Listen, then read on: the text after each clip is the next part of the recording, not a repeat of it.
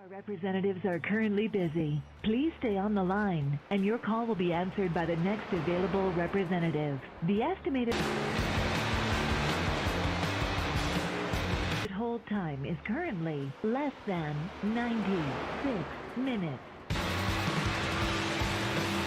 You are currently caller number 32. Are you tired of getting blown out of the water by other web hosting solutions? At BladeNode.com, our affordable web hosting and quick customer support is our #1 priority.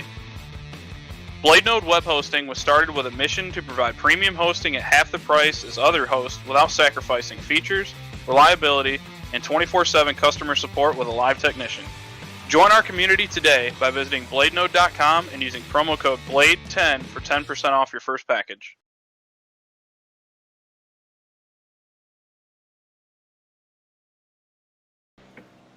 Hello everyone and welcome back to the BladeNode Cup Series by ISNF here on the ESBN YouTube channel. We are here at the first race of the chase. This is going to be the Coke 600. Longest race of the season. That's why we've got the earlier start time, and I'm joined here by Tony. Hello. Greetings and salutations. Yeah, welcome to Charlotte. Too. Thank you very much. As I've said, this is going to be a long one, to say the least. Yeah. 600 miles at Charlotte. It's definitely going to be a test of endurance. Yeah, definitely, and it's going to be a test of people's how clean people can be as well with the tough incident limits. I'll have to just quickly check what the max incident limit is for this race, because I'm pretty sure they put it up 24. Slightly. 24, did you say? 24 with one fast repair. Okay. And surprisingly, they're giving them 9 sets of tires. I'm assuming that's quite a lot. That's almost double what they normally get. Yeah. Okay. So being quite generous on the tires, but being as strict as ever on the incident counts, considering it's normally 18 for something half of this Right. distance. They've got 24. Right. Which I can't say I disagree with that thought, but with any luck, the fact that these guys do have the 24 count incident limit, and only one fast repair to get them through all 600 miles. Hopefully, a lot of these guys are going to drive, with their head as opposed to their raw emotion, at least until the end of this thing. Yeah, I have to say, I think we're going to be seeing just quite a lot of smart decisions rather than impulse decisions from some of these drivers. Right up until probably about lap 350. I would assume that's roughly when they're going to start trying to go for it, because you can make up positions. You're funny. But I'm saying that with my head and hoping that they will race with their head, but we know how races can be sometimes, and that probably won't happen. Well, place your bets now, folks. How many people are actually going to finish the race? Yeah, it'll be an interesting one. It looks like there are 30 people in the session at the moment. That's what my high-powered Gazint has come out to. So, who knows, basically. It's partially luck, I guess, as well. Like, you've got to not get involved in someone else's wreck. You've got to not have any issues happen to you over the 4 or so hours we're going to be here. I guess I don't really have any thoughts of who's going to win this one, but we certainly know who's most likely with the pace that they're showing, at least. Well, the thing is there's short run pace and then there's long run pace, and it's the guys that can maintain that long run pace that are going to be able to be up at the front. I'm looking at the lap times. Those are qualifying rippers that most of these guys have posted to go sub 30 seconds. I highly doubt we're going to see mid 29s as a race pace. That would greatly surprise me if we did. Because currently, like, you take a look right now, Joey Burgee sitting atop the pile at a 29.41. I don't think we're going to be anywhere near that quick during race pace. Yeah, no, I think you're right, but it's definitely some sort of indicator at least as to how they're running, even if it's just in clean air.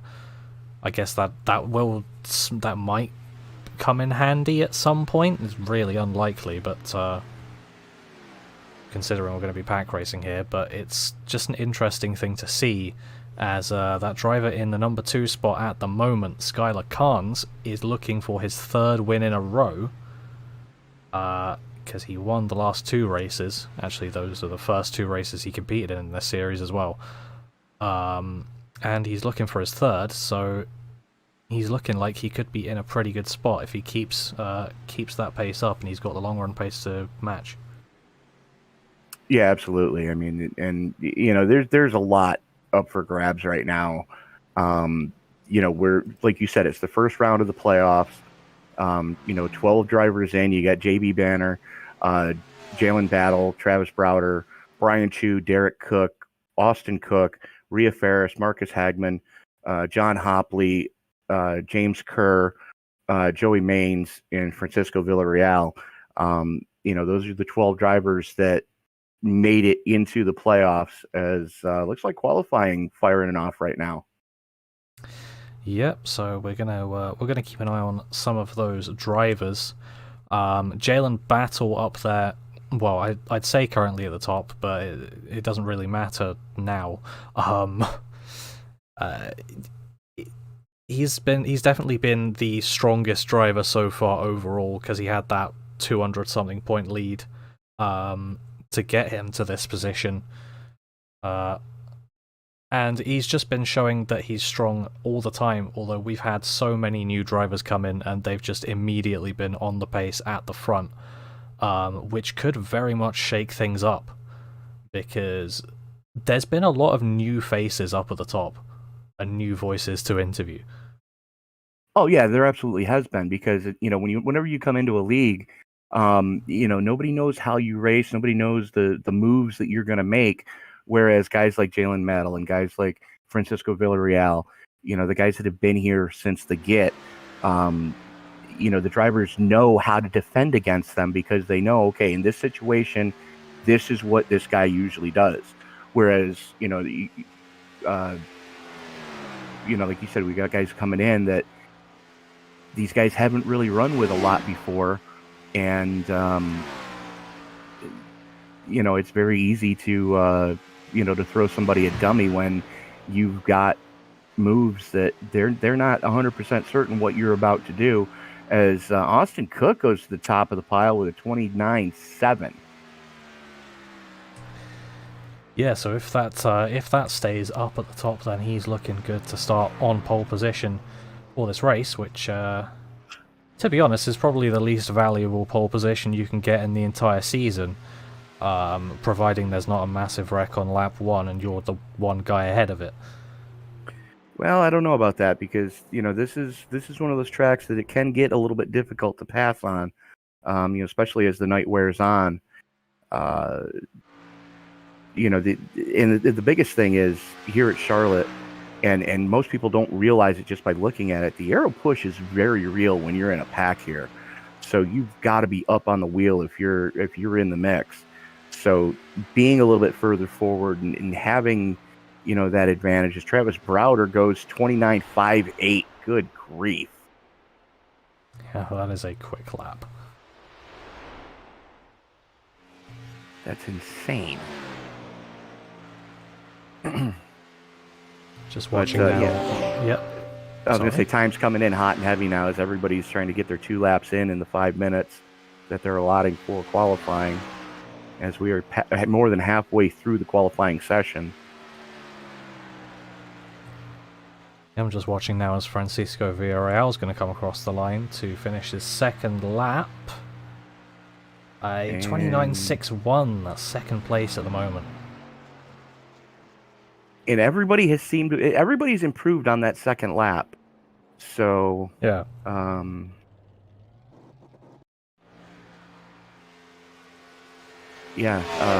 Everybody seems to have improved on that second lap. We've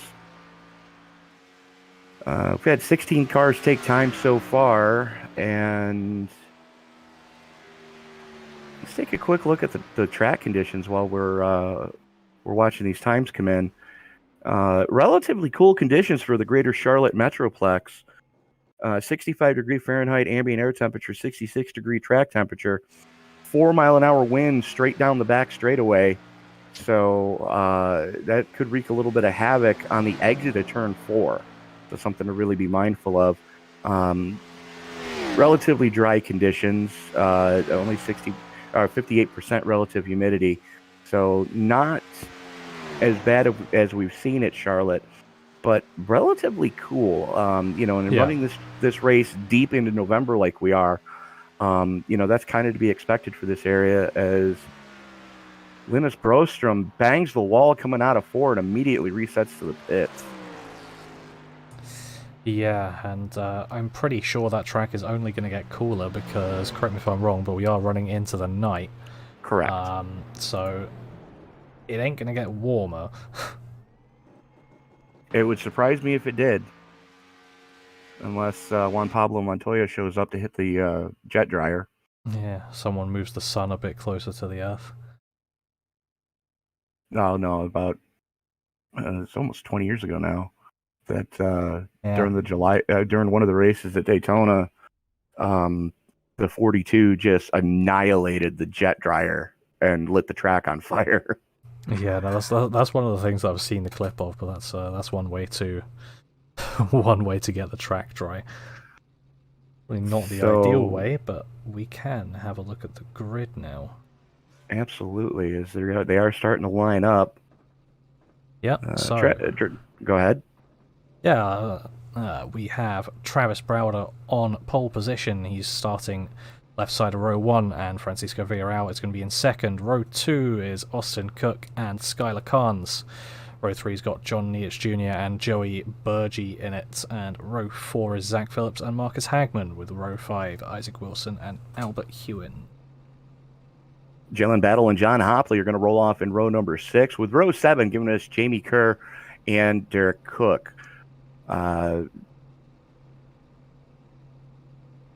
Row 8 is Stephen Fishburne and Rhea Ferris. Row 9 gives us Mike Smith and Marshall Harris.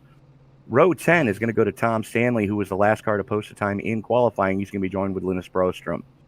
JB Banner and Brian Treadwell rolling off in row number 11. Yep, and then we've got row 12, occupied by Joey Manis and Sear. I think that's probably that's how I was going to pronounce it. Yeah. Oh well, glad we're in agreement. What is this? Row 13, Michael Iskandar and Casey Tomlinson. Row 14, Emily Urias and Sam Perry. And the last and final, row 15, Bob Wyckoff and Ethan Woodward to round out the field. And starting shotgun on the field, Mike Simmons in the 822. So 31 cars here tonight. And we do ask for a moment of silence as the field starts to form up. Our very good friend, Miss Rhea Ferris, lost her grandfather earlier this week, and we take this parade lap in his honor. We ask for a moment of silence as the field forms up behind the 12.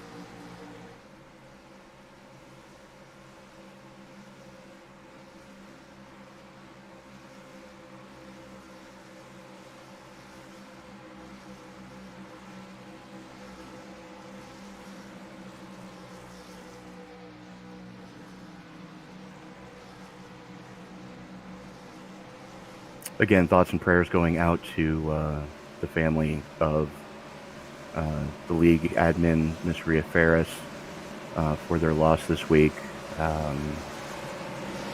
Words can't truly express the condolences that we need to pass along to them. Absolutely. Very difficult time. All we can do is try and move through it and get stronger. We celebrate his life here tonight at Charlotte, going 600 miles. Travis Browder and Francisco Villarreal going to be leading them down to the green flag as the field working its way into the 3-4 complex. Buckle up, folks, because it's going to be a long one, and it's going to be a fun one here at Charlotte for the BladeNode.com ISNF Cup Series. As the field works its way out of the turn 4 complex, the only thing that's left to do is wipe the visor, adjust the 5-point safety harness. Grandma, save me some pumpkin pie, because race fans, it's showtime!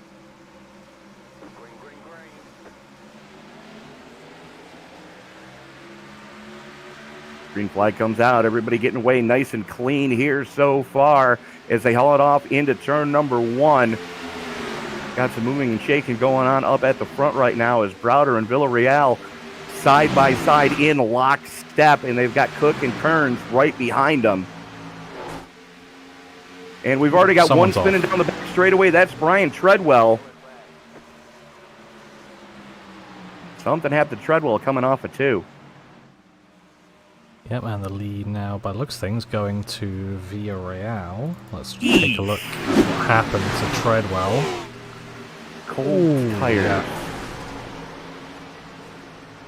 Just loose off 2 and straight into the inside wall. And that was exactly where you want to try to lay the power down, and the back end just came around on him. Cold tires on a cold track on a cold night in Charlotte, and that's what happens. So we do not have one in the books yet, and they will be going single file on the restart. It's got a handful of drivers looking like they pit started. John Hopley, Marcus Hagman, Derek Cook, all pit starting tonight. And JB Banner not taking the green at all. Oh, that's not going to do well for his chase hopes. I mean, he's listed as being in the session. Yeah. But he's not come out of the pits yet. He didn't qualify either, did he? He did not. Might be on the track later. Might just have something to do in the middle of the race, because obviously it's such a long one that you still get points. Right. If you start the race, for example, lap 350 and just run 50 laps, you'll still get points, even though you're technically 350 behind the leader. Right. And there are no provisionals and there are no subs, since we are in the playoffs for the playoff contenders. Yep. So that's something to really be mindful of moving forward. You're going to have to bring your A game every week coming here moving forward.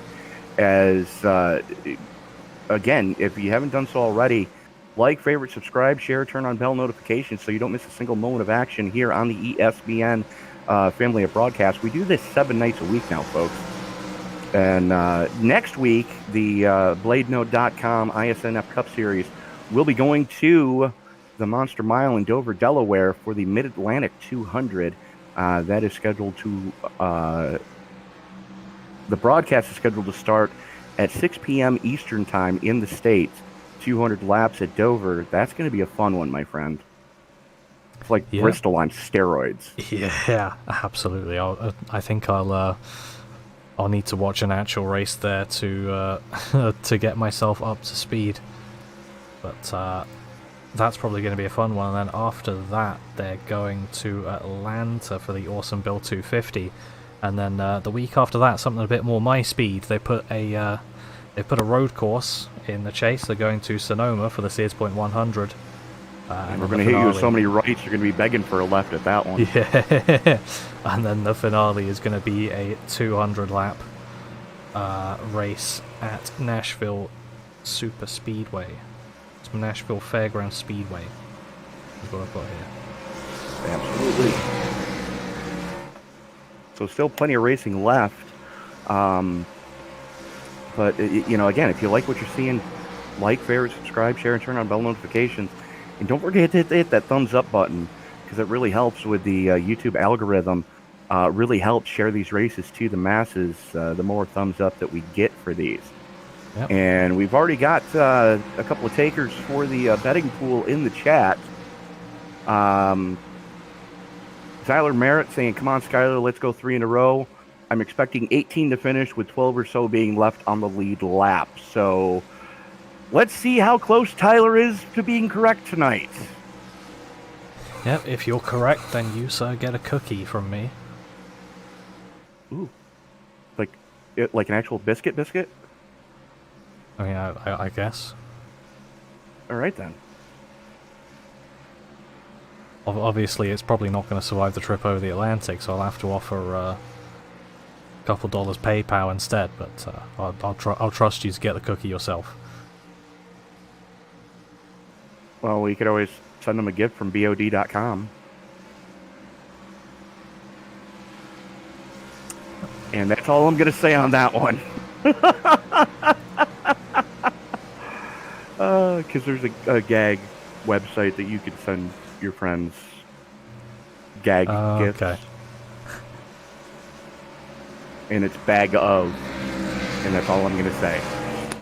So Okay. Francisco Villarreal, Travis Browder, Skylar Carnes, Austin Cook, John Nettich Jr., your top 5 as lights are out on the Ford Mustang GT 500 pace car. The official pace car of iRacing.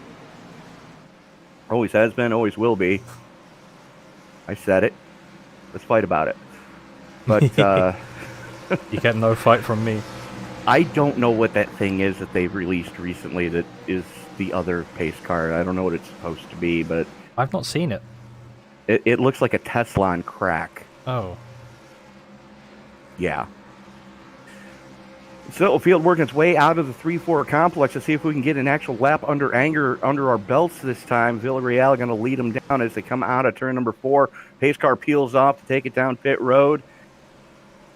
Villarreal holds them down. Green flag in the air, and we are back underway for the BladeNode 600.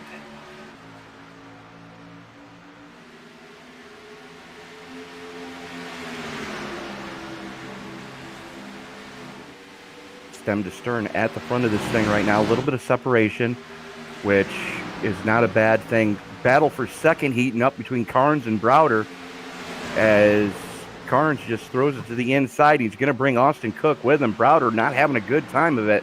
He's going to hemorrhage spots and lose out to John Nettich Jr. as well. Yeah, I think surely Browder there was just letting off fairly on purpose. I don't know. I don't exactly know why you would do that. Yeah. But yeah. Cold tires. Plain and simple. Cold tires on a cold track. You want to make sure you still have that car under you. As Edward Hewins making a move to the inside of Browder now, as is Jalen Battle. Looks like he's laying back heavily. I don't think he hit anything yet. And I stand corrected with what I said earlier. Francisco Villarreal's last lap was a 29.67. Well, if you go in 0.3 a lap quicker than expected every lap, then might be in for a decently quick race. The 12 was just on the apron there and nearly getting up into the wall, but making sure that she didn't get up into that wall and has stayed clean, unlike, by the looks of things, Stephen Fishburne. That's what I'm coming up with. That's no, Steve Sire. Oi! No, you were right. Fishburne went on a Mr. Toad's Wild Ride. Good grief. Oh, yikes. Yeah, that's... Yeah. He No, I just don't think caught more air than a skateboard at the X Games.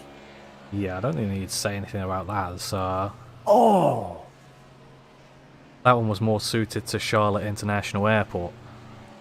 True Wherever that may story. be. The 14, unfortunately, of Isaac Wilson just caught a race car to the face. Yeah, I think that one might be a few fast repairs used, to be honest. There's going to be a lot of fast repairs used. Now, that started with the 17 getting into the 88, going through 3 and 4. Just gave him the chrome horn, and unfortunately, the 88 had to chase it down the track, got onto the apron, overcorrected, and he got caught into the safer barrier and just got annihilated. I'm looking at this from Isaac Wilson's perspective. It cuts off. My Atlanta. Still apparently not got my racing settings to show every car, so apologies for that, but trust me, I've been trying.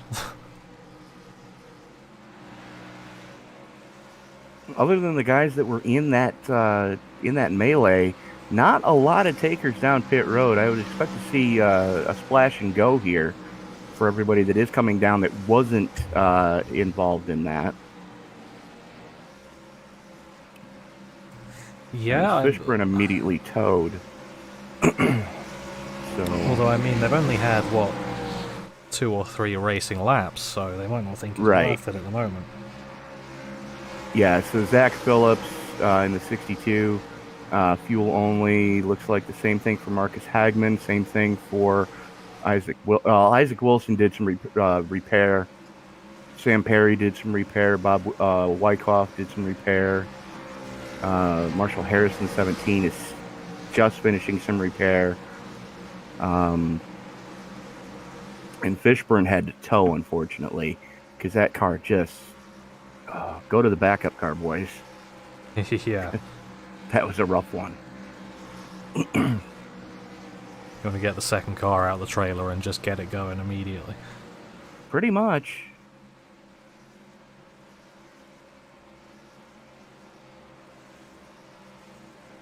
I mean, I used to work for a Cup team that, you know, every time we'd prep the 2 cars that were going to whatever track we were going to, we made sure we had the same shock and spring package, same camber caster adjustment, same, you know, track bar, same trailing arm, same everything on the 2 cars. So that way, if we did need to go to the backup, all we had to do was make the changes that we had made to the primary car to the backup car, and we were good to go. Really saves time when you do it that way. So, yeah. I mean, it's not something you want to happen, but just in case. Yeah. I think I went to high school with that kid. Just in case.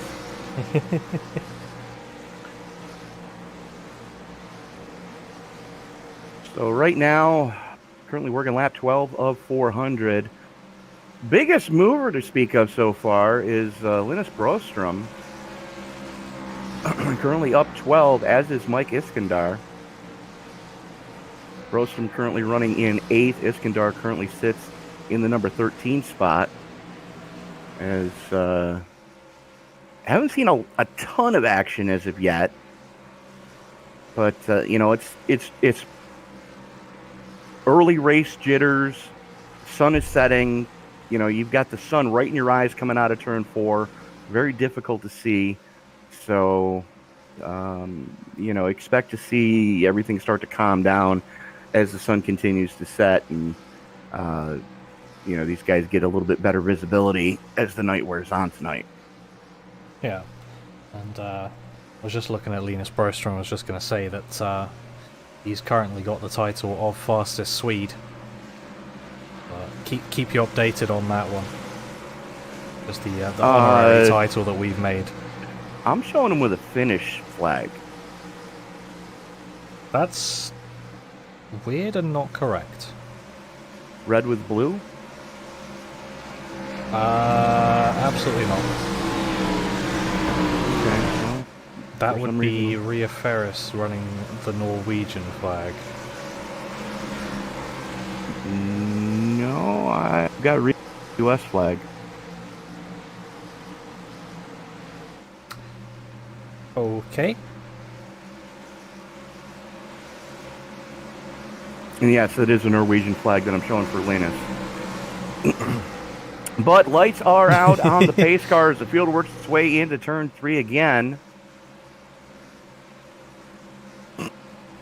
Never mind the weird flag shenanigans. We've got a You race don't to even want watch. to know what I'm reading in the in-sim chatter. Oh God.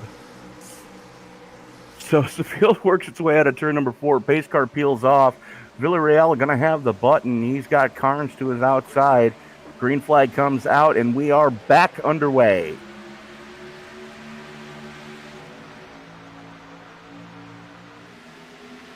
Villarreal and Carnes still in lockstep at the front of this piece, as Carnes going to have a little bit of an advantage coming off turn 2. He's going to have a little bit more momentum going down the back straightaway, and he's got the drafting help of the 33 of Austin Cook as they haul it off into turn number 3.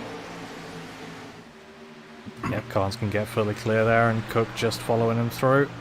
So that's Villarreal back down to 3rd, and it looks like John Nietz Jr. is right behind him. He's got a bit more speed. See whether he can do anything with it. Villarreal able to send it going into 1 as the battle right now is between, just as I say that, the battle starts to peter out. As Jalen Battle was alongside Jamie Kerr for a while there, he's now got to worry about the 52 of Brostrom, as Brostrom did have some speed down the back straightaway. However, the aero push is very real here tonight.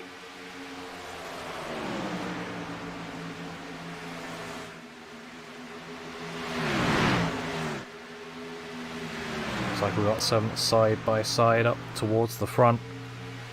Villarreal just getting back past Cook. And now Nietz Jr. is going to try and follow him through, but looks like that's just about not going to work. Cook can file back into line. Yeah, Nietz Jr. had a little bit of a push going into turn 3. And for those of you wondering what we're talking about when we say push or loose, push or tight is when you hit the wall with the front end of the car. Loose is when you hit the wall with the back end of the car.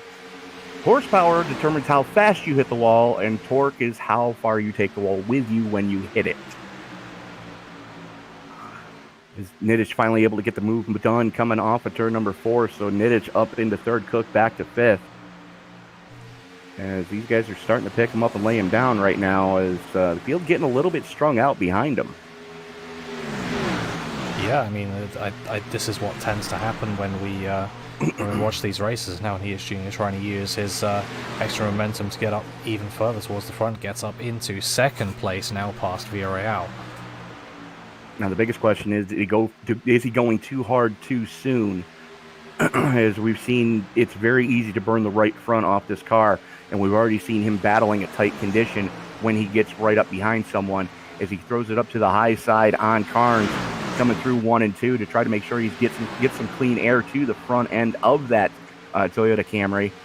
3 Toyotas at the front of this piece, followed by a Ford, another Toyota, and another Ford. That's your top 6. First Chevy is going to be Linus Brostrom back in 7th, who's already up 13 spots. He's got the Chevy of Joey Manis behind him, who's up 15 spots from where they both started.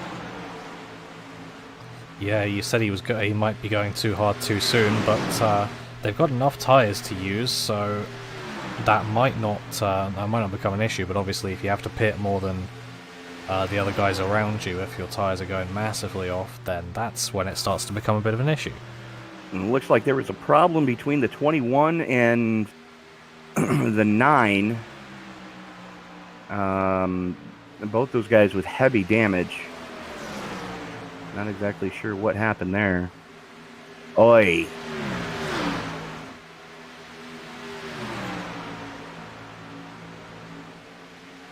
Oh, that was a wild one. How was that not a caution, though?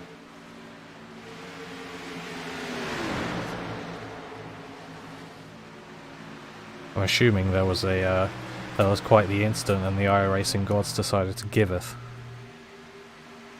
Yeah, the 9 got to the inside of the 21, took all the air off his rear spoiler, and the 21 just went around in the middle of the back straightaway, and both of them just ate the inside retaining wall.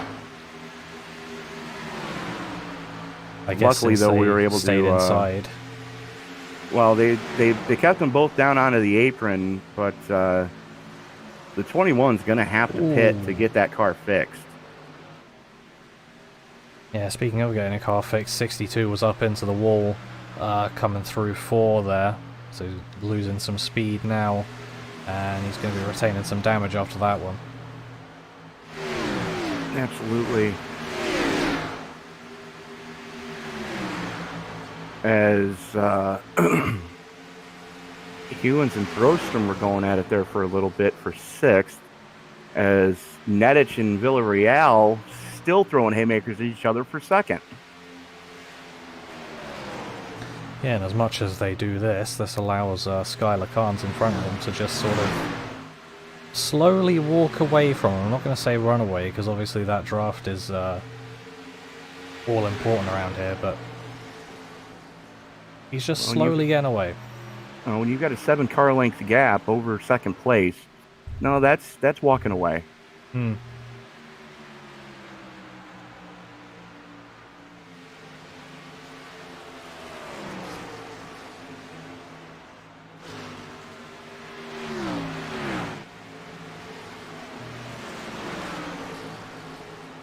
As Rhea Ferris gets it wrong going through turns 1 and 2, that's going to let Iskandar and Manis get by her. And here comes the 38 of Weisskopf.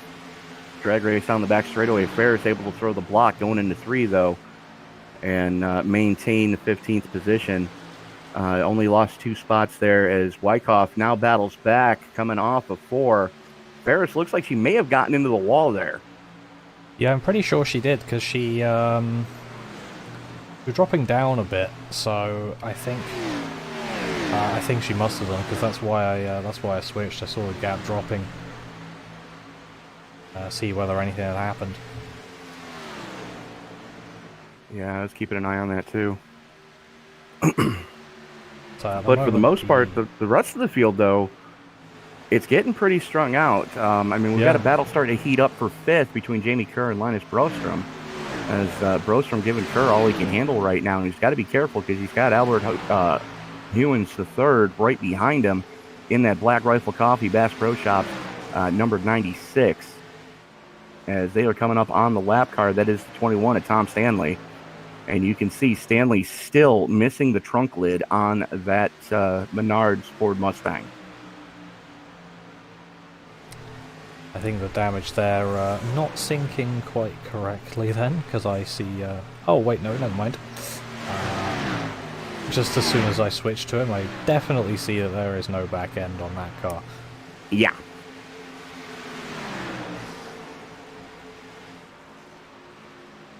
Yeah, he did not have a fun time yet.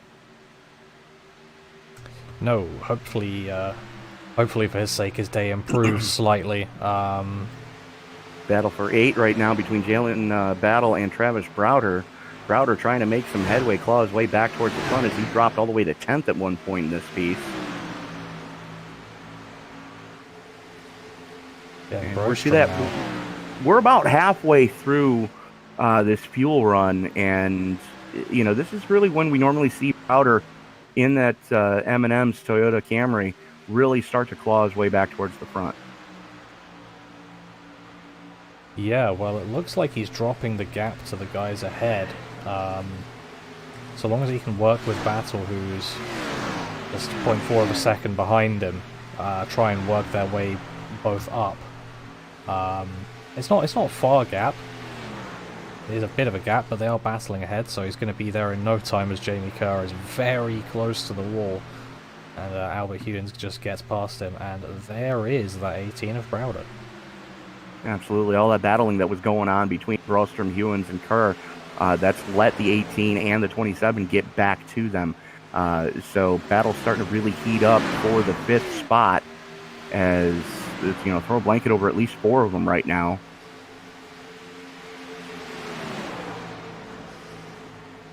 Looks like we got one heating up for 11th as well between Phillips and Smith. And it's Phillips on the high side, Phillips on the low side, Smith on the high side, as Phillips able to make the move stick going through 3 and 4. And now Smith has to worry about the 43 of Mike Iskandar as he's starting to reel him in. Yep, and I'm just keeping an eye on this 18 car because he's now up to the back of Albert Hewins in that 96. He's going to try and send one down the inside of him. I believe that's through 3 and 4. Yep.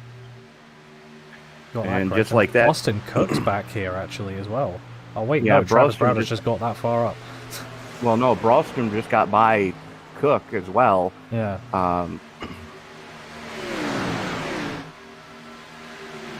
And it looks like Cook may have a little bit of damage on the right side of the Horizon Ford Mustang.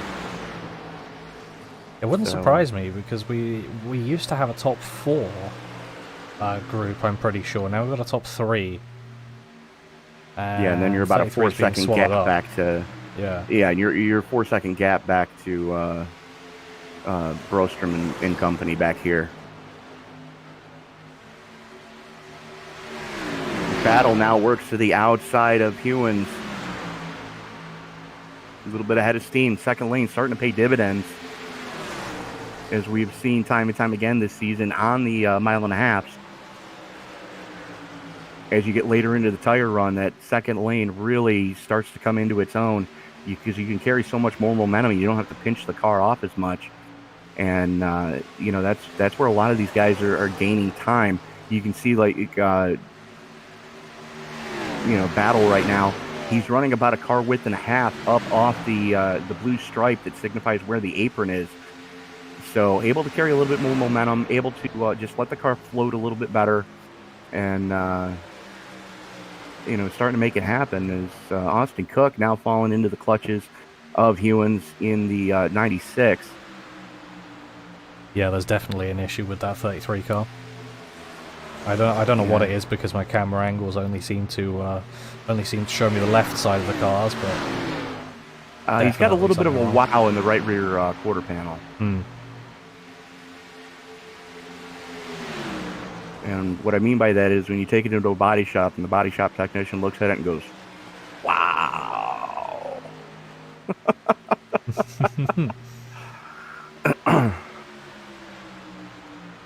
As is to say, "Wow, what did you hit?" I ran over my dog. Gotta get the hammer out in the pit stop. Well, at least get the baseball bat out, because that's the way you usually make sure that those fenders stay round and clearance from the tires. Is you shove a round pipe or a baseball bat into the wheel well and have the driver slowly roll the car forward and let the bat on the tire just push the fender back out. That's a long-standing trick for stock car racing. Well, if it works. Absolutely. As Browder now fighting it out with Brostrom, that is your battle for 4th, hot and heavy right now.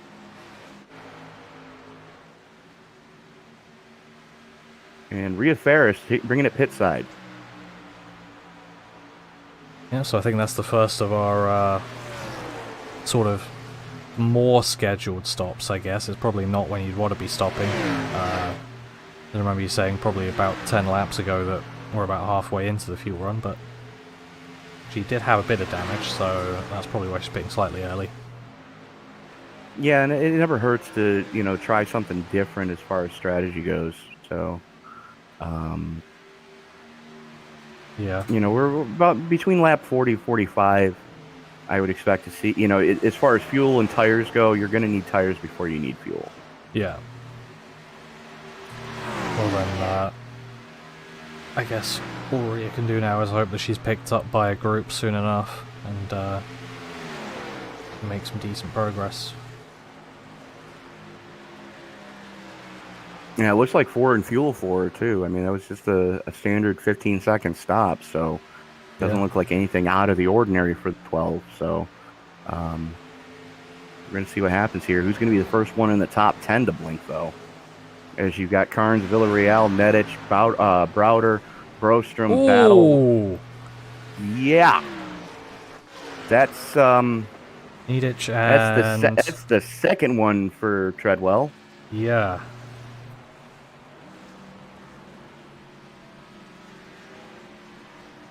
And that was in front of the leaders. Oi. Yeah, by the looks of things, he didn't use his fast repair on the first one. Well, he's going to have to now because I think he just twiffed an engine. Yeah, looks likely.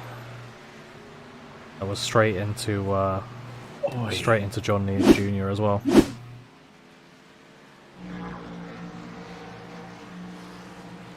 Yeah, I mean, that was right in front of Villarreal and Nedich Jr. I think Nedich did catch a piece of that one. Yeah.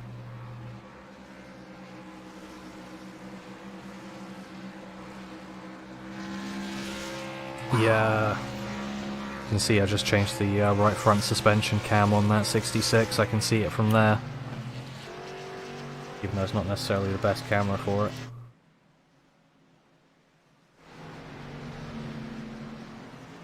And wholesale pit stops for our lead pack of cars here.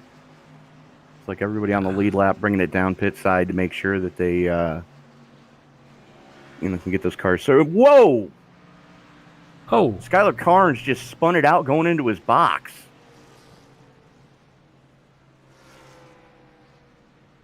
What happened there? Oh.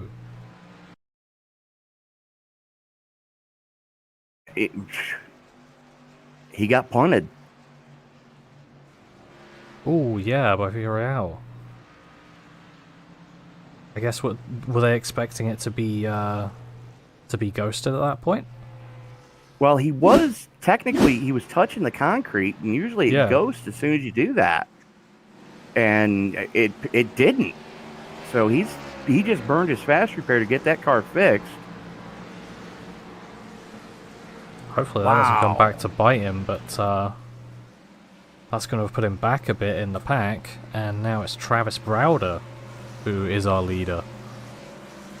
Absolutely. Browder winning the battle off pit road. And we see that, we've noticed that the 18 doesn't normally wake up till about the halfway mark of a fuel run. So you got to wonder, did he make any changes under this pit stop? Yeah, maybe, but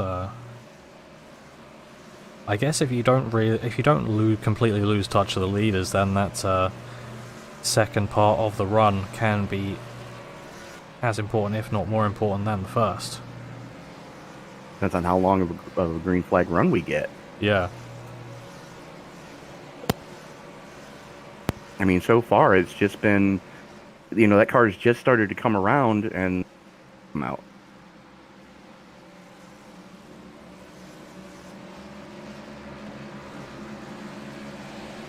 So it looks like quite a few cars staying out to try to get the wave around. And get back up on the lead lap. Steve Sire getting the free pass. So that leaves us with 20 cars currently being shown on the lead lap.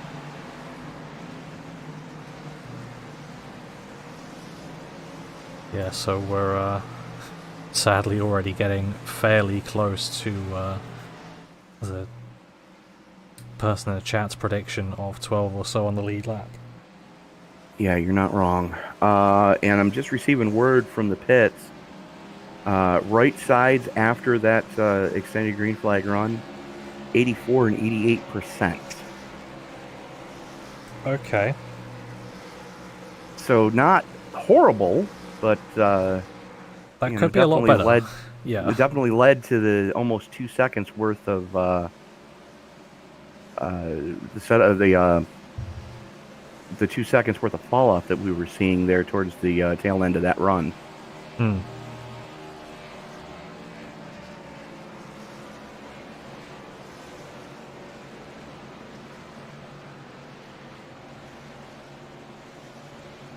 As looks like lights getting ready to go out on the Ford Mustang GT500 pace car, as those that were staying out to get the wave around are taking it as we speak. Browder going to have the button when we do go back to green flag action. And just as I say that, he starts to get the blinkies. Yeah, no, I saw a few of those coming down the front stretch last time around.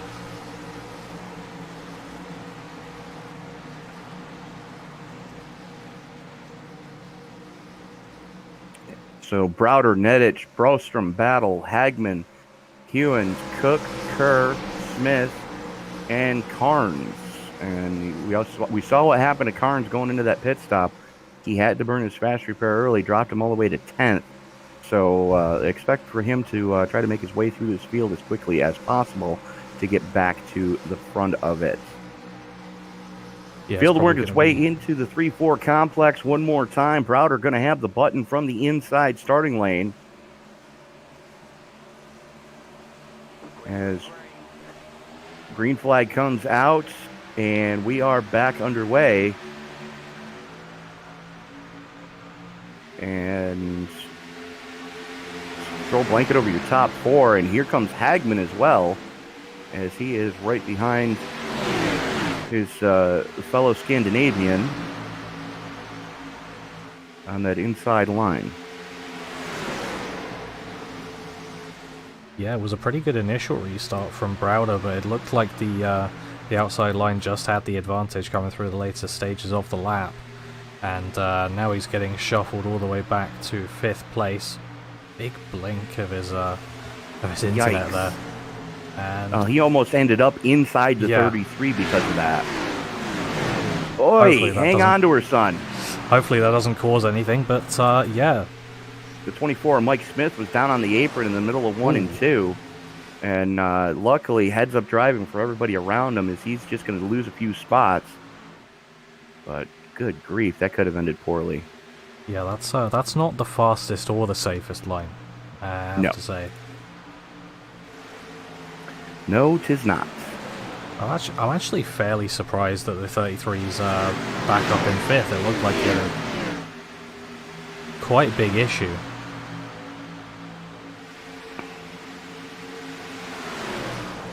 Well, that caution came out in a timely fashion for him. Yeah. And you figure Carnes and Villarreal both had to spend extended times on pit road to get those rides fixed, as they are currently sitting 8th and 9th respectively. That is true.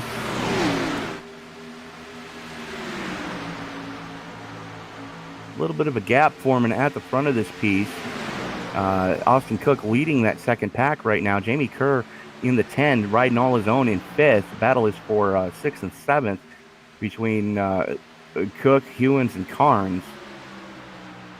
Hewins trying to play both halves against the middle as they haul it off into turn number 1. The 19 going to have position 33, able to maintain a little bit more momentum. Here comes the 19 of Carnes to the inside, down the back straightaway. He's got the 62 of Phillips in tow.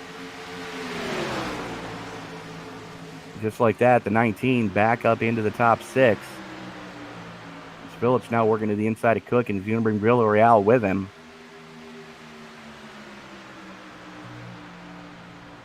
And Cook seems to not be liking the way this car's handling early on. And you can see a ton of damage on the 23 of Villarreal.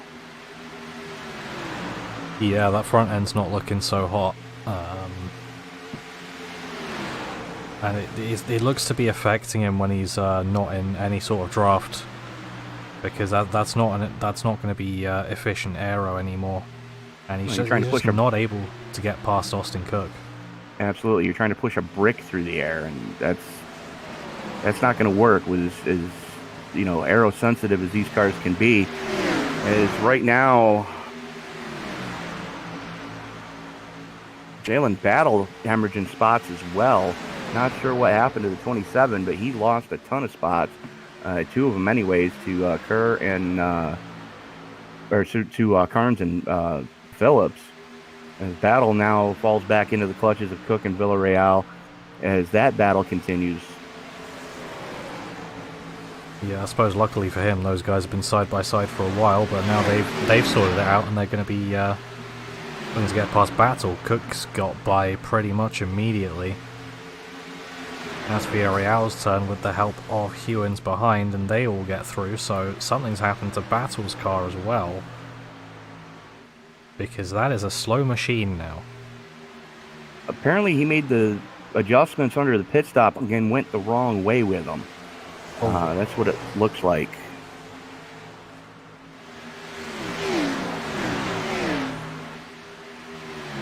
Villarreal and Cook in lockstep down the back straightaway. Drag race into turn number 3. Cook in the high side, Villarreal on the low side. Side by side they go. And, I mean, this battle has just raged since the drop of the green. Villarreal finally wrestles the spot away. And it looks like the 96 of Hewins is going to try to follow him through. Thinks better of it, drops back a little bit to try to get a run down the back straightaway.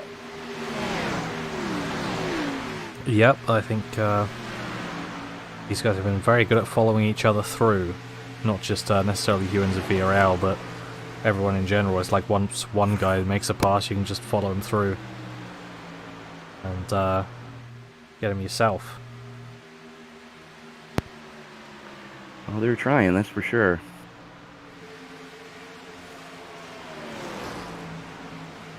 As Karn's still working on the 62 of Phillips, as they are in lockstep right now for fifth. They're going to have to get that sorted out pretty quick because they've got a very hard charging 23 of Francisco Villarreal trying to reel him in hand over fist right now.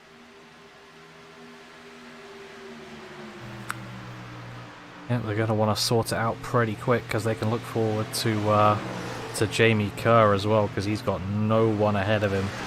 So time it right, and theoretically that's easy pickings for now. Obviously he's going to be back in that draft once they do get past. As they work their way up onto the lap car, that's 21 of Tom Stanley, who has still not gotten that car fixed. Oh, come on, man. How is that not a caution? There it is. 62's just sitting there trying not to be hit. That's the safest thing to do, is just hold the brake and don't move. And that was that 3-wide situation that the lap car kind of created there. Ouch. Somebody might want to inform him that he does have a fast repair available. Yeah, it'll be a good time to get that done. Yeah.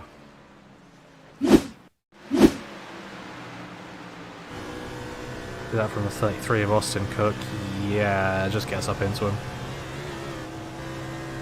And Tyler Merritt, you're correct. That's the first time I've ever seen somebody get destroyed on pit road as well. Well, first time for everything.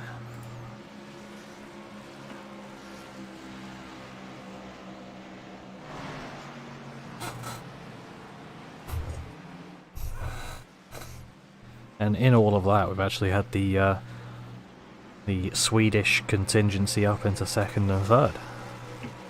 I see this.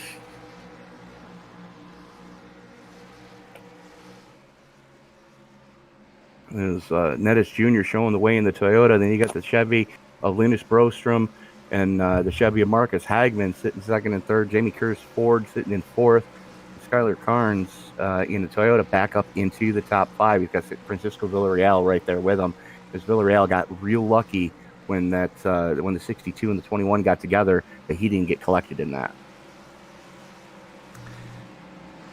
Yeah, that was, I guess, a bit of right place, right time when it comes to an incident happening.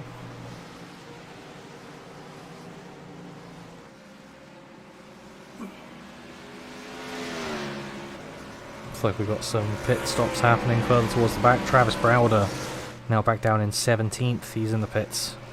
Obviously, 62 of Zach Phillips, 14 of Isaac Wilson, and the 42 of Joey Manis.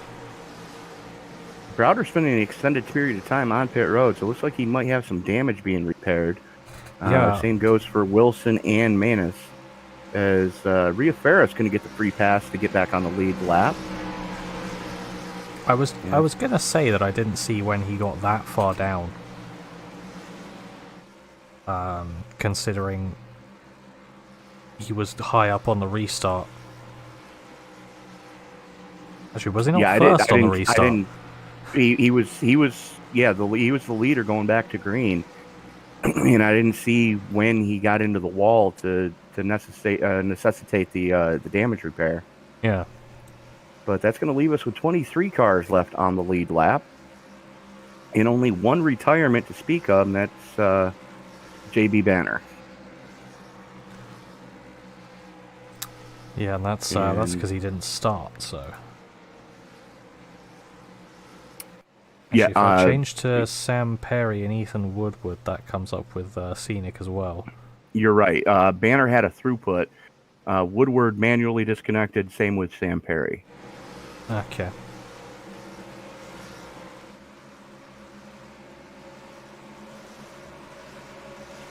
So that would make 27 runners, if I'm correct. It looks like... oh no, Fishburne is there. Yes. Yeah. 27.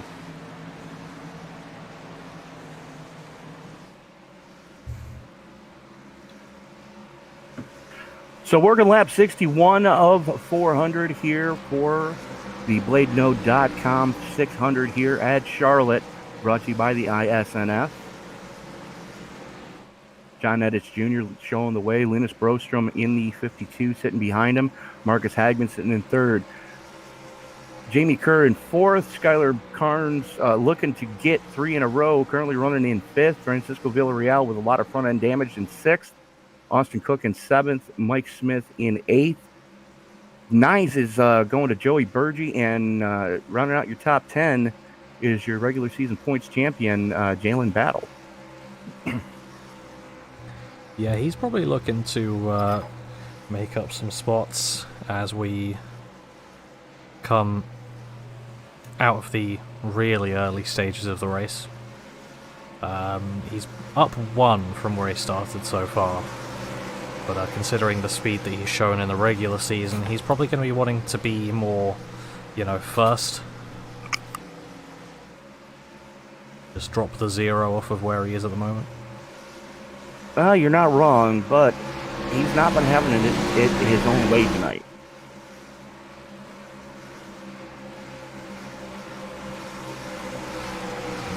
And the lights are out on the pace car, and the lights are on the Mesco lighting that lines the inside of the back straightaway. The sun has gone down here in Charlotte, and we're ready to rock and roll and turn them back loose. See if we can't get quite a few laps in under anger. That's Junior in that Toyota Camry, going to be leading them back to green. Field working its way through 3 and 4. Pace car is afraid to make that hard left turn onto pit road. As they come off of turn number 4. There it goes as the field works its way into the Red Cat restart zone one more time. Green flag in the air. And we are back underway.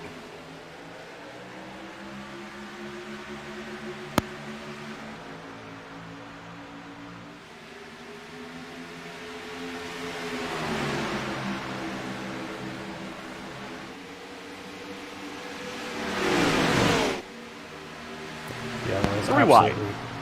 absolutely the initial start that's an issue not wanted. Oh dear. It was Villarreal and You say was. Battle. You say was. It's still going. I think it's just about done now.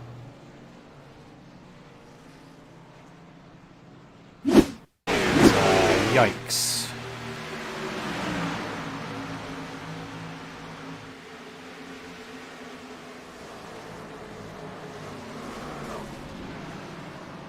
Oh.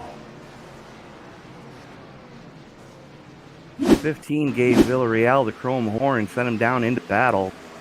And unfortunately, a lot of healthy cars caught up in that one. then Battle just got sent like a fidget spinner up into the pack. 10 catches a race car to the face. 42 catches a race car to the face. 17 catches a race car to the face. 62. Oh, he just got that car fixed. Yeah.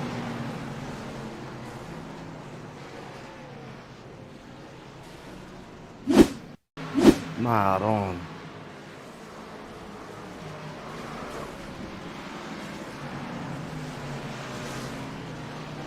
And absolutely nobody happy right now with the 19.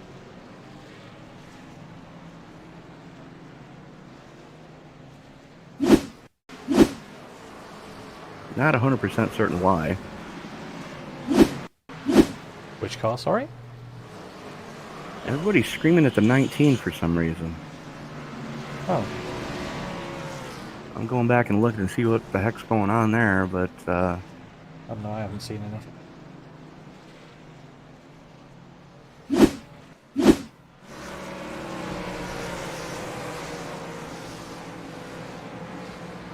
they were 3 wide going down the back straightaway. Villarreal was the meat in the sandwich. He checked up a little bit, and 15 went to the high side just as Villarreal was checking up, Yeah. and boom goes the dynamite.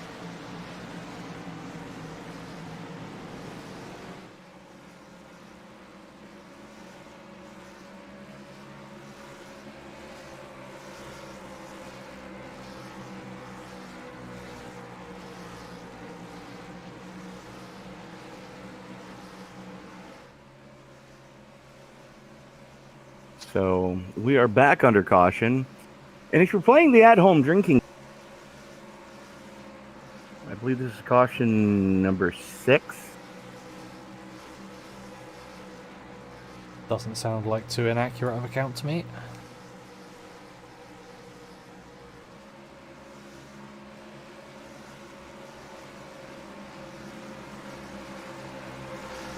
Let's see, are we going around for another lap? We are. Just looking at the YouTube chat, they said watch the 14 in the wreck, so Oh yeah, complete race car to the face. yeah, we'll have a look.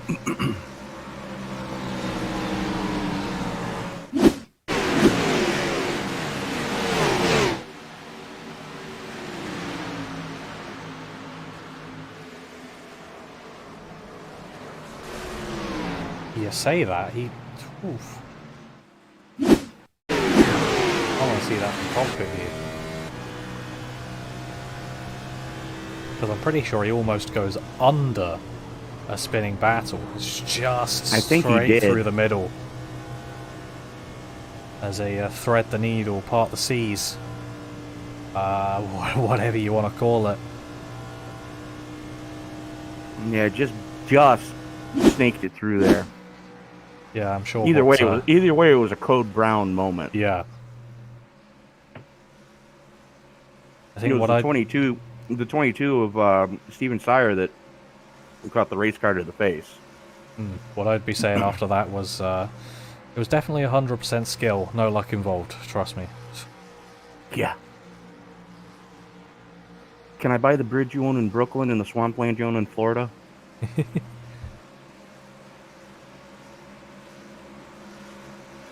And that nice little hat that they keep in the castle?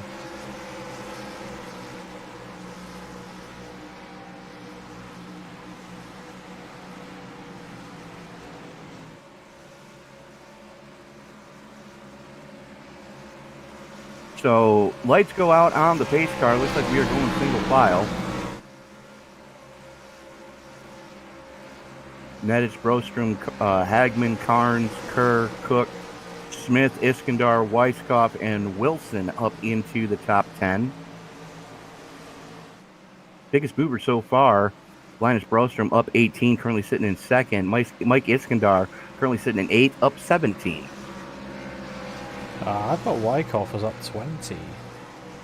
I just saw that. So that's You are correct. That's pretty good going, to say the least. Yes, it is. Because that's what, second last up to 9th. Yes, it is. As field working its way out of turn number 4 behind the Ford Mustang GT 500 pace car, it peels off as Nedich brings him into the Red Cat restart zone. Green flag in the air, and we are back underway.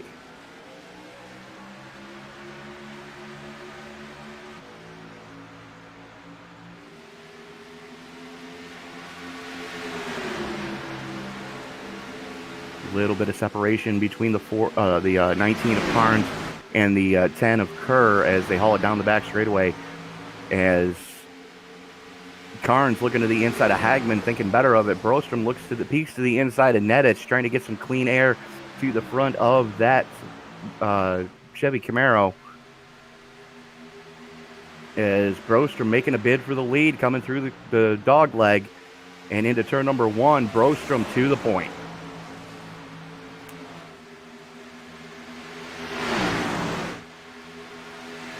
Nedich battles back on the high side as they haul it down the back straightaway. Drag race into turn number 3. Nedich with a head of steam. Second lane already paying dividends as we are just about 20 laps into this current fuel run.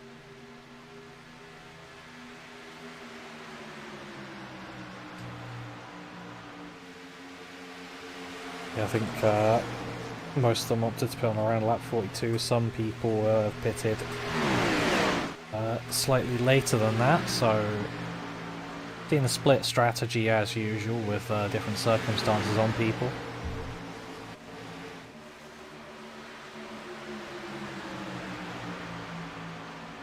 Absolutely. The field's starting to get a little bit strung out. And just as I say that, here comes Carnes to the inside of Hagman, looking to the inside, going through the dog leg. Thinks better of it. Throws it to the inside, going into 1. Hagman on the high side. Going to have the momentum coming off of 2 as they are side by side down the back straightaway. Hagman on the high side, Carnes on the low side. Drag race into 3. Hagman with the head of steam, able to maintain the spot. Here comes Carnes, full send it mode one more time.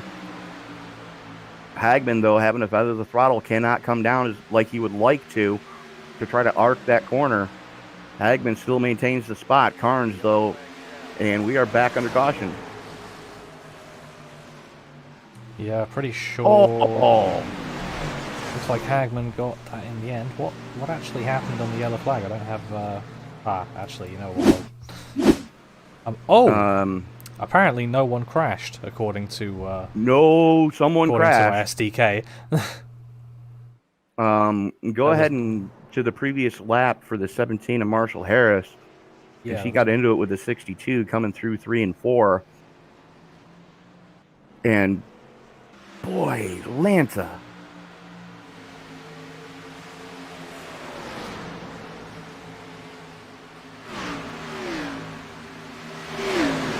Yeah, I'm just gonna speed it up a bit here so we can get to where the action happened.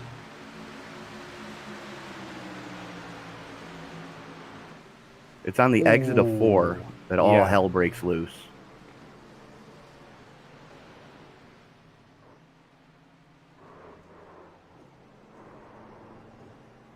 I think the only consolation that the 17 can take from that is that at least he finished off the right way up. Yeah. And scores are in for the tumble that 17 took. 9.2, 9.3, 9.2, 3.1 from the Romanian judge. Yeah, they're a tough one. Yes, they are. And right now he is smoking worse than a Grateful Dead concert, so hopefully he still has his fast repair in his pocket. Yeah, because if he does, I don't think there's any better time to use it. I don't think he's going to get a second chance to try to use it if he doesn't use it now. Yeah. And you got to feel for Brian Treadwell. He did everything he could to not get caught up in that and got completely flat run over from behind after he had his car stopped so he didn't get hit what was in front of him. Yeah, the driver of the 48's had possibly the worst luck I've seen so far today. Because he Wow, he's just been he's been had from behind multiple times while trying to avoid someone else's incident. Absolutely. But that is going to leave us with, looks like 18 left on the lead lap. Yep, I've got it about the same.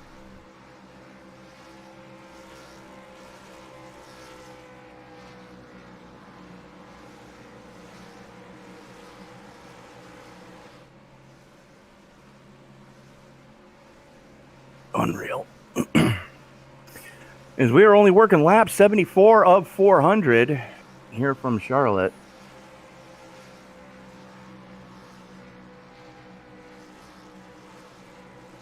And it looks like we're going to get 2 to green. Yep, I think we can probably both say that we are sort of looking forward to the rest of this race, hoping that it's a bit less caution filled. We've had a few good green flag runs.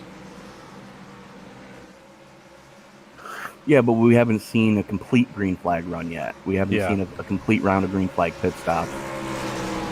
Zach Phillips has decided to put it on the hauler. Yeah, Can't say I blame him on that one. Absolutely. It's just been unfortunate because he had the incident with the lap car, right? And yes. Then got caught up in that one too with the 17.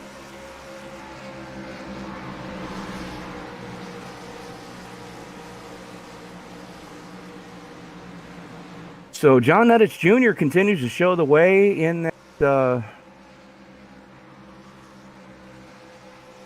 roofclaim.com number 66 Toyota Camry. He's got the Aaron's 52 of Linus Brostrom sitting right behind him. Marcus Hagman in the Slayer Chevy Camaro right behind him. And Skylar Carnes trying to make some headway. Hagman was able to have the nose just out in front of Carnes when the caution came out. So a little bit of reprieve for the 54 so far. But the question is, how much longer can he keep that Bass Tracker number 19 Toyota Camry behind him? Yeah, there's been a few times where he's been challenged, but overall, obviously, to this point, he's come out on top.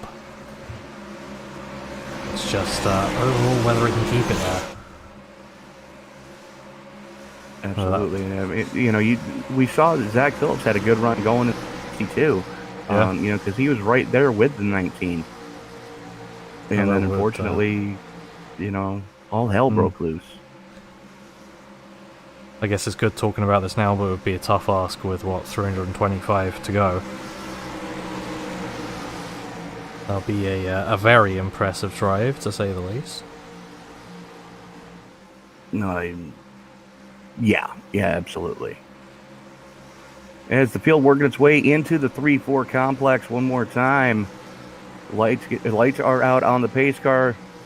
Ford Mustang GT500 iRacing pace car getting ready to peel on off. There it goes as Nettich Jr. brings them into the Red Cat restart zone one more time. Green flag in the air, and we are back underway.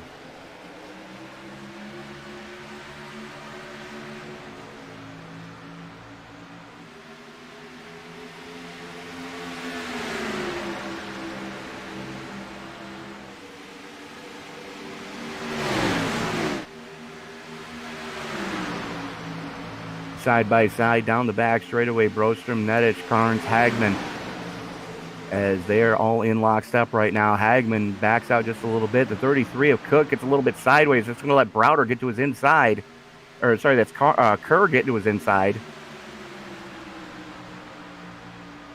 And just like that, Linus Brostrom back to the point.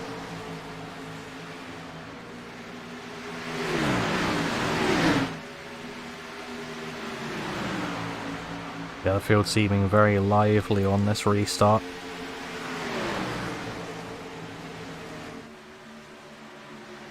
Absolutely. A little bit of separation at the front of this piece so far.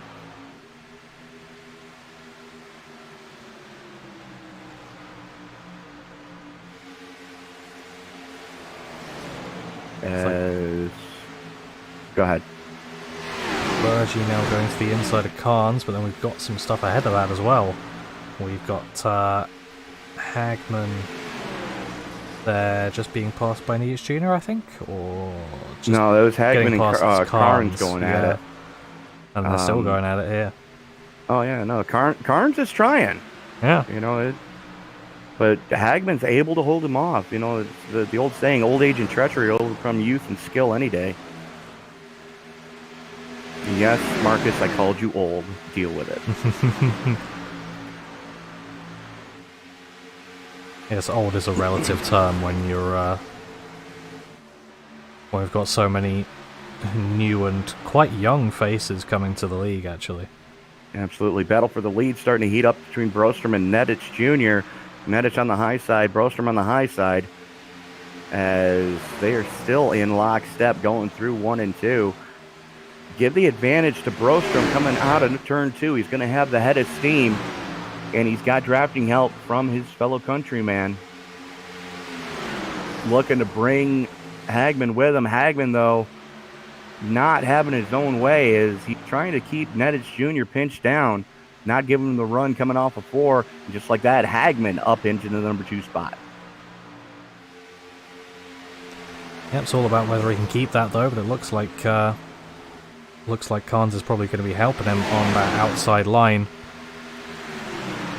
And no such help for Nedich Jr. at the moment. And it looks like Carnes is going to be trying to go past now as well. Because whatever help you have from behind is whoever gets the position most of the time. Outside advantage tends to... I was going to say outside lane tends to have an advantage, but my words are already not working and it's only lap 83 of 400. Throw a blanket over your top 6. As freshest set of tires in that group belongs to the 15 of Joey Berge. Now Carnes works to the outside of Hagman for second. Trying to reel in Brostrom. Brostrom's seen him run side by side behind him. He's got to be not so much anymore as Carnes finally gets the clear coming off of 4. And here comes the 66 of Nedich all over the back bumper of Hagman. 19 of Carnes looking to the inside of Brostrom through 1 and 2. Carnes on the low side, Brostrom on the high side. Brostrom drag race into turn number 3. Side by side, they haul it off. Yeah, Carnes is absolutely looking for his 3rd win in a row. Obviously, only having joined the league just 2 races before the chase starts. He's obviously not in it, but if he was a full-time who had been here since the start, then I'm sure he would have been in it with the pace that he's showing. Yeah, that's the safe bet to make. Ooh, bit of a touch. That was a lot of a touch. I think just keeping it out the wall. Just maybe barely. A bit of a scrape. He was definitely on the binders, trying to do everything he could to keep it out of the wall. That checked up the 66 of Nedich.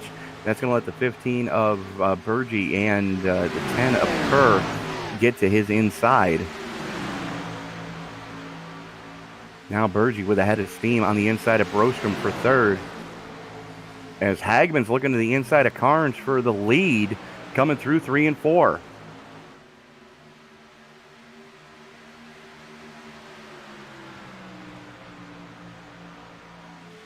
Through the dogleg they come, still in lockstep. Hagman going to go full send it mode. Gets the clear in the middle of 1. And is going to have the run coming off of 2. Hagman to the point. Can he keep it back to the start-finish line? We're about to find out.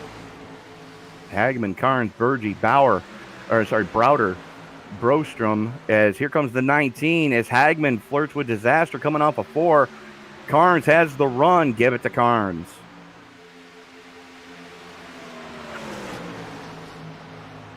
It's almost like they're racing for a stage finish here. Yeah, I know, right? As we are working lap 88 of 400 here at Charlotte.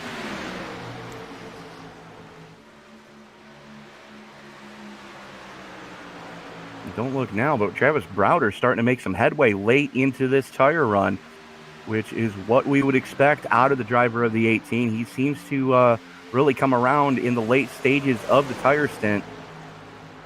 Not so good on fresh tires, but definitely one of the strongest on well-worn tires.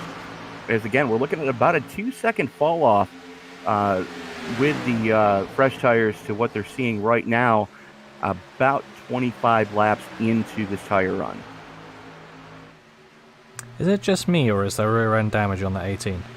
There is rear end damage on the 18. Yeah, I thought so. Hopefully that's not affecting his aero too much and he'll be able to keep up the speeds on the straights, but he hasn't really been in an incident, like, relatively... what am I saying? He hasn't been in one recently. There you go. It hasn't been a major one. It's just been a chrome horn touch. Clearly not too bad for him. But obviously still not ideal to have. They're flirting with 3 wide for 5th. Yeah, we saw what happened last time. That's not a good idea. No. As Hagman and Carnes still just in lockstep at the front of this piece. Hagman finally wrestles it away. Here comes Joey Burgee to the inside of Carnes. Carnes may have gotten into the wall or touched the... I think he may have touched the apron through the middle of 1 and 2 because he was down on the inside. And it looks like that car definitely lost all of its momentum as here comes the 18 of Browder. Back to the back bumper is Brostrom now looking to the inside of Browder. And Hagman starting to walk away from Burgee just a little bit. Yeah, there was a move behind as well as Austin Cook's managed to get past Jamie Kerr. Cook's got a little bit of a gap in front of him now to make up, but it's not something that you can't do.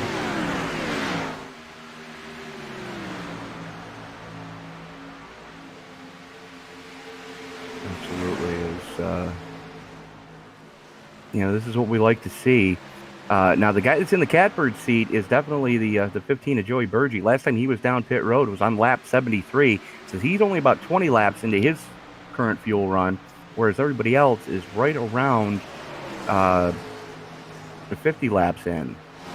Hagman last was down on 42.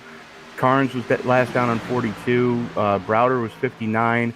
Brostrom was 42. Nettis Jr. was 42. A lot of these guys are last down on 42, so you got to think that they're getting close to needing a set of green flag pit stops here. Yeah, I mean, they've had a few cautions in this, but we've been green flag for a decent number of laps now, so I think they're going to want to be thinking about it at the moment. Here comes Carnes to the inside of Burgee for second. Burgee pinches him down in the middle of 3 and 4 as Carnes going to run him up the track. Burgee with the head of steam. Carnes, though, with the momentum going to the stripe, wrestles second away, and he's going to bring the 18 of Browder with him as Burgee not having his own way right now. Gives plenty of room through 1 and 2 from your pole sitter, and we are back under caution. Mike Smith. Ouch.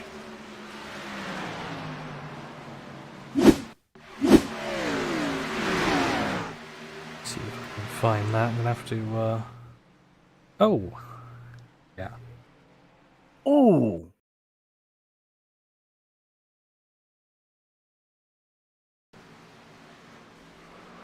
What were you saying about the weird physics as of late? Yeah, I don't know whether there's been an update to the iRacing physics, but it seems like there's a lot of grabby barriers now. I've noticed that too. I don't know what's happened. It seems like there's been weird calculations sometimes as well. But looks like we're probably not going to get those green flag pit stops because this is the perfect opportunity for them. You're not wrong.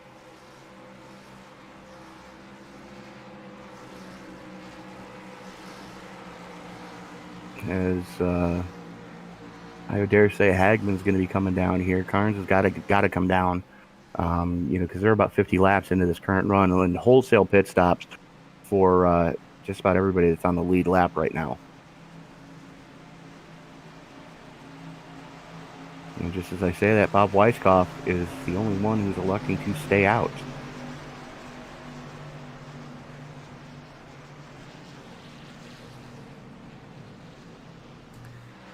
Well, they did last pit on lap 73, so might be banking on a caution at around lap 120.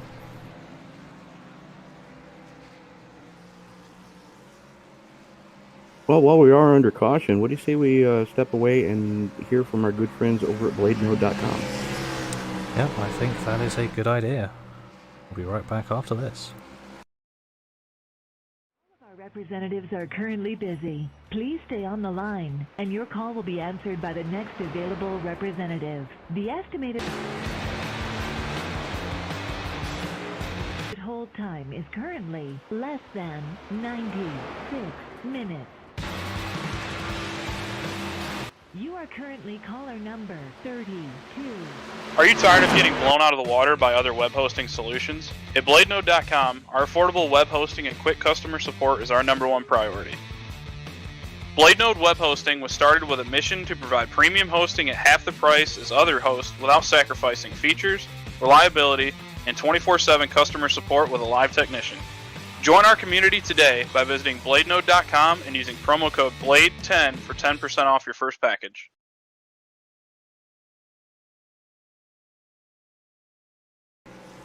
Welcome back. That was a word from the sponsor, BladeNode.com.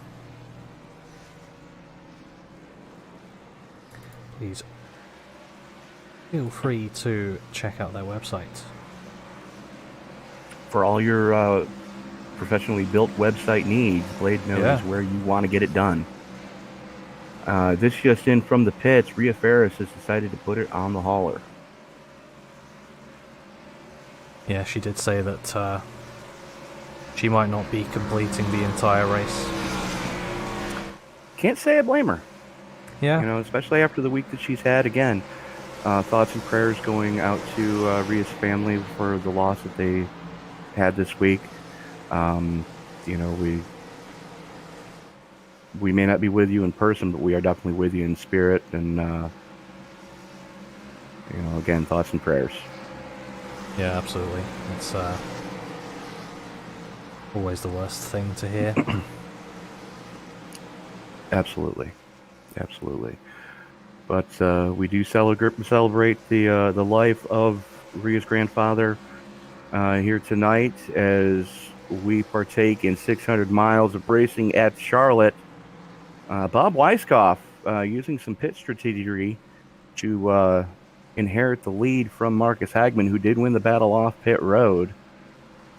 Travis Browder able to come out in the number 3 spot, second off pit road. But Weisskopf up 28 spots from where he started this piece. Good on you, sir. Yeah, absolutely. You can't get much better than that. Well, actually, I don't think you can get...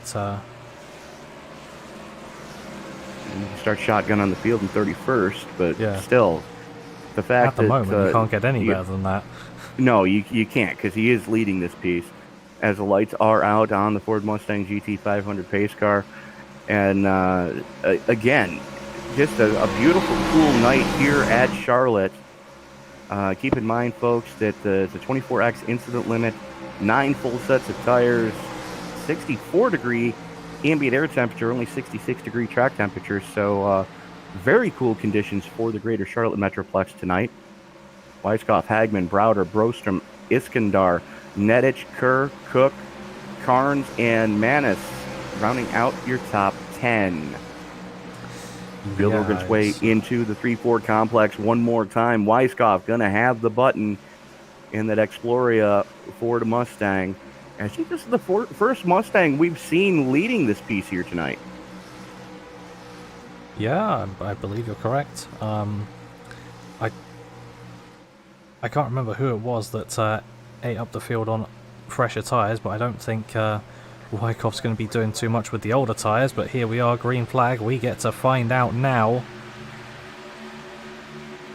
It's a good that was initial run from the Hagman. 15 of Burgee had 20-lap newer tires, and he was battling for third. As they're going 3 wide, good grief. Luckily, they both thought better of that one. Yeah, they're almost treating Wyckoff like a lap car here. He's already been shuffled back to 6th, and the rest of the pack is just coming through by the looks of things. All the 42 is on the apron. He's still down there. That's not Didn't something you hit ever want to anything. try to do on purpose. Yeah. Oi! Oof. No! Hang on to her, son. Well, that was a pucker moment. Yeah, Battle absolutely. for third, hot and heavy between Nedich Jr. and Browder. Nedich Jr. able to wrestle the lead away. And we have Scandinavian battle for the lead starting to really get hot and heavy between Marcus Hagman and Linus Brostrom, as those two guys are starting to pull a little bit of a gap on John Nedich Jr. in the 66. Yeah, I feel like, you never know, these guys might have an advantage on the rest of the field by just being able to speak to each other in Swedish and make up their own plans. You're not wrong. Quite an And interesting Browder's one that you not- don't see too much. Yeah, absolutely. As Browder now has to worry about the 33 of Cook, as Cook works to the inside, and he's going to bring the 10 of Kerr with him. And again, Browder not strong on new tires at all. He's not going to worry about the 43 of Iskandar. Iskandar with a good run down the back straightaways. Iskandar, though, has to worry about the 19 of Carnes. Carnes did not get the restart he was hoping for. As the 10 gets a little loose going through 3 and 4, he's got to chase it down the track. That's going to let the 18 get back to his back bumper with the head of steam as they come through the dog leg. No real room for the 18. Got to be careful because here comes the 19 to his inside. JGR on JGR crime right now as the 19 gets by the 18 to get up into the number 5 spot. Yeah, he's looking on the 10 here as well, coming into 3, going to send it down the inside. And looks like it's immediately going to work for him. And he's going to be looking at Austin Cook into 1 already. But then in front of him there is quite the gap, 2.7 seconds up to the next car from here. As the top 3 have just checked out. Yes, they have. As Hagman, Nedich, and Brostrom, your top 3. As Carnes does get by Cook, doesn't get the clear yet, does finally get the clear coming off of turn number 4. Now sets his sights on trying to reel in that top 3 of Hagman, Nedich, and Brostrom. And just like that, Nedich getting by Hagman going through 1 and 2. Hagman tries to battle back. Nedich throws the block. In the slipstream is Hagman going through 1 and 2. Nedich, it seems to be a little bit stronger on newer tires. Hagman seems to be a little bit stronger as the run wears on. It's interesting to see how these drivers prefer the different tire conditions compared to other drivers. I think you've got a decent advantage towards the end of the stints. I think works quite well, as we see Travis Browder now moving slightly back up from dropping back down. Yeah, as he's finally gotten back by the 33 of Cook. As he's in the slipstream of his teammate, that's the 19 of Carnes. As now working to the outside of Carnes. Those Toyota Camrys are in lockstep right now. Carnes has to chase it down the track off of 2. That's going to give the spot to Browder. Yeah, I thought I saw him lose through the dogleg as well, so They may have Not gone sure a whether little it's too just been far on the adjustments under that pit stop. yeah, I'm not sure whether it's just been a bad lap or whether he's got some issues like the one we saw with was it Cook earlier? No, it was Treadwell. Treadwell, yeah.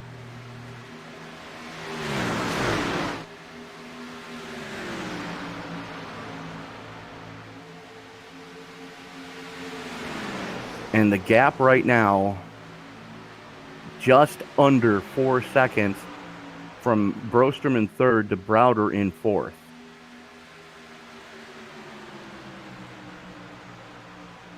And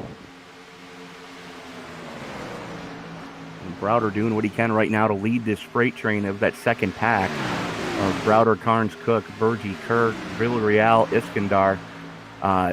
Those guys are trying to make some headway right now as Villarreal and Iskandar are throwing haymakers at each other right now. Yeah, Villarreal clearly just trying to get back up towards the top, because that's where he normally is. That's where he started it, and he still hasn't burned that fast repair. So looks like he's trying to keep that in his back pocket a little bit longer. But with as much front end damage as he has, he's really got to be careful of the temperatures that that engine is producing, because he could have radiator damage and not realize it. Yeah, I mean, these cars are so sensitive to that. The engine will just sort of, the temps will just creep up, and then bang, you're gone.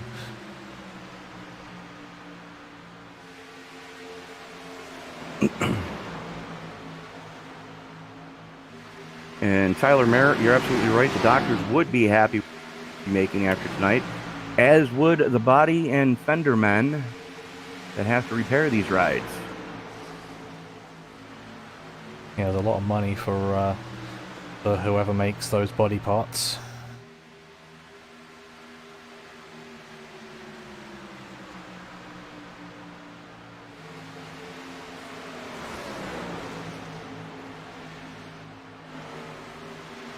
Field's starting to get a little bit strung out right now. The closest battle is going to be for 6 between Austin Cook and Joey Burgee, as Burgee giving Cook all he can handle right now. Going to have to be careful trying to get some clean air to that plain white wrapper Chevy Camaro. Your logo here kind of deal. Yeah, I don't think it's supposed to be a white paint, but nevertheless, that's what we have at the moment. Someone hits the wall. It was the 88. Getting it all wrong coming off the 2. As they work past the lap car, that's the 7 of Casey Tomlinson. Tomlinson cheese gratering the car coming off of 4. As here comes Burgee to the inside of the 33 of Cook. Able to wrestle the spot away in the middle of 1 and 2. Cook trying to battle back on the exit of 2. Going to have the head of steam drag race down the back straightaway. Again, that is your battle for 6 between Cook and Burgee. Cook in the Verizon Mustang, Burgee in the plain white wrapper, and Burgee just full send it mode. Finally does not get the clear coming off of 4. Does have the nose out front though through the dog leg. Give the advantage to Burgee, and here comes the 10 of Kerr. Yeah, looks like they're quite close up in the lead 3 as well. Have a quick look at that. We've got John Nitz Jr. separating them. Yeah, John Nitz Jr. is in a Sweden sandwich by the looks of things. Absolutely. As Hagman working the high side. Yeah. And now it's an open face sandwich.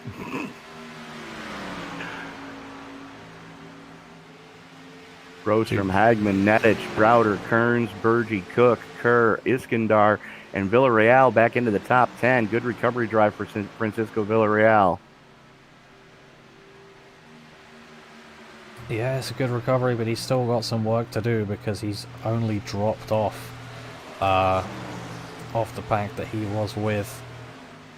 He's got a 2-second gap up to the next car in front of him. So I think you're right, he's probably going to want to use that fast repair actually. Even though it doesn't look like much damage from the outside, that is, whether it's him just having to lift off because of engine temps or whether that's actually all aero damage, that's not good for him. Yeah, absolutely. We're 22 laps into this current fuel run, so just about halfway through, and Let's see if we can get a green flag pit stop in. What do you say, folks? Place your bets. That'd be fun to see one, I think. Absolutely. It's definitely going to spread the field out, which is what these guys kind of need. Yeah.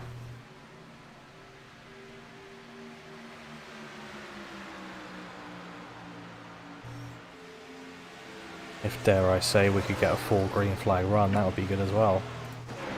Yeah. As battle for 8th starting to get hot and heavy between Jamie Iskandar. Iskandar on the low side, Kerr on the high side. As they work their way off at turn number 2. Kerr going to get the run down the back straightaway. Iskandar running that inner lane, not having it his own way right now, as we've seen that second lane start to really pay dividends from about the lap 20 point on during a tire stint.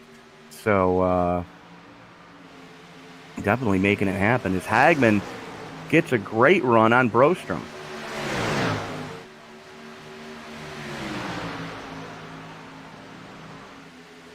And it looks like they're just going past Bob Wyckoff there, so you can see how much the older tyres really did affect him. Wow. Because he's not had any incidents, and he was the leader of the as we came out of the last caution.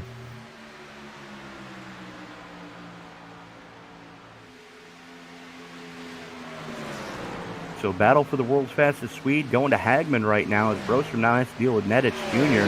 Nedich getting to his inside, coming down the back straightaway. Brostrom going to have the advantage with the momentum coming off that high side. Nedich looks to the inside. Brostrom tries to throw the block. Nedich right there in the slipstream. Looks like he may have gotten a little bit of aero push going into 3.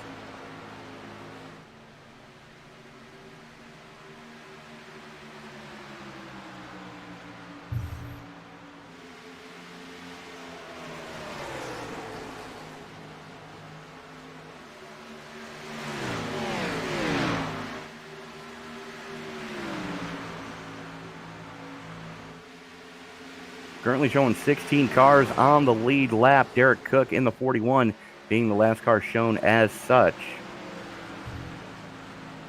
Bob Weiskopf in 17th, the first car 1 or more laps down. Biggest mover so far is the 52 of Linus Brostrom, currently up 18 from where he started this race from. And it looks like the 21 has finally burned his fast repairs. I'm seeing a deck lid back on the 21. Albeit a dented back lid. Yeah. I was going to say that's good to see, but I think he's about, what is that, 30-something laps down? He is... 38, I think, so that's... 37. Yeah. Close enough, and not ideal, to say the least. No. But Far from it's the type of thing where if you stay in this race, you're still going to get good points. Because I count 5 drivers, maybe 6 actually, because it looks like Brian Treadwell is not, is no longer racing. Correct. He has just finally put it on the hauler. Yeah. You've already got 6 drivers out of the 30 that we started without. So, this long race is already taking its toll. Yes, it is. As see, don't look now, but here. yeah, I was going to say Browder's starting to make some headway again, as he has caught that lead group. What was a 2-second gap is now vanished. Yeah. And he has brought Carnes and Burgee with him. In fact, I think some of the gaps actually changed to being from Brostrom to Hagman. There's a second gap between them. Yes, there is.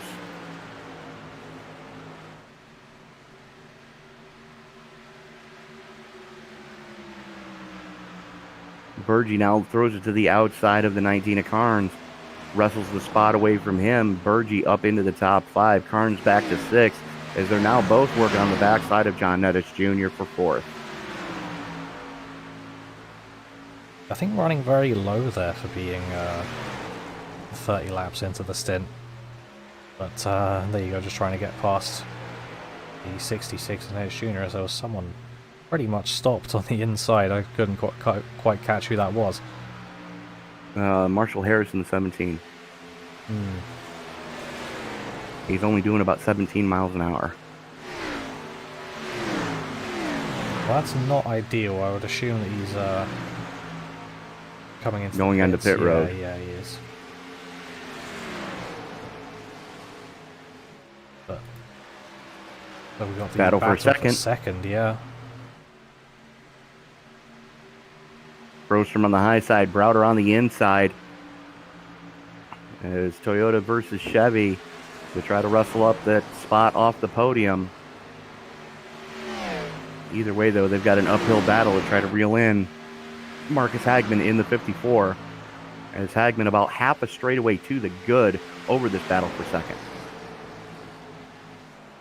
Yeah, I think he's pressed the nitrous button at this point.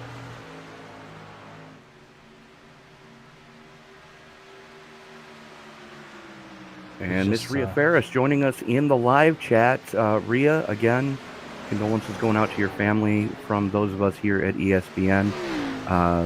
We are so sorry for your loss.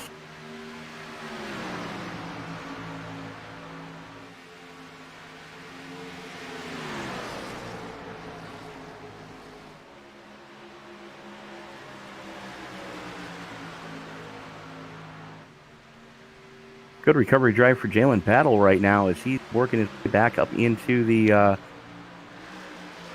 top 12, working right now on the outside of, I believe that's Emily Urias. Yes, it is, as they come through the dog leg in lockstep right now.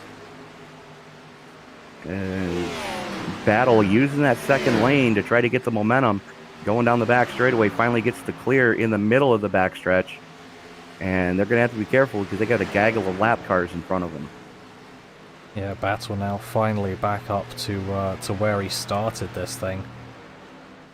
And it looks like there's some decent battling going on up towards the front as well. We've got Carnes and Broström by the looks of things, and Burgee just getting past a lap car, actually.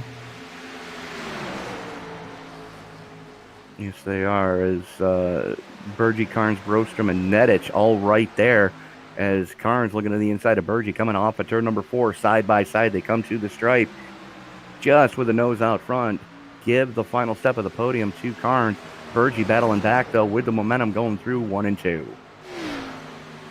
And Brian Treadwell has just put it... oh, sorry, that happened a few laps ago. Brian Treadwell has put it on the hauler.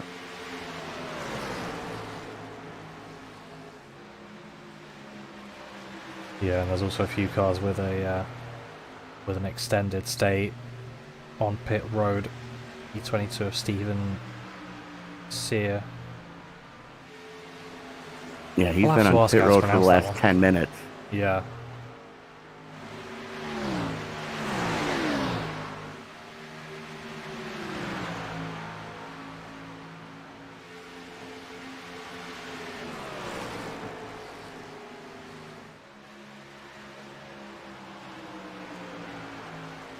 Albert Hewins has decided to finally call it a night from the 19th spot. Yeah, he was running decently up towards the top. Right up until he caught a race car to the face. Yeah. I mean, it does happen, but unfortunately that tends to end your night fairly quickly. Yes, it does. In fact, not even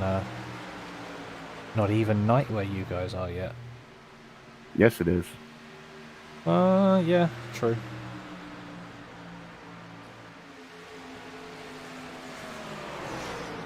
It is very dark outside my window right now.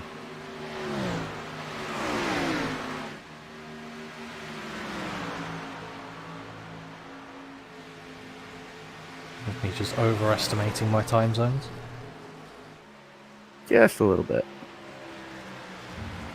I mean, you're only 5 hours in front of me, so... Yeah, well, I'm probably a bit further north as well. Doubtful. I don't know, depends where you are. Are you in Scotland? No. Then no, you're not. Fair enough.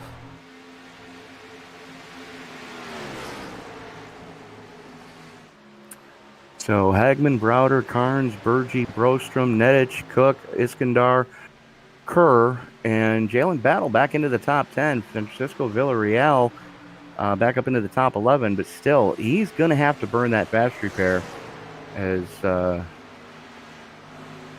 we are currently working lap 140 of the 400 here for the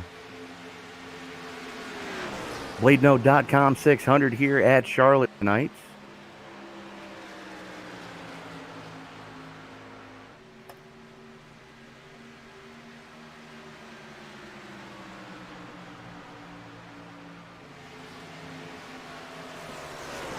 Iskandar looking to the inside of Cook for 7th.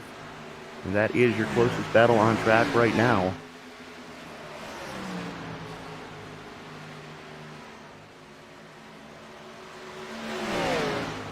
Cook able to use that second lane to his advantage to maintain as Iskandar was looking to the inside. He's got to be careful because here comes a very hungry Jamie Kerr. Bob Weisskopf finally calling no mas and going pit side.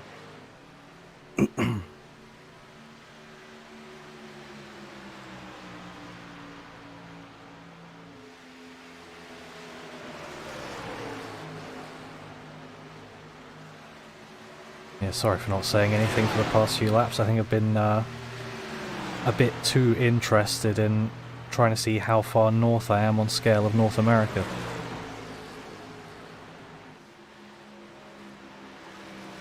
Look for Lake Ontario. Yeah, I was going to say results if you're interested. It's just north of Calgary. You are just north of Calgary? Yeah. You win. Fair enough. Here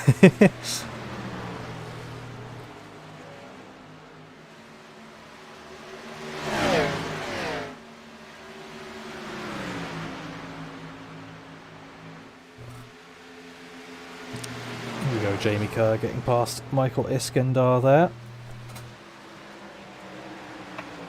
He's going to be looking to Austin Cook as well, as Jalen Battle's now trying to get past Iskandar as well. And does. Pretty quickly, Iskandar's dropping back a bit here. Yeah, he was not comfortable coming off of 4. He hit that bump in the transition, and it really unsettled the number 43, and he had to chase it. So losing a couple spots is now Battle all over the Battle is battling with Kerr right now. Full ascendant mode from the second lane. Give the spot to Battle coming off of turn number 4. As Cook almost getting into the wall coming off of 4. He's going to lose a ton of momentum. Battle looking to the inside. Cook tries to throw the block. Battle now throws it to the inside of Cook, going through 1 and 2. Drag race down the back straightaway they go. And I dare say we are about 10 or less laps from a green flag pit stop round. Yeah, I would have to agree with you there, and Battle sort of finally being able to show his true pace here, as he's coming back up the field, now up into 7th position. Just still fighting to try and work his way back up to the top. Yeah, absolutely. After getting caught up in that earlier melee, definitely not a good time of it for the 27 tonight. Is he got used as a pinball there for a while. Yeah.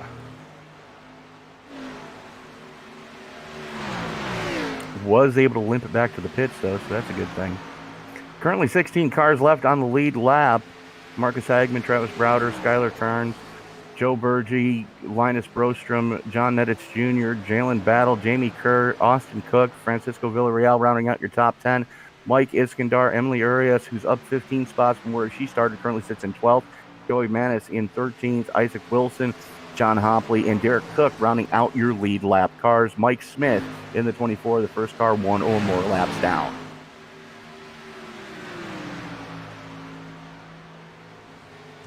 It looks like we're still pretty close between Villarreal, Cook, and Iskandar. I say still for Villarreal is just getting past him, and Cook is seemingly a bit loose on the back straight. He's catching that crosswind coming out of 2, and it's really unsettling that car.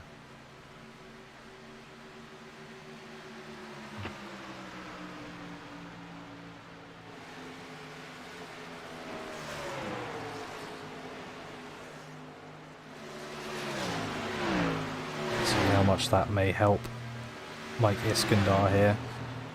Now trying to move it towards the inside. Not quite going to get there though.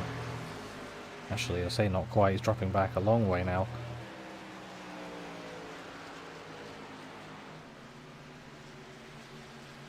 And now just coming back at it again. Yeah, Iskandar not having a good time of it right now. Something happened to the 15.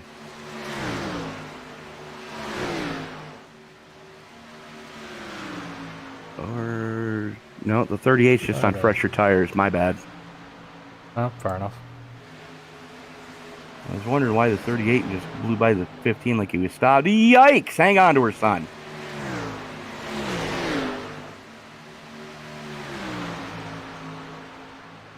I think Skylar Khan's not quite ready to let go of some track position to the 38. Well, Weisskopf has hit the apron just about every lap since he's come out of the pits. That's probably one of the reasons why. Although if he's doing that, I'm not sure I'd want to be alongside for too long, to be honest. Absolutely not. That car is. It almost looks like he's playing with a gamepad. Yeah, that's I think not stable. Oof. Yikes! Gonna be the words that I'm gonna use there. I'm white knuckled and I'm not even on the track with these guys.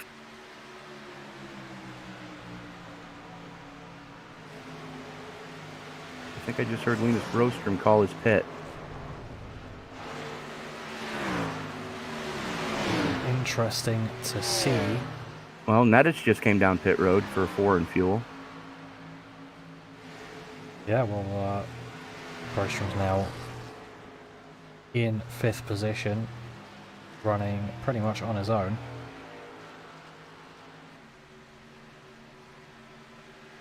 How long did he say till he was pitting?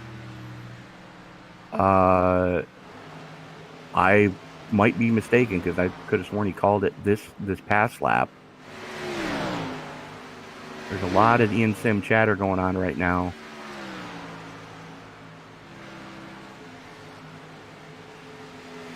Could have been just them yelling at the lap cars. For the most part, this field's more strung out than a methadone clinic.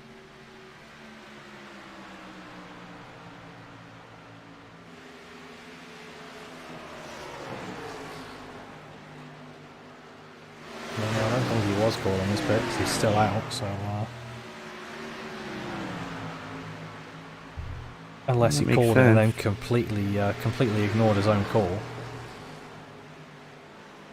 Well, it makes sense because, I mean, we're quickly approaching 60 laps on this current fuel run.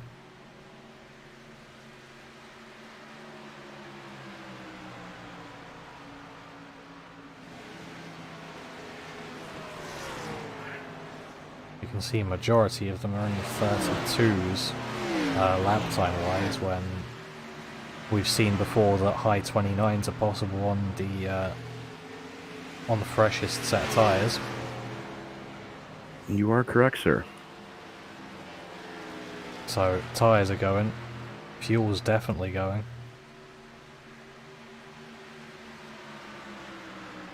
And we are currently showing 12 on the lead lap.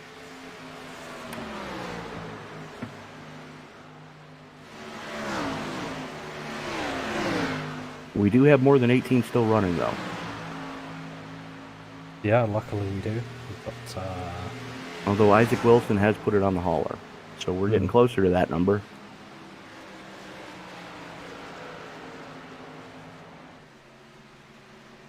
$20 on track at the moment, and then 2 who have been down pit road for over 10 minutes each. Mm-hmm. That's my calculation.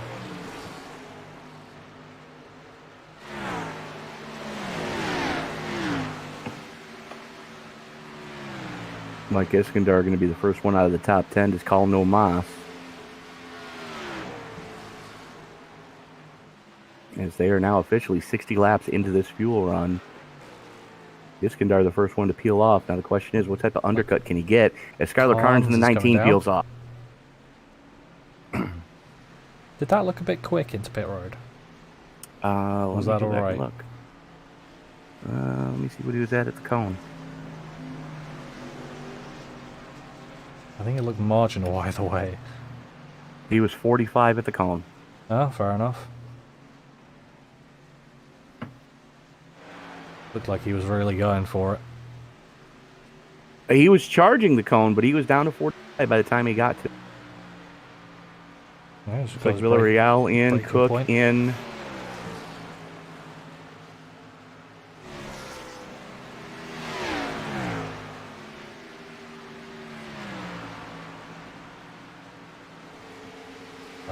Looks like... Hmm? Is Hagman slowing to try and... No, he's not. I thought Hagman was slowing to try and pit. No, he's just slowing. No, he was just going around a corner. But you can see the type of undercut that John Nettich Jr. got from pitting as early as he did. Jalen Battle peels off to go down pit road. As Nettich 6.5 seconds to the good over Skylar Carnes. Yeah. Hagman is now coming down. There we looks go. Like Browder's going to be coming as well. Bergy stays out. Brostrom is staying out. We'll have to see what Kerr's doing. Going down now. Like he's also staying out. I might be wrong. Yeah, No, you're right. He is.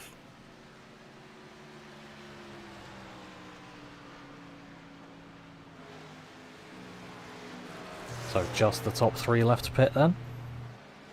That's what I'm showing.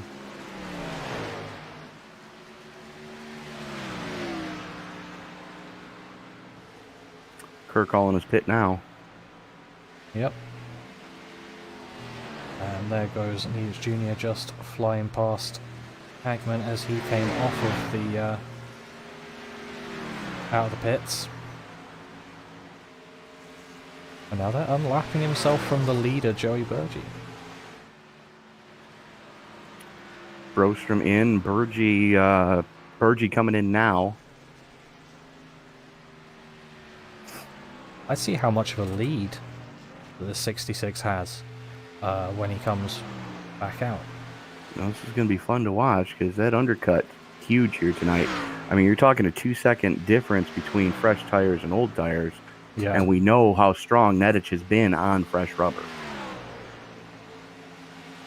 Although if it does get to the point where they're doing another 60 lap stint, then he will be feeling it at the end.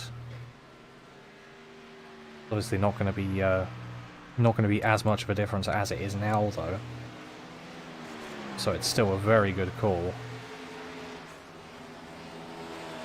And it looks like his gap is going to be to Hagman and Carnes, and he's got about 6 seconds on those two who are running, well, pretty close together for where we are in the race now, considering other gaps.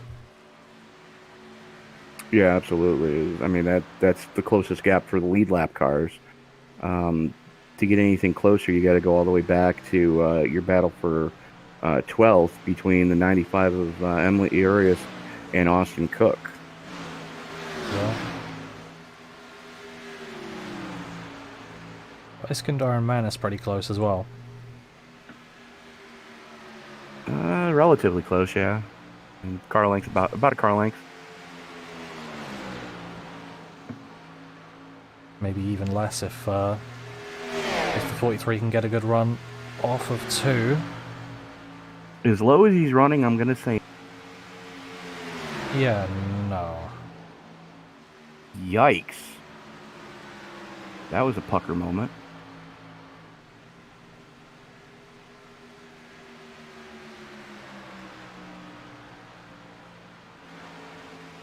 He's, nope.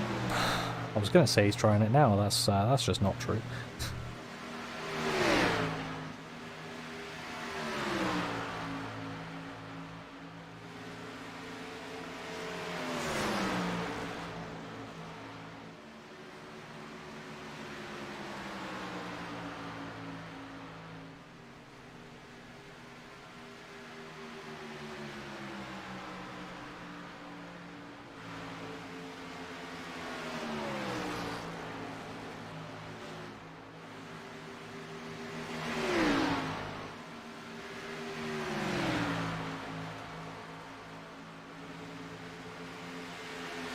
How about you say that we stay quiet for a few minutes and let everyone hear these beautiful cars? You know, I was about to suggest the same thing. What do you say we make it loud for 'em? Yeah, I think that is a pretty good idea. Unfortunately, I have to mute you on Discord. That's fine. Oh well. We will be back.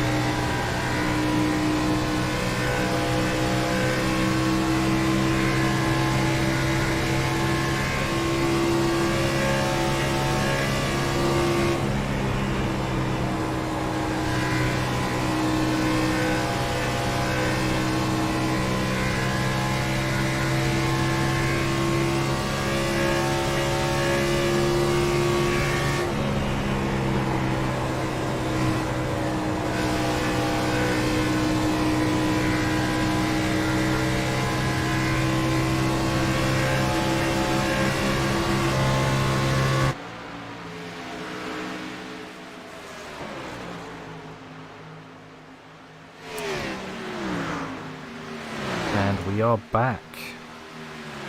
Hope you all enjoyed the sweet, sweet sounds of these great stock cars.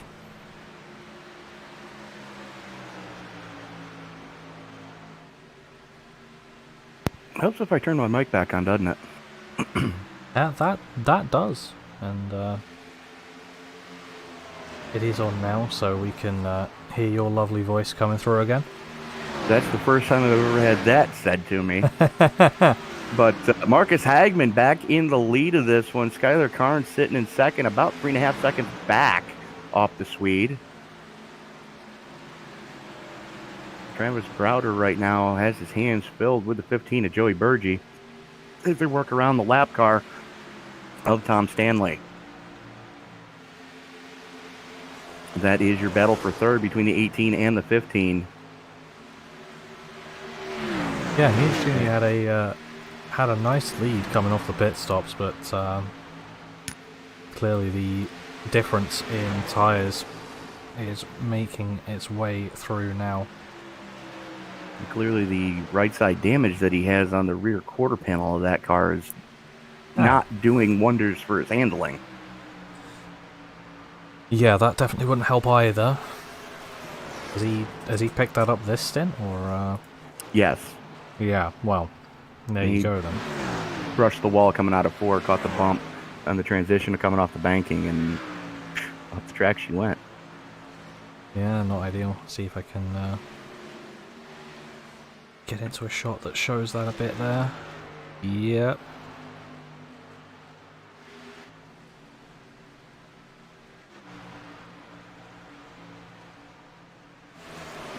Travis Brown there having a massive blink of his internet. Yeah, it's not playing nicely with him right now at all.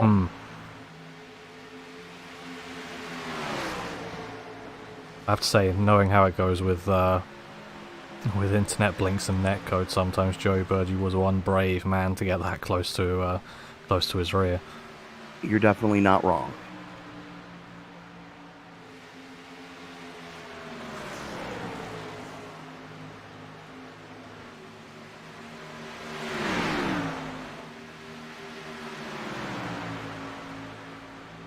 As the throw blanket from second to fourth right now, as there goes the 15 of Burgee, throwing it to the inside on Carnes. Almost contact coming off of 4. Carnes trying to pinch Burgee down, gets the run off of 4 and through the dog leg. Burgee, though, keeps his foot in it, drives the battle back, full send it mode for the 15 going into 1.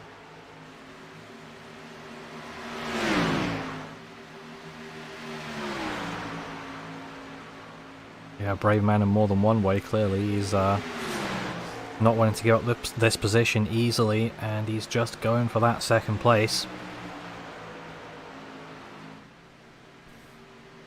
Although if we're having any longer green flag runs, these guys might want to try and work together to try and get back up to Marcus Hagman, because he's got a 4-second gap on them both now. He's noticing that.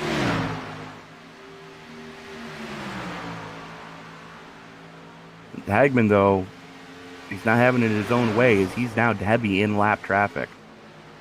As Burgee finally gets Carnes cleared, Carnes tries to battle back through 3 and 4. Burgee, though, using that second lane to his advantage to get the run. Wow! Ooh, that's a wall. Yeah, that was a hard hit.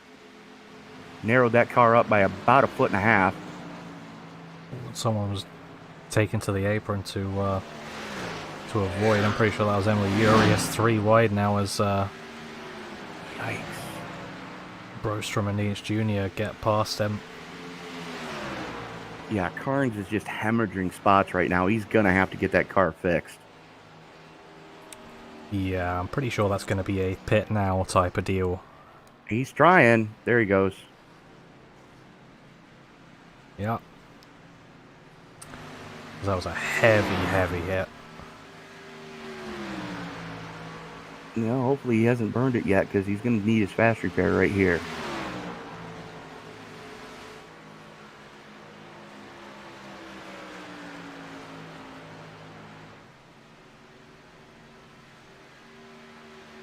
Oh boy.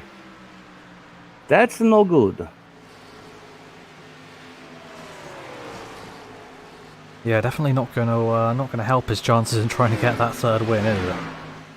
No, especially considering that I don't think he's got his fast repair left. Yeah, no, because he used it after the pit Oh incident, didn't he? yeah, he did. Well then, So that's probably a whole different kettle of fish.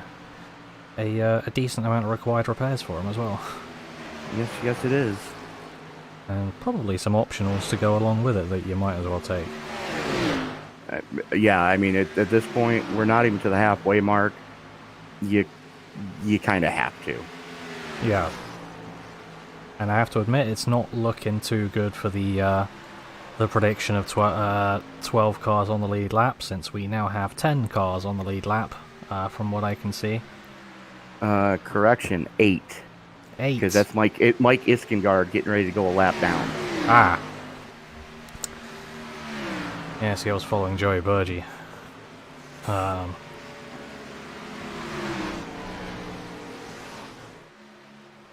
so that leaves Mike Manis as the last car on the lead lap. And Hagman is not far behind him. No, he's not. Hagman's setting a blistering pace right now. Yeah. 4.5 seconds to the good over second place, Joey Burgee. It's hard to tell what's setting this car out from the rest at the moment. Grip.hack.exe. Yeah. I'm kidding. I want to go on record as saying I'm joking. That was a poor attempt at a joke, but I'm kidding. Marcus is not one of those guys. Yeah, at this point I think the only thing setting this car out from the rest is driver. Because this is a fixed setup league. If I remember correctly. So I believe it is. Okay. Whether I'm getting that confused with another league I run or not. Well, it's so hard for me to keep track of what's what that I never know.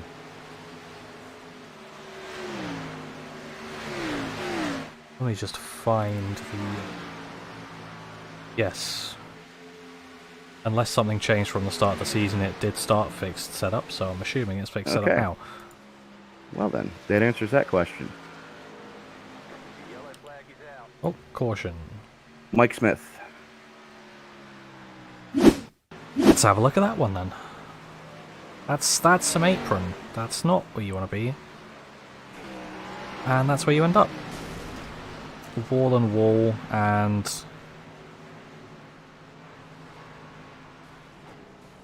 more wall.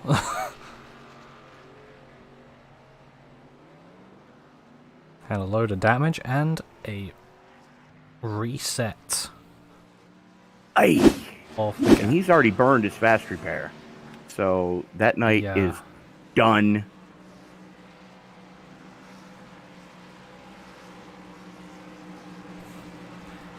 Yeah, say goodbye to that nice gap that Hagman had. Yeah. Looks like he's going to be pitting again. Yeah, you kind of have to. Yeah. I mean, we were getting near that point.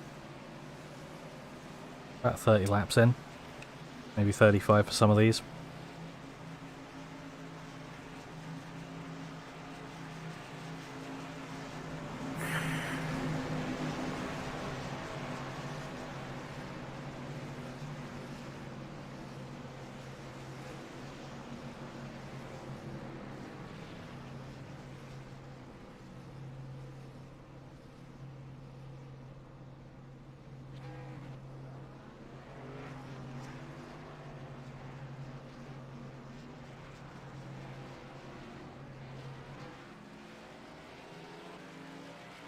So it looks like 4 in fuel for all of the lead lap cars.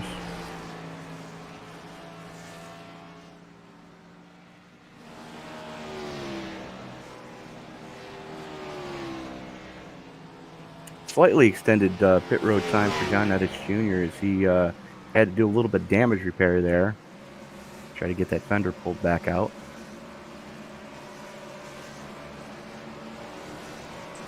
Yep.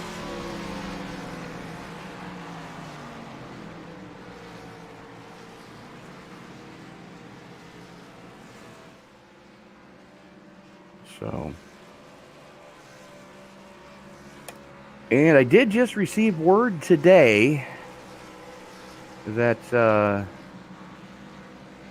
following the BladeNode.com Cup Series brought to you by ISNF next week, it will be the premiere of the Sim Racing Media podcast. Oh. It'll be James Riles and myself in the booth for that one, and we are currently working on getting a couple special guests in place for it. So should be some fun and exciting happenings going on. You can join us as we unofficially uncover the history of iRacing from our own, as far as being drivers in the sim to broadcasters in the sim. We will be discussing the longest running league in the iRacing servers, as well as we will feature one of our employees. So you'll want to tune in for that one. I believe that's going to be a 9 p.m. Eastern Time start next Sunday. Again, following the ISNF BladeNode.com Cup race. Yeah, well, it sounds like an interesting topic. I always find it interesting how effectively the basis for this game is an engine that's what, coming up to 19 years old. No, it's longer than that. Is it? This simulator has its basis in the old Papyrus days back in 1994. Okay, longer than that then. Yeah. But I was thinking of NASCAR racing 2003. Yeah, no, we go back to NASCAR '94. The original NASCAR game that Papyrus came out with is where this simulator has its basis in. Yeah. So, lights go out on the Ford Mustang GT500 pace car yet again. Marcus Hagman, Joey Burgee, Travis Browder, Linus Brostrom, Francisco Villarreal back up into the top 5. Galen Battle sitting in 6th. John Nettich Jr. After getting that damage repaired, sitting in 7th. 8th going to Joey Manis, Mike Iskandar, and Jamie Kerr, rounding out your top 10 and rounding out your lead lap cars. Looks like Michael Smith is going no further. Correct. He has put it on the hauler, as has Steve Fishburne. Yep, so I guess maybe unfortunately for me are two English drivers in this race. No longer in this race. Maybe they've decided to go to bed. Can you truly blame them at this point? Pace car is in. Field working its way into the Red Cat restart zone. Hagman triggered, back underway. Hagman gets a little bit of a shove from Travis Browder, which is a little bit surprising considering Browder is normally not strong on new tires. He did get a pretty decent jump that time as he's able to maintain with that top group. A little bit of separation behind them though.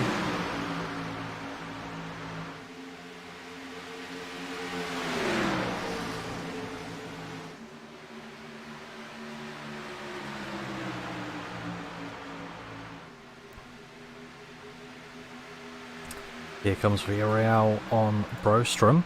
It can be a pretty decent restart for himself and Battle just behind him if he can manage to make up a few spots. I mean, let's face it, they've been two of the strongest drivers all season long. Yeah. Number 1 and number 2 in the regular season point standing, so you'd expect nothing less of them when it becomes crunch time, as we are in the first round of the playoffs here for the BladeNode.com 600 here at Charlotte. Hagman continues to show the way, though.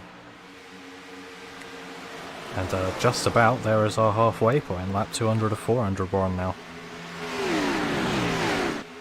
Absolutely. We will officially be halfway when they get back to the start-finish line with 200 laps to go.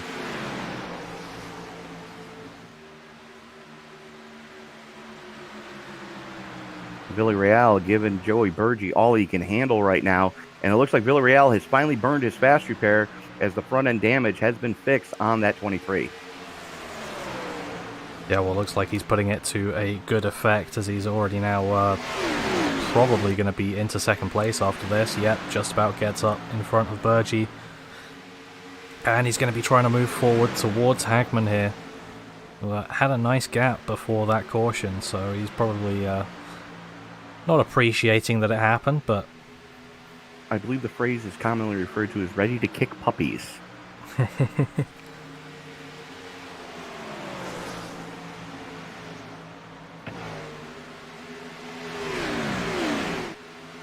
Battle for fifth starting to heat up with Jalen Battle working on the back bumper of Linus Broström. John Edis Jr. right there as well, as they are both, all three of them are starting to reel in Travis Browder.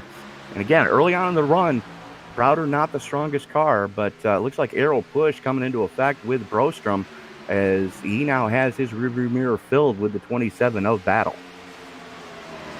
Yeah, it looks like Browder still hasn't got his rear bumper fixed up.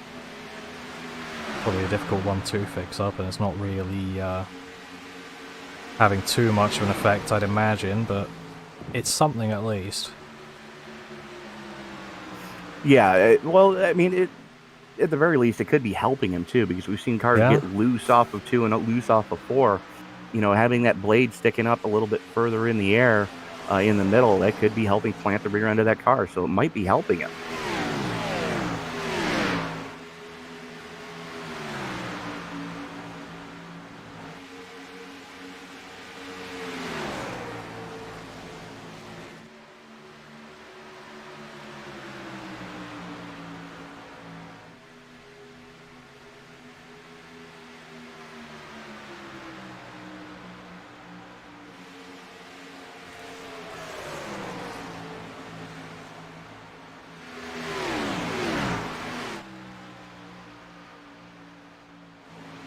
Looks like Kerr might be looking to find a way past Mike Iskandar in the 43 here.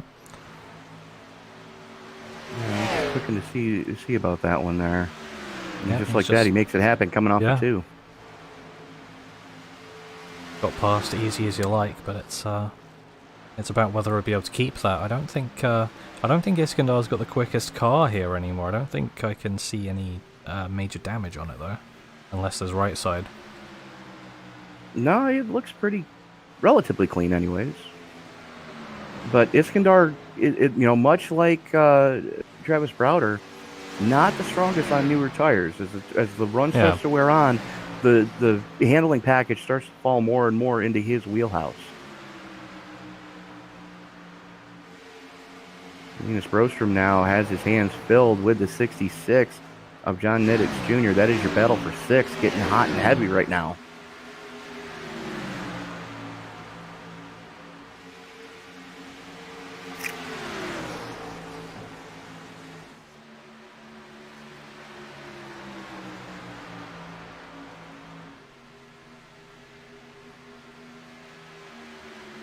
Hagman and Villarreal really starting to pull a gap on Joey Burgee right now as Villarreal. Hagman slams the door on him. 3/4 of a second to the good from Villarreal to Burgee. Yeah, Villarreal's going to be looking to get past because obviously he's in the chase. Hagman is not. And he's going to be wanting to get those lead lap points. And that is him crossing the line in first, so that is an extra. Actually, Hagman is in the chase. Is he? Yep. Oh, well, my apologies. Davey Banner, Jalen Battle, Travis Browder, Brian Chew, Derek Cook, Austin Cook, Rhea Ferris, Marcus Hagman, John Hopley, James Kerr, Joey Manis, and Francisco Villarreal. Well, there you go then. I didn't mean to forget about him, but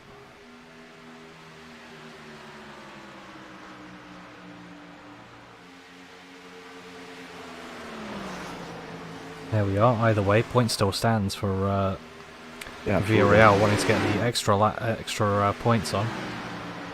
And Bob Weisskopf has put it on the hauler.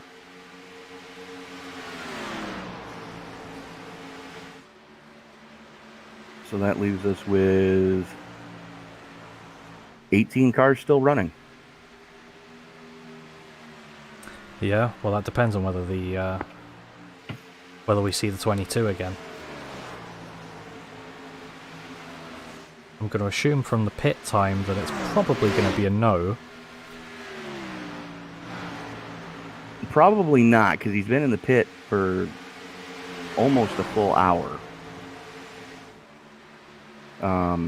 But of the cars that are still circulating the track, there's 18 of them. Battle for second starting to heat up between Browder and Hagman. As we are working lap 212 of 400 here tonight at Charlotte.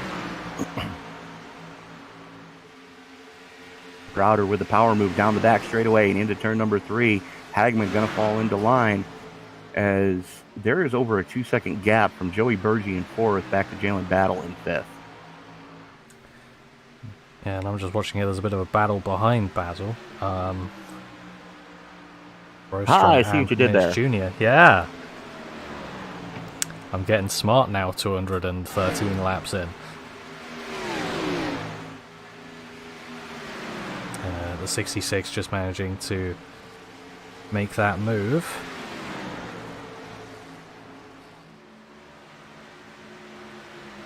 See whether the 52 can come back at him though, because they've both been running up at the top for considerable amounts of time, so they've both got pace.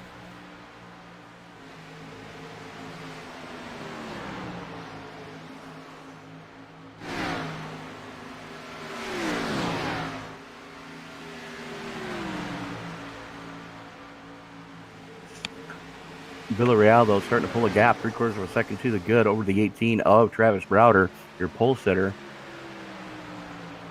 Villarreal started outside row number 1. So showing tonight that he does have a ton of pace here at Charlotte. Still 10 cars on the lead lap.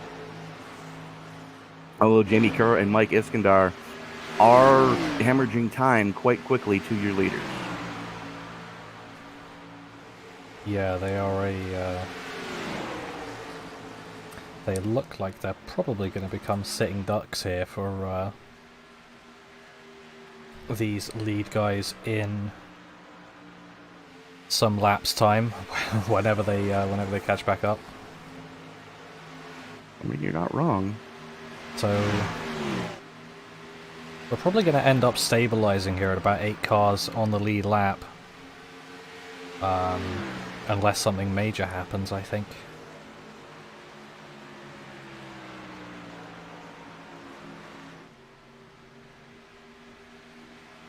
Because these are all relatively close, apart from a few gaps in the field. Yeah, absolutely. Browder starting to turn it on right now. It's got the gap that from Villarreal down to 3/4 of a second down to under half a second right now. Joey Berge right there within about 2 car lengths though for 3rd, and then you're about 1/4 of a second back to Marcus Hagman.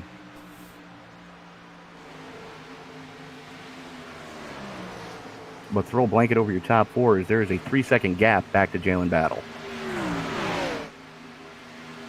Yep, they've all done well to make up that gap, but we've seen how quickly it can disappear. It just needs one caution from someone having a bit of a moment. Absolutely. See the 66 of John Nash Jr. trying to get past Jalen Battle now. So he's been trying to move up this little pack. Battle using that second lane to perfection right now. And we're about that point in the tire run where that second lane is really going to start to pay dividends. Yeah, absolutely. They're approaching 30 laps now on these tires. Yikes! That's aggressive. heads-up driving for Linus Brostrom to not get into the 66 in Nidich. Like Iskandar's coming to the pits. I think Jamie Kerr's probably going to be close behind him because I've got him last pitting on lap 162. Yes.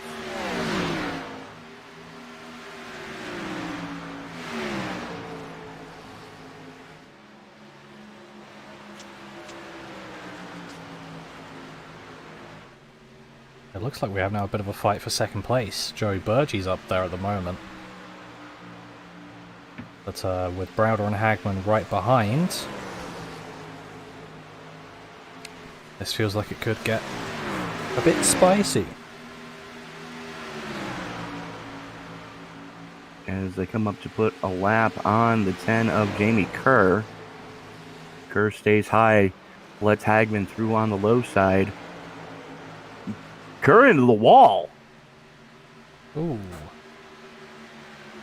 Villarreal lost a chunk of time from that as well, so it looks like Burgie's going to try and go to the inside of Villarreal for the lead. They may have made contact. Yeah, I believe they did slightly, because I saw it on to the left of shot while I was focusing on Burgie. Oh, yes, they did. I saw them very close together, so... No, there actually was contact.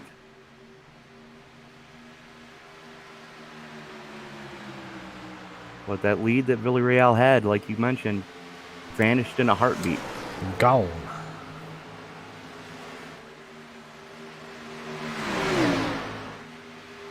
And then there were 8.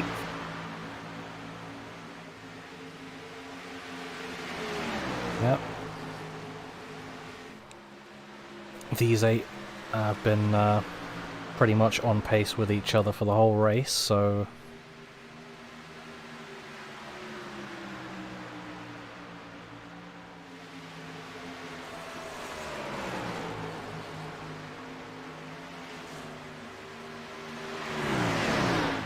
I don't think we're going to be seeing many more cars going down a lap. Yeah, probably Maybe. Not. Depends. Yeah. Obviously, as with all racing, it depends. It completely depends what happens. You see Hagman here trying to get past Browder for the final podium position as it stands.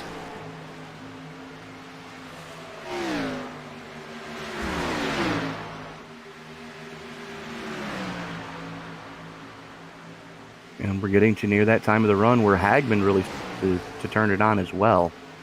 You know, it seems that the older the tires, the less fall off Hagman has. Yeah, it does seem so. Maybe he's just managing those tires earlier in the stint to keep some life in them. Can't say I blame him on that one. It's a good strategy to use.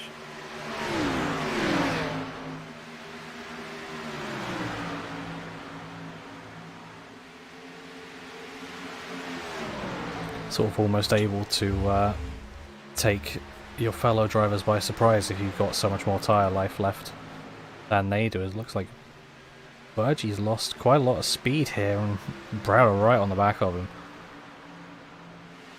Yeah, absolutely. Is Villarreal starting to pull a gap up to a half a second now over your battle for the second between Burgie, Browder, and Hagman.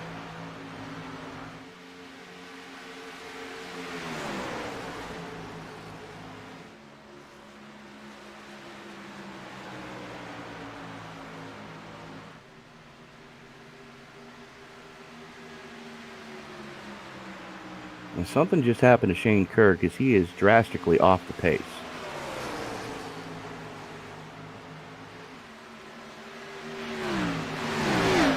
Who, sorry?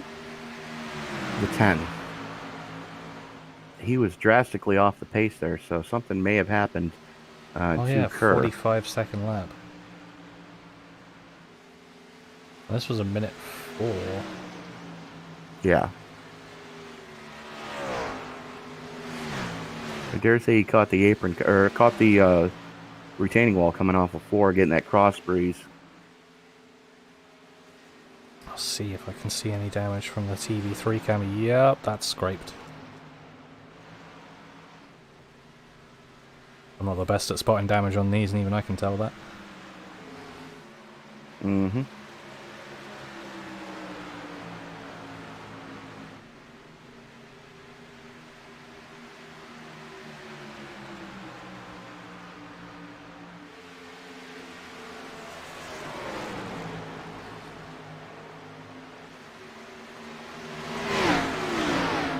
There goes Mike Iskandar to get one of his laps back on the fresher tires.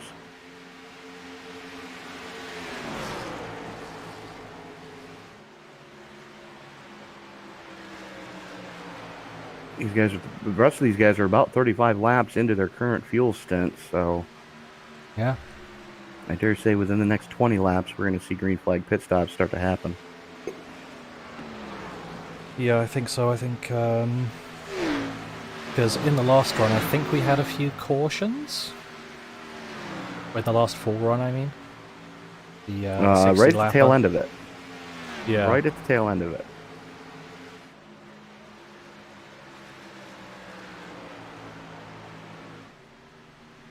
So.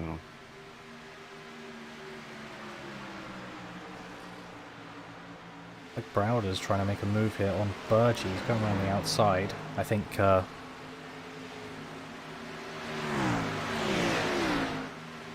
think these guys are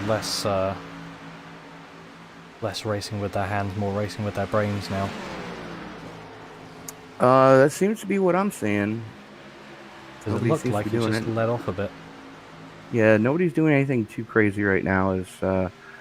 We are 232 laps in the books. Currently working lap 233 of 400 here at Charlotte tonight. Francisco Villarreal leads the way. Travis Browder, Joe Burgee, Marcus Hagman, Jalen Battle, Langus Brostrom, John Nedditz Jr., and Joey Manis rounding out your top 8 and lead lap cars. Austin Cook, the first car, 1 or more laps down, sitting in 9th.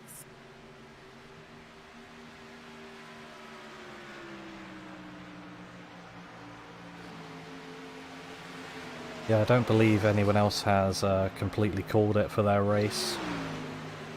Not officially.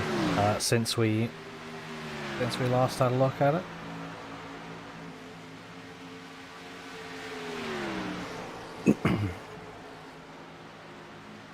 Tom Stanley's been in the pits for almost 3 minutes now, though, so not sure what's going on with the 21. Yeah, although obviously you can still come back out and recover some points from it.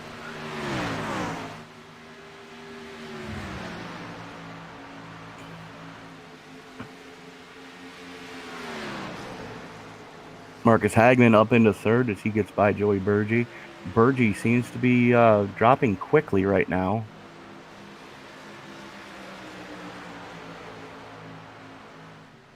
About 8 miles an hour off the pace of the leaders.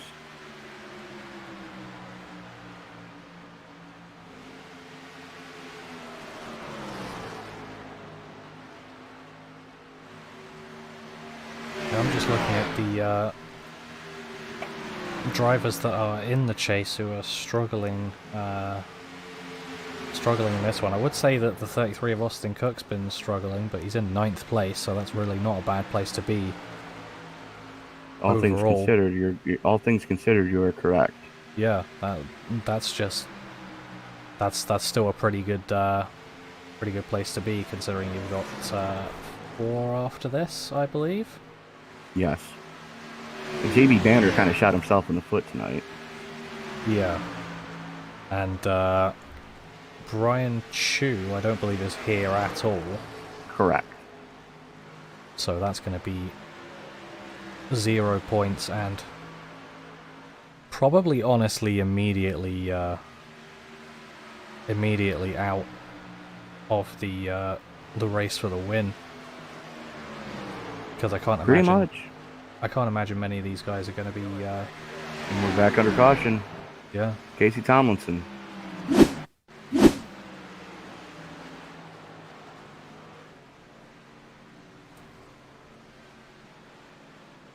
outside wall and then just hits a bump and then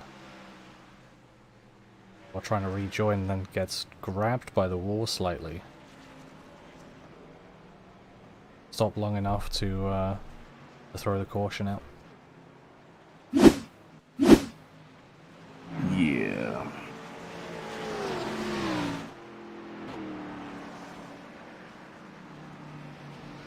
But I think with this caution it's probably a decent enough time to hear from the league sponsors. What do you say? That sounds like an excellent idea. Yeah, well, once again, we'll be right back after this short break. Our representatives are currently busy. Please stay on the line, and your call will be answered by the next available representative. The estimated hold time is currently less than 96 minutes. You are currently caller number 32. Are you tired of getting blown out of the water by other web hosting solutions? At BladeNode.com, our affordable web hosting and quick customer support is our #1 priority. BladeNode Web Hosting was started with a mission to provide premium hosting at half the price as other hosts without sacrificing features, reliability, and 24/7 customer support with a live technician. Join our community today by visiting BladeNode.com and using promo code BLADE10 for 10% off your first package.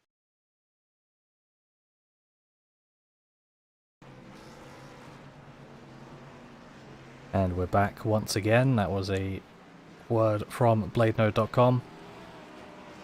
If you would like a professional website, then head on over to BladeNode.com. And they will hook you up.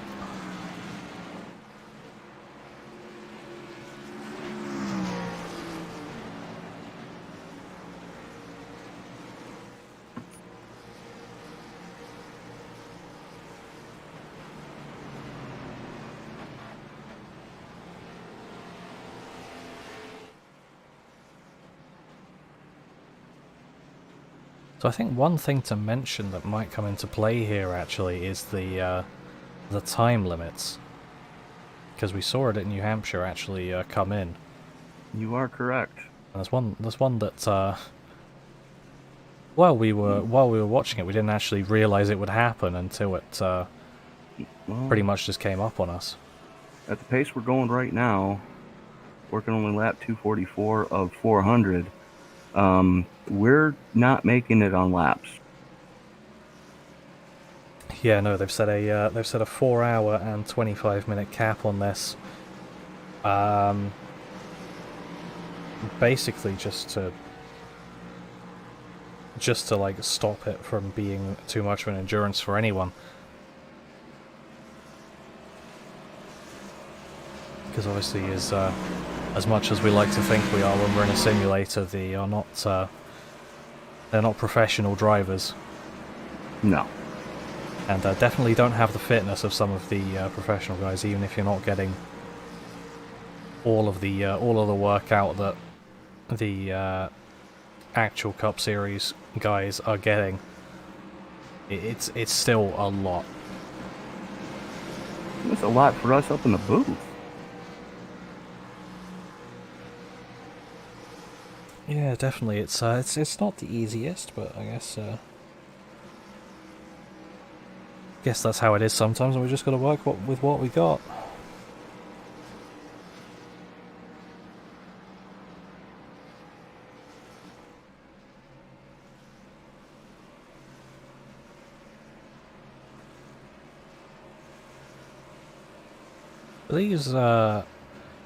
These types of races that would probably scheduled to go on for at least 4 hours in real life, do they have any sort of swap for commentary team?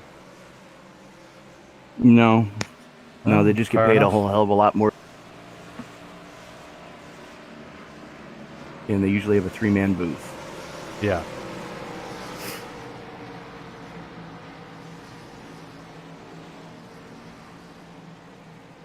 As the lights go out on the Ford Mustang GT500 pace car, the official pace car of iRacing, Travis Browder winning the battle off pit road. Francisco Villarreal going to restart in second. Joey Burgee, Marcus Hagman, 3rd and 4th. Linus Brostrom and Joey Manis, 5th and 6th. John Nedich Jr., Jalen Battle, and Austin Cook, rounding out your lead lap cars at 9. I have to say, Skylar Carnes and Casey Tomlinson have been in the pits for a decent chunk of time now. 4.5 minutes each.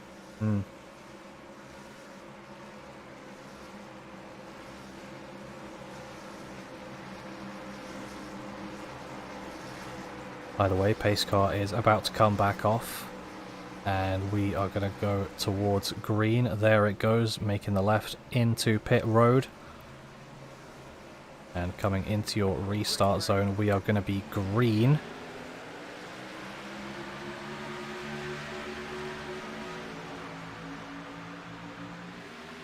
Villarreal with a good run on the high side. Got some from the 15 of Joey Burgee. Browder trying to battle back, though. As, again, uh-oh. That was the 42. Yes, it was. No caution for it, as Browder got up onto the apron, avoid the wall. Down onto the apron, not up. That'd be a weird apron.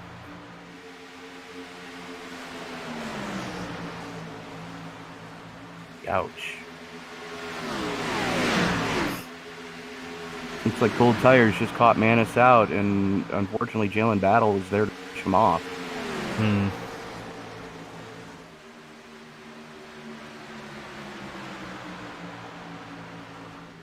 So Villarreal in the lead. Hagman, Burgee, Brostrom, Nedich, Browder, Battle, and Cook. Your lead lap cars at 8 now.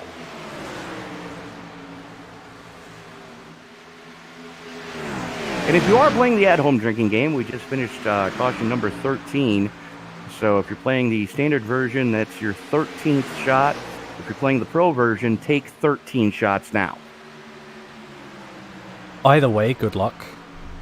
And if you played along last week, how did you survive?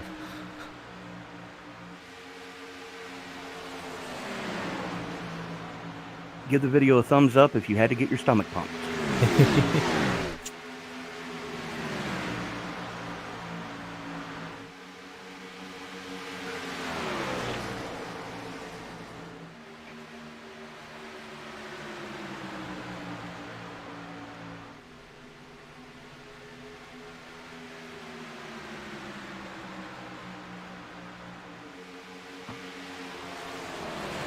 Villarreal continues to show the way. Hagman and Nedich going side by side through 1 and 2. Nedich able to get the inside of Hagman, as here comes the 15 of Burgee. Hagman, though, able to hold off the 15, or for now anyways. Nedich, though, with a head of steam, trying to reel in your leader, Francisco Villarreal, in the 23.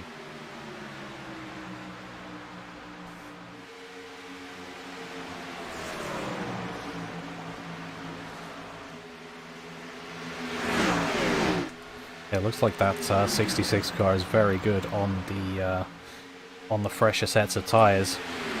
He's coming through on the outside to try and take the lead away from Villarreal.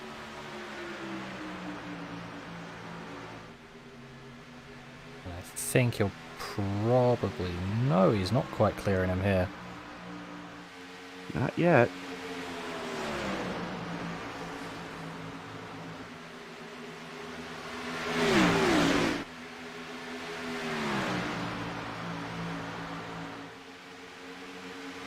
Just about now. There he goes.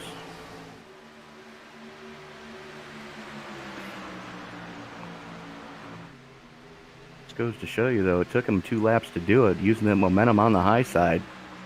Villarreal, though, right in the slipstream, coming through the dogleg. Into turn number 1 they go. Nedich, Villarreal, Hagman, your top 3. Browder, Burgee, Brostrom, Cook, and Battle rounding out your lead lap cars. Now, there is a big gap between Brostrom in 6th and Austin Cook in 7th, as Cook is just hemorrhaging time right now. Yeah, I believe Cook's at the front of this little group of cars. It's just the three of them. Just Cook, Battle, and Urias. Urias is a lap down in the middle of these two. But looking forward towards the lead. Second place, actually. Hagman is trying to look for a move on Villarreal. I think he's probably got to be careful for Browder behind, though. Because he's looking quite quick. Yeah, this is the strongest we've seen Browder in a long time on fresher tires. Now, I say fresher, they're only about 12 laps into this current tire stint. Hagman looks to the inside of Villarreal. Side by side through 3 and 4 they go. Villarreal is going to have the momentum coming off of 4. Can he avoid that bump? Yes, he can. Villarreal able to defend. Here comes Hagman back to the inside through the dogleg. Yeah, I think for Browder now it's about who are you going to choose between these two. You want to choose to follow one of them through when a move eventually gets made. Try and pick the right one. All right, which one's Pikachu? Ha, I see what I did there. This is a joke. Stay with me.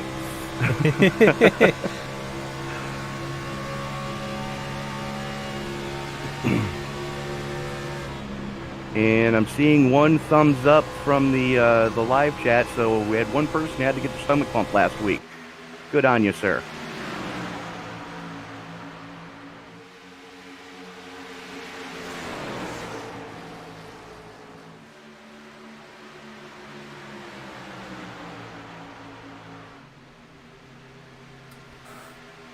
Villarreal starting to battle back on Nedich Jr. as last time across. Yep, there we go. Nedich giving plenty of room. Knows that there's still a ton of racing left to do in this thing. We are just inside 150 to go.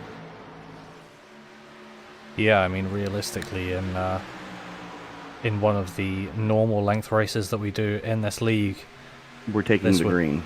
Yeah, this would be, well, this would be probably about 50 in, because I'm sure I think they do half lengths. Let's find out. So obviously these guys know that they've got a chunk of time to go, and as we've seen, if you have a big incident, it's very difficult to get back up. As those two I mentioned being on pit road, Skylar Carnes and Casey Tomlinson, are still there. Thomas Stanley's been there for a while. The 22 car has now been there for an hour and 20, and Joey Manis has been down for 6.5 minutes as well. A little bit of a note, when we went to Texas, which is the sister track to this one, for the Lone Star 250 a couple weeks back, that was 167 laps. Okay.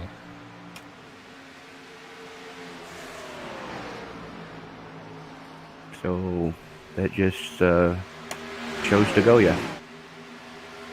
Yeah.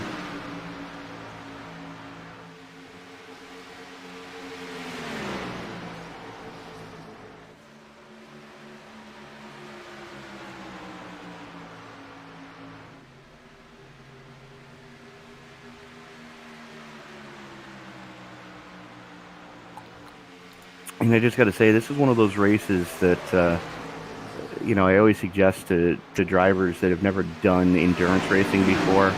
And let's face it, 600 miles at Charlotte is an endurance race. Yeah. I always suggest they go down to their local pharmacy or apothecary, whatever you want to refer to them as, and get yourself a portable urinal.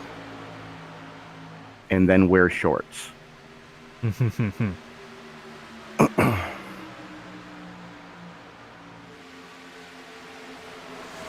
That way you don't really, and you shouldn't have to get up out of the seat at that point. You can just, under caution, get that relief you so desperately seek. Yeah, there's a pavement modified coming back up onto the track. And that was the 17 of Marshall Harris.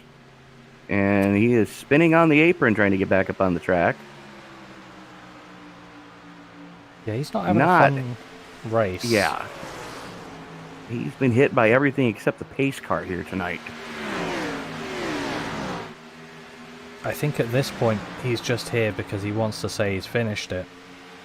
And he still gets some sort of points out of it, even if he's not one of the drivers fighting for the title at the end.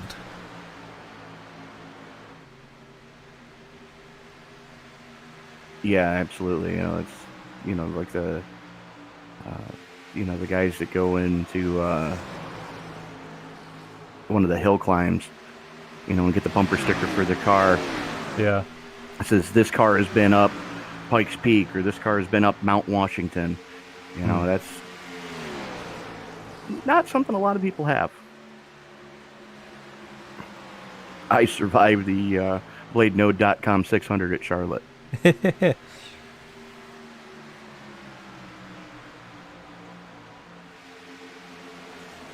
know, I think the point that you made about endurance racing and this effectively being an endurance race is very true. Even from my road racing perspective, like I wouldn't want to do this, and I've done the Daytona 24, obviously in sim. I've done the Daytona 24 and Nürburgring 24. Spa. I haven't done Spa yet. Oh, you owe it to yourself to do Spa. Yeah. But yeah, no, it's one of those deals where at least, you know, at those tracks, you figure a tire or a fuel stint, you're looking at about 45 to 50 minutes worth of fuel. Yeah, depending on what you're in. Right, but I'm saying like in a GT3 car. Yeah. 45 minutes to 50 minutes, depending on what fuel mix you're running.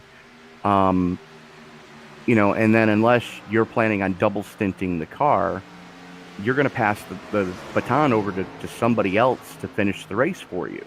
Yeah, exactly. These guys aren't doing that. They're doing all 400 laps here solo.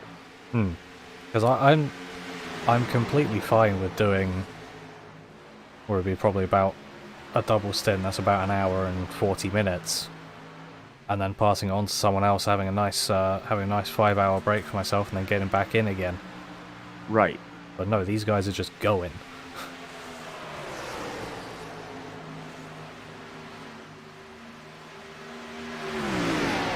Like, unless you got someone next to you and you're going to get out of your sim seat at the pit stop. Which is highly unlikely. Yeah.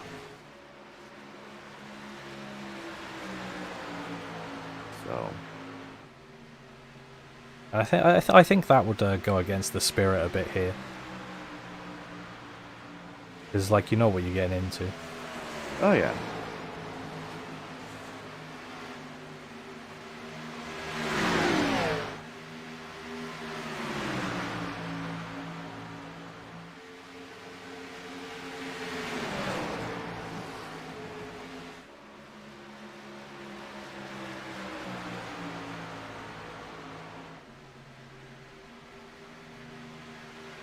About a 2-second gap for your top four, back to Travis Browder in 5th.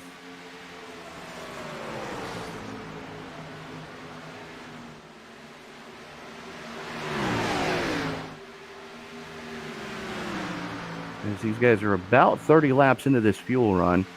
And here comes Burgee to the inside of Hagman down the back straightaway. Linus Brostrom going to follow him through.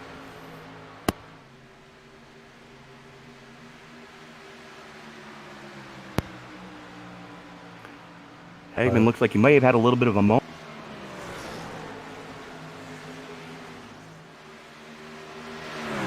Yeah, I believe so.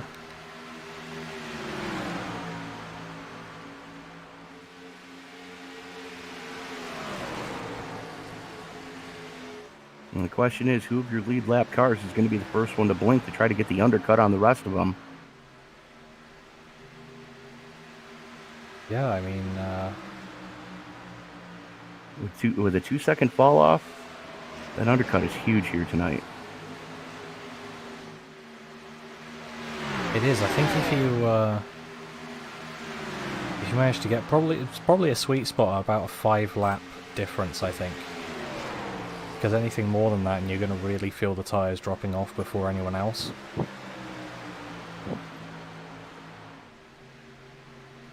Yeah. But you know, then you can make that difference on the fresh rubber while no one else has the fresh tyres on them.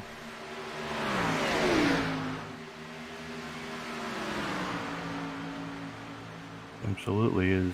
We are at the 3-hour mark right now.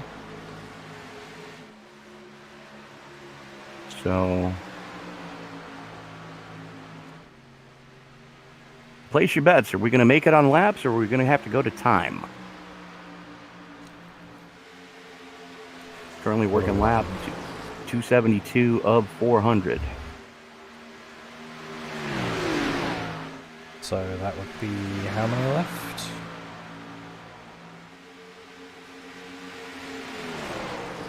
127.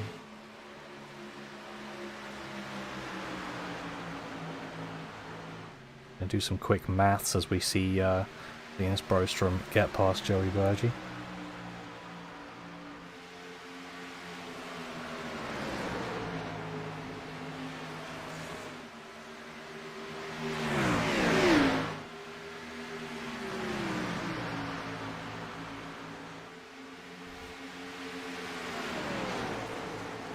So I've got it as without taking pit stops into account. It's about they've got about 42.5 seconds on average to complete every lap. Obviously that's without the pit stops.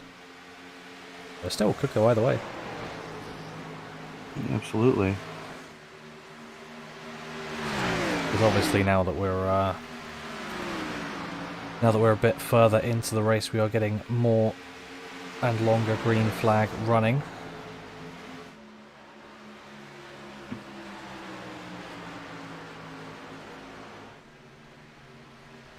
Yeah, we are definitely getting some decent green flag runs here going far. And I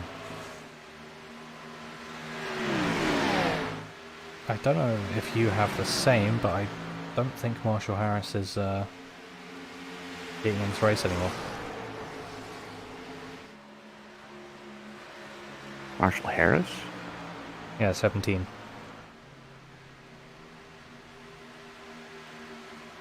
No, he has left the building. Yeah. And to be fair, after seeing what he was driving, I don't blame that one bit, I have to say. You're not wrong.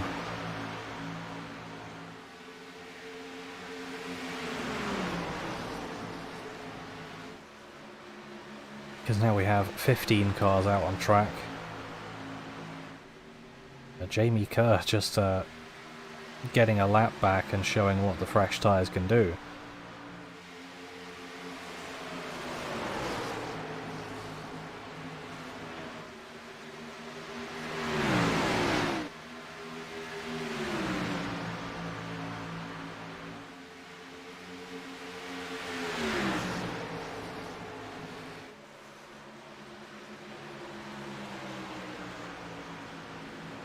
I'm currently showing 15 cars actually running right. Yep. And 3 of them extended stops on pit road. I would agree.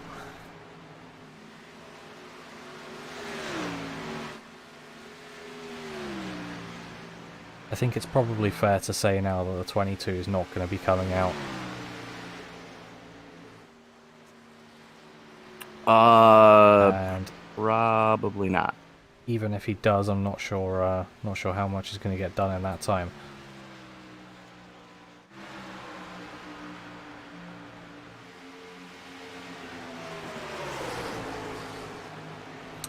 I don't think there's an award for longest pit stop. No, there's not. I mean, if you came out right this second, you probably get up to 18th. depending on how his car is, if he get 100 laps in the time. Yeah, he's not going to get 100 laps in. Yeah. I mean, he might be able to get 23rd,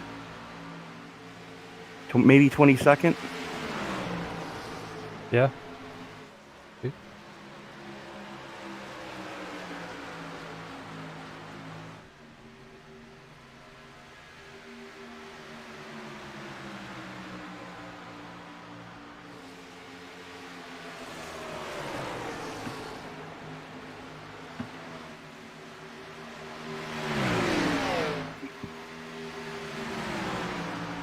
Remind me next year to call in sick.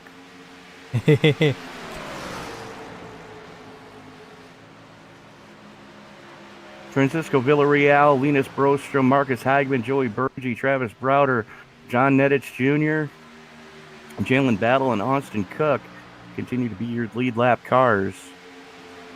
Emily Urias sitting in the catbird seat. Should another caution come out, she should get the free pass to get back on the lead lap.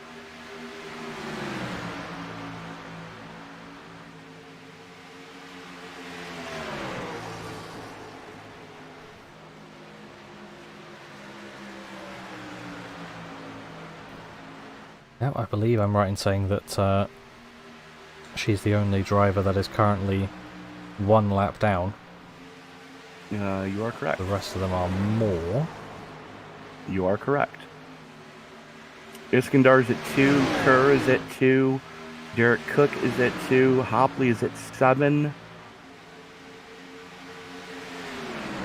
McManus 21. Hopley's out, actually. Yes. He just disconnected. So Manis is at negative 21. So, yeah. Oh, call that 14 drivers on track then. Mm-hmm. Although with every driver that goes, we are more and more likely to get green running till the end.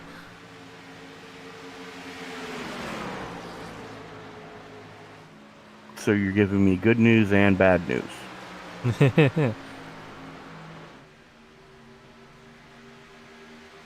What do you say we make it loud one more time for them? Yeah, I think, you never know, it might not necessarily be the last time, but I'll definitely agree with you there.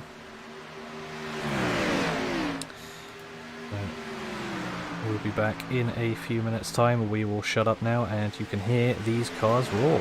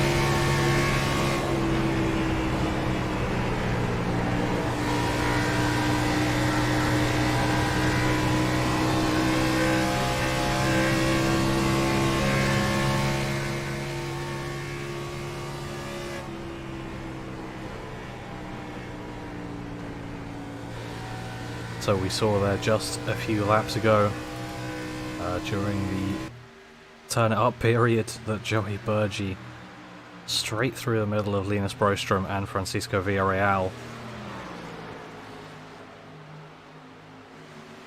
was on board for that, so that was a pretty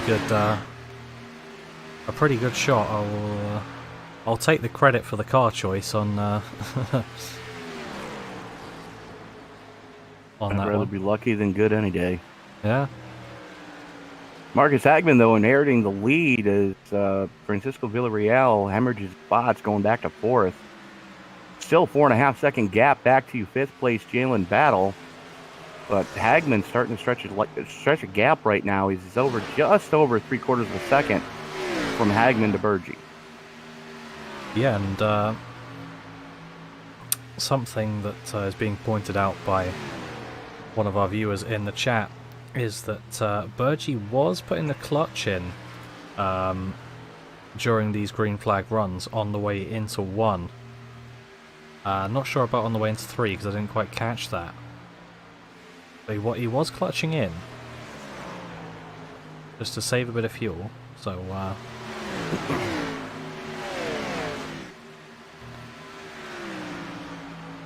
Absolutely fuel is. saving. Austin Cook about to go a lap down. And then there were 7. Yep, now slowly dropping.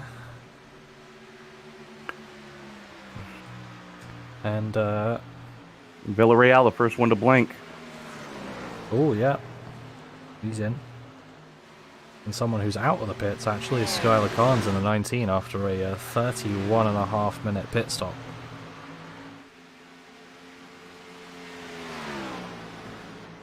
He's finally back out.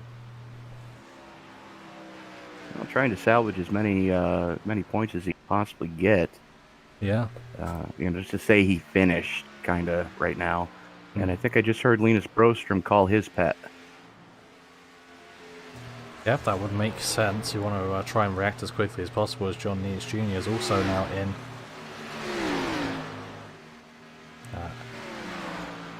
Top 5 at the moment opting to stay out, but we could see that change this lap. See whether Hagman looks like he's coming in. Nope. Neither is Burgi, neither is Broström, nor Battle, and nor Browder. Alright then. All deciding it's best to stay out, but we'll see how much time Villarreal gains on them.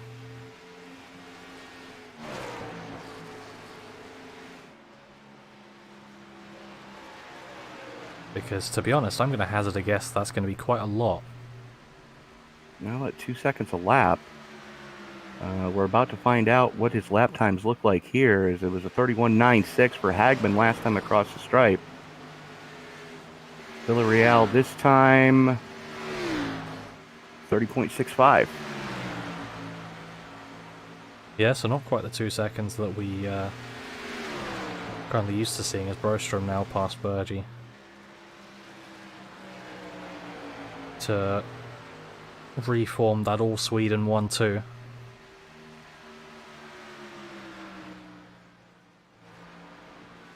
Burgi here looking like he's got some got a bit of internet blinking. Just a little bit.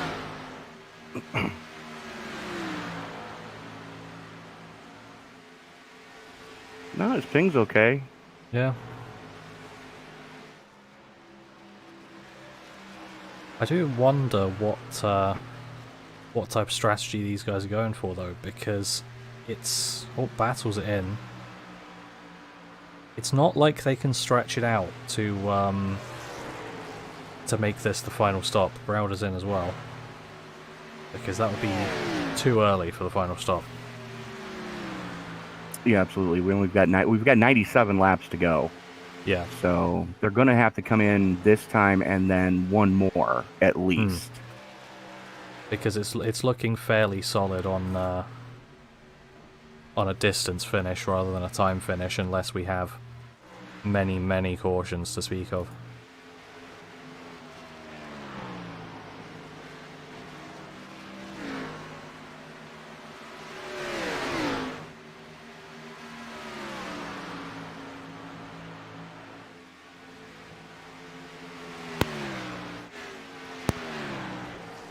Again, if you like what you're seeing so far, don't forget to like, favorite, subscribe, share, turn on bell notifications, and give the video a thumbs up. It really helps with the YouTube algorithm to try to share this broadcast to the masses.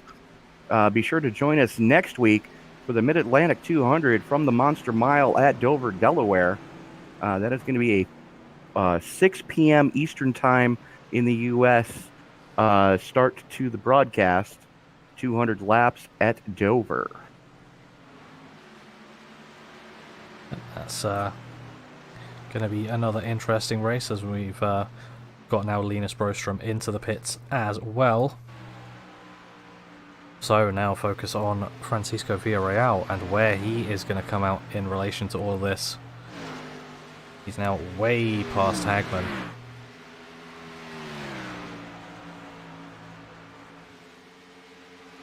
And while he's coming into 3, Broström's still got about 10 seconds left on his stop.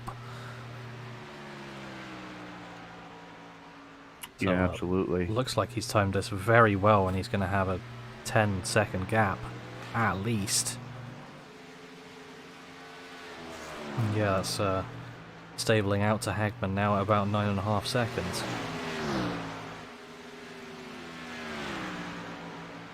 So Villarreal, they're getting a strategy perfect at a time where it really does need to be perfect, because that's going to absolutely give him the advantage going into the last 4 races after the first race of the chase, if he manages to keep it up here. Yeah, absolutely. I mean, this is the opening salvo that you want to go after a championship. Yeah.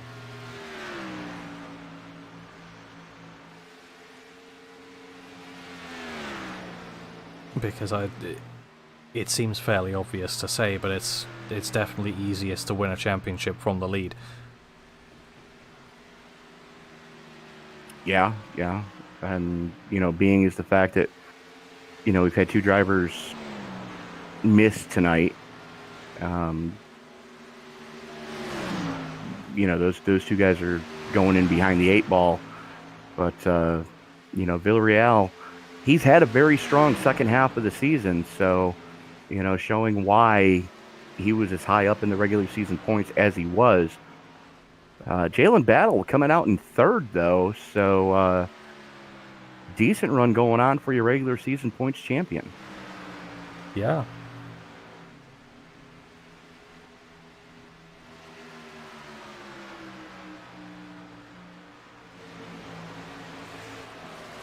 It's good. Obviously, these guys have proven to us what they can do in the regular season, and now they're just got to make sure they transfer it up to where it really matters. And with 90 laps to go, your leaders for the chase at the moment would be Villarreal, Hagman, Battle. Then you have, I believe the next one is Rauda. Yeah, I believe you are correct, sir. Yes. And down after that is Austin Cook, Jamie Kerr, then Derek Cook, and Joey Manis. But they're all. Yes. Yeah. See, I was going to say Joey Manis is 21 laps down, but he's still in 13th position. So, all things considered, not a horrid points night. Not the night he was hoping for by any means, but it could have been worse. It's still at the point where that's just fine. All it takes is one big mistake from, one of these guys that finishes high up here tonight, and you're right back in it. Yeah, exactly. I mean, after all, they are human. So, well, that's debatable with some of these guys. Yeah, some of these guys are definitely at alien pace. We are iRacing. You will be assimilated. Yeah.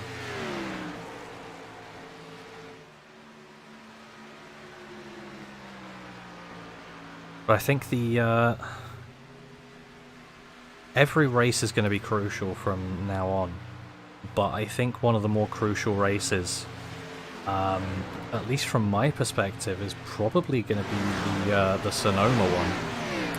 The road course is definitely going to be the great equalizer. You know, because a lot of these guys are oval specialists. You know, and as much as I hate to say it, I mean, you kind of got to give the nod to Hagman at that point, because I know for a fact that he has won the 24 Hours of Spa once. Yeah. He has won the 24 Hours of Daytona a couple of times. He has won Le Mans. He has won a lot of endurance racing. So you kind of got to give the nod in the championship to him going into Sonoma, should he be able to survive the melees. Yeah, I believe I remember correctly from earlier road course races. I believe I was there for the Watkins Glen race. I believe Jalen Battle was very strong in that one as well. So that's going to be a very interesting one to look through. Because it would be great to say that oval skills transfer over perfectly to a road course, but that is absolutely not necessarily true. Like, they can transfer over very well, but it is an entirely different beast. Yes, it is. You know, especially when you figure that you've got a 3,400-pound stock car that doesn't like to turn right. Yeah. Well, it doesn't like to turn right, and it doesn't like to stop. I would like to point out, Hagman did not show up for the Glen. Yeah. He missed that. He actually missed the first 2 races of the season, and 3 out of the first 4.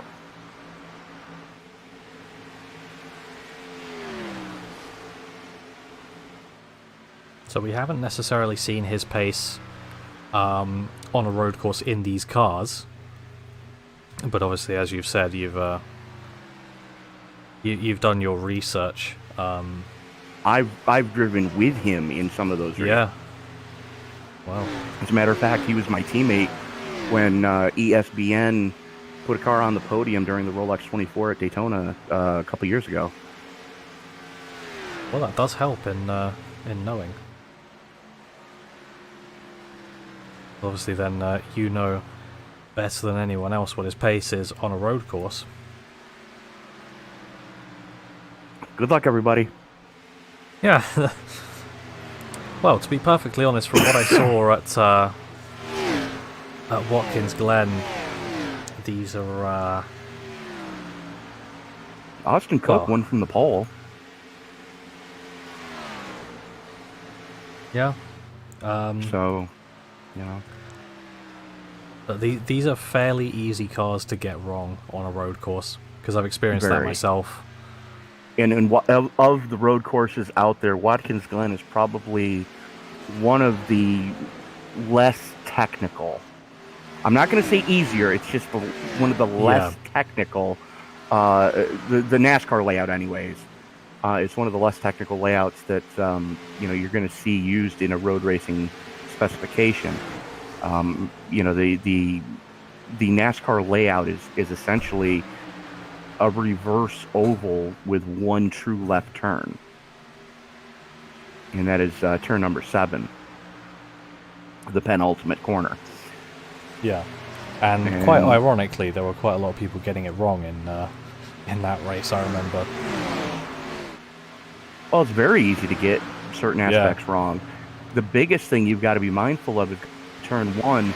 There's a curb on the outside of the corner. You either have to stay completely to the inside of that curb or let the car go completely to the outside of that curb. If you try to straddle that curb, I don't know if you're familiar with skateboarding at all, but are you? I know some of the terms. Okay, do you know what a 50-50 rail grind is? I can pretty much guess from what it's called. That's where you put the trucks that hold the wheels, you put that on a rail, and the two on the right side are on one side of the rail, the two on the left side are on the other side of the rail, and you don't want to be doing that in a 3,600-pound stock car.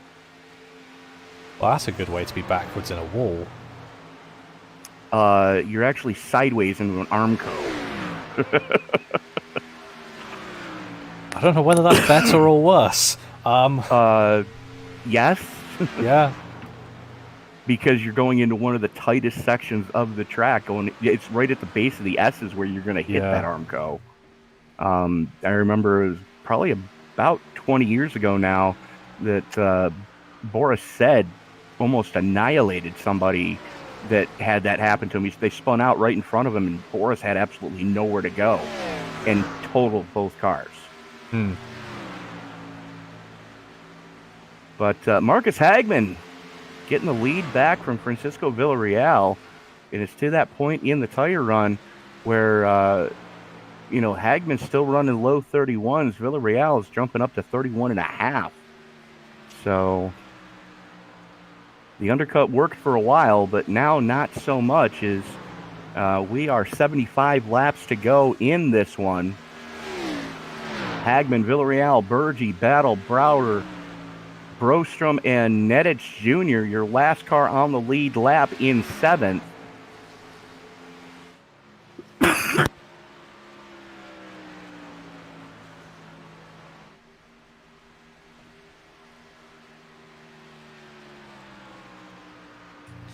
Yeah, looks like Casey Tomlinson's back out on track as well. After a 48-minute stop.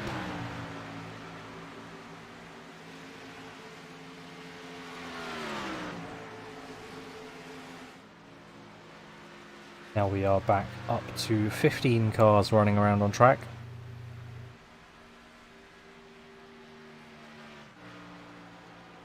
And your leader, Marcus Hagman, has been well, he's been very good for all of the 328 laps so far.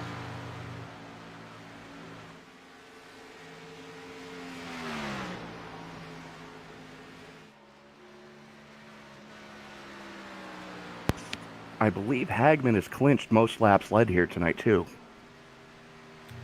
Yeah. That would make sense to me, because he's I feel like he's been leading from the front for most of the race.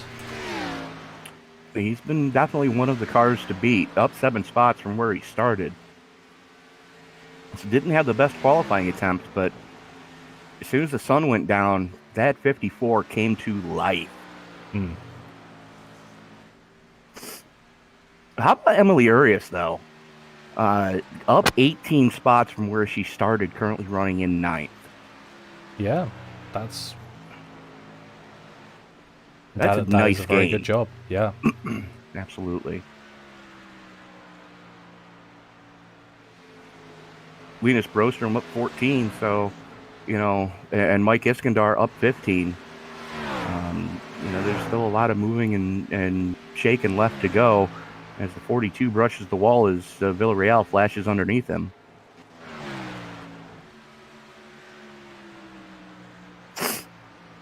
I suppose it does just show as well, though, how endurance really is the big test here, because it's well, we've got half of the drivers that started the race still out on track.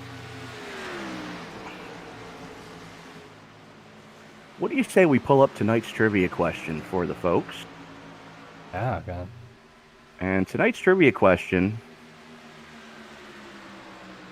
there have been a handful of drivers that have attempted the double on Memorial Day weekend, that being the Indianapolis 500 and the Coke 600. Who of the drivers that have attempted it have done the most number of laps? That is a very interesting one.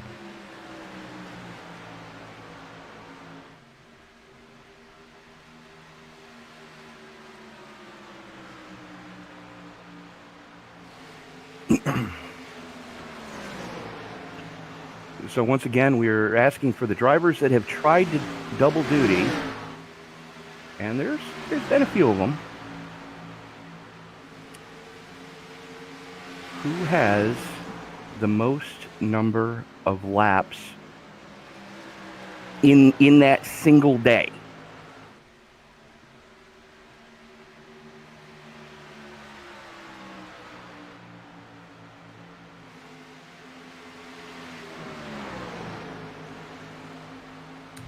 I have to say that is a crazy challenge to try and complete. Mm-hmm. You are correct.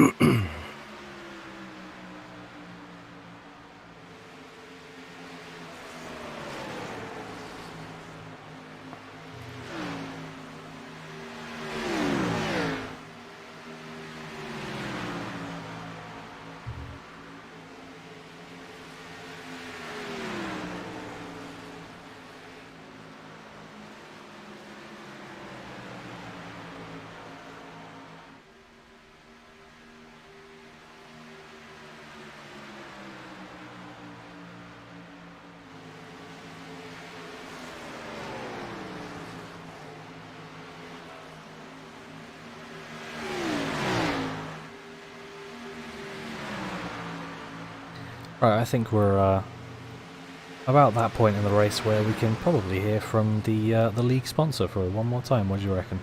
That sounds like a grand idea. Well, once again, we'll be back after this short break. Our representatives are currently busy. Please stay on the line, and your call will be answered by the next available representative. The estimated hold time is currently less than 96 minutes. You are currently caller number 32. Are you tired of getting blown out of the water by other web hosting solutions? At BladeNode.com, our affordable web hosting and quick customer support is our #1 priority. BladeNode Web Hosting was started with a mission to provide premium hosting at half the price as other hosts without sacrificing features, reliability, and 24/7 customer support with a live technician. Join our community today by visiting BladeNode.com and using promo code BLADE10 for 10% off your first package.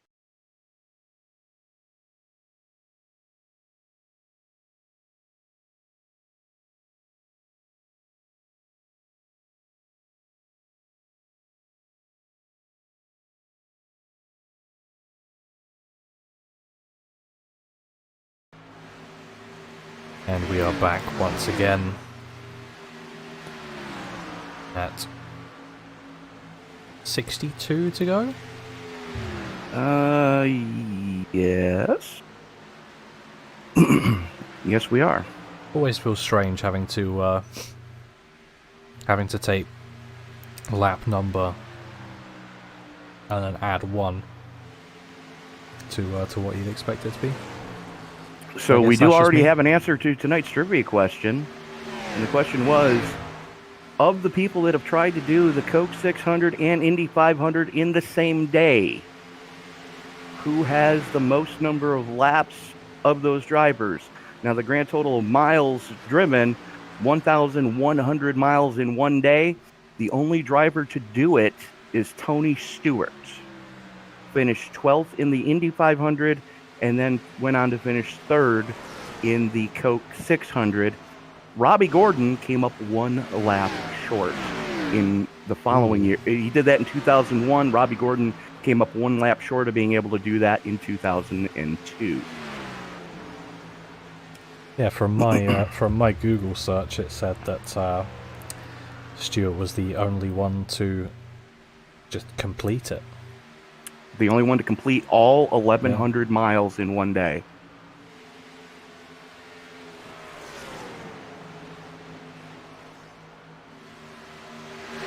Meanwhile, back at the ranch, Marcus Hagman with a 4.5-second lead over the 15 of Joey Berge as Francisco Villarreal continues to drop positions.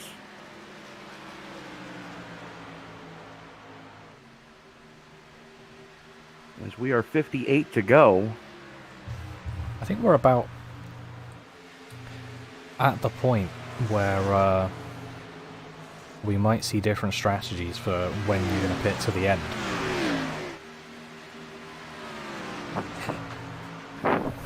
You're not wrong. But the wise money is to run this tank just about bingo in case we have to go into overtime. Yeah.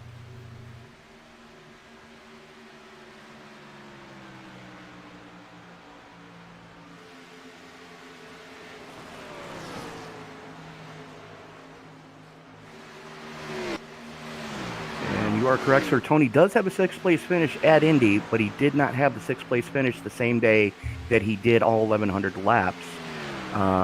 He finished 12th that day at Indy.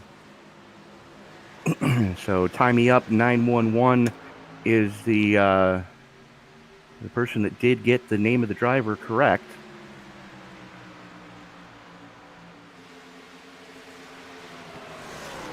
Yeah, I've got to say it's not normal that you land in a helicopter in the infield and then 17 minutes later you're in the car and given the start command.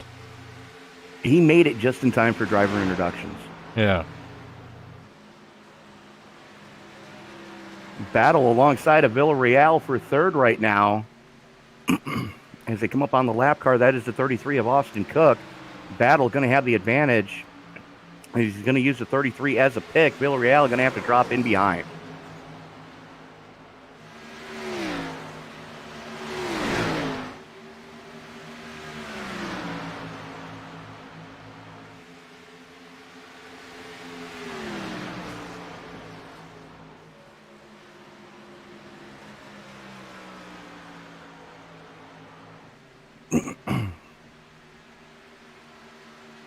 Austin Cook having a little bit of the blinkies going on. So we are fast approaching that point of you can make it from here. The question is, do you want to try it from here? Yeah, I think probably not. Obviously we've seen how how good that undercut is, but if you go in far too early, then you're just leaving yourself wide open for the end of the race. Now, if you take a look at Villarreal to Hagman, there was a 7-lap difference between the two of them. And Villarreal is just dropping like a rock right now. Yeah. A 2.5 seconds off of Hagman's pace currently.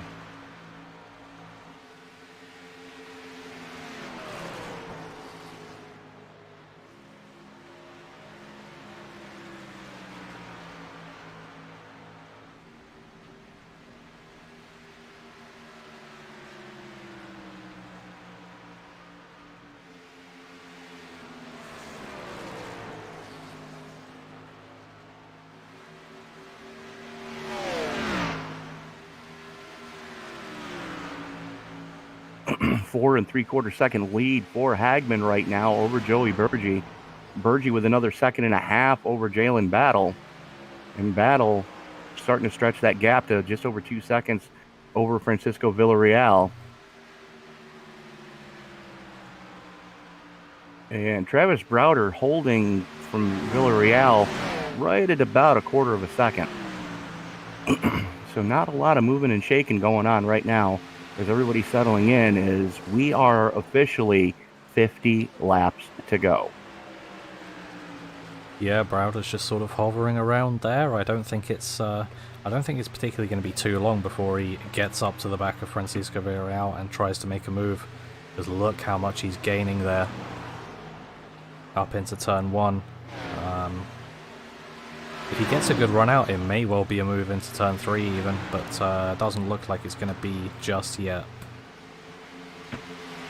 Not quite yet, as Browder still has to do a little bit of work.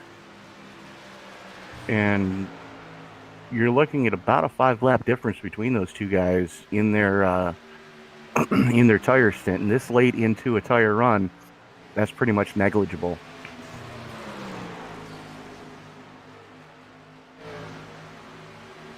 Yeah, so but he is looking to the inside, coming off of turn number 2. Throws him the dummy, goes to the high side, tries to get the run into 3 as Villarreal throws the block. Browder with a little bit of arrow push. Is those two Toyotas just doing work right now. I was going to say, we know how strong Browder can be later into the tyre stints, and is he going to send one down the inside into turn 1? He is. Yes, he is. Whether he can find enough grip down on the bottom to try and make that stick. It looks like he's got a decent enough run out of the corner. Well, Villarreal able to battle back on that high side. Side by side through 3 and 4 they go. And at some point, Browder has burned his fast repair, because you remember we saw that he had a wow in the back bumper of that yes. Toyota Camry. That wow is now gone.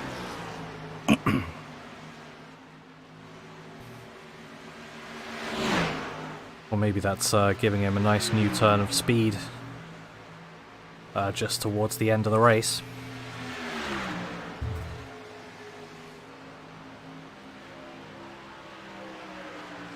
Going to get the clear coming off of 4. Browder up to 4th. Villarreal back to 5th. Nice little battle shaping up behind those two guys between Nedich Jr. and Brostrom, too. As while they were doing that, Nedich was able to get by Brostrom.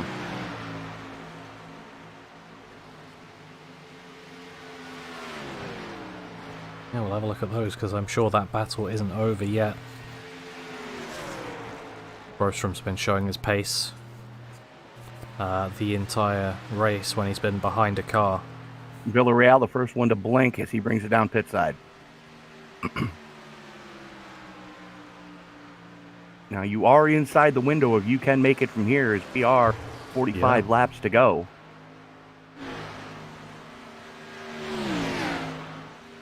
And these guys should be okay, should be going to overtime. On fuel anyways.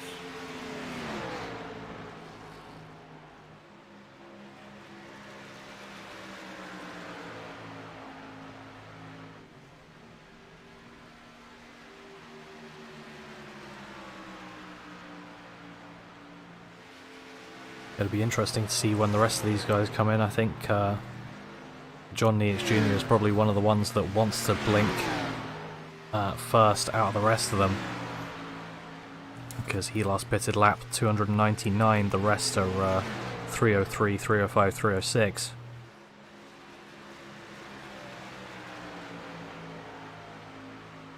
You can try and see if he can make enough of a gap with a small undercut work, as Villarreal is now trying to do.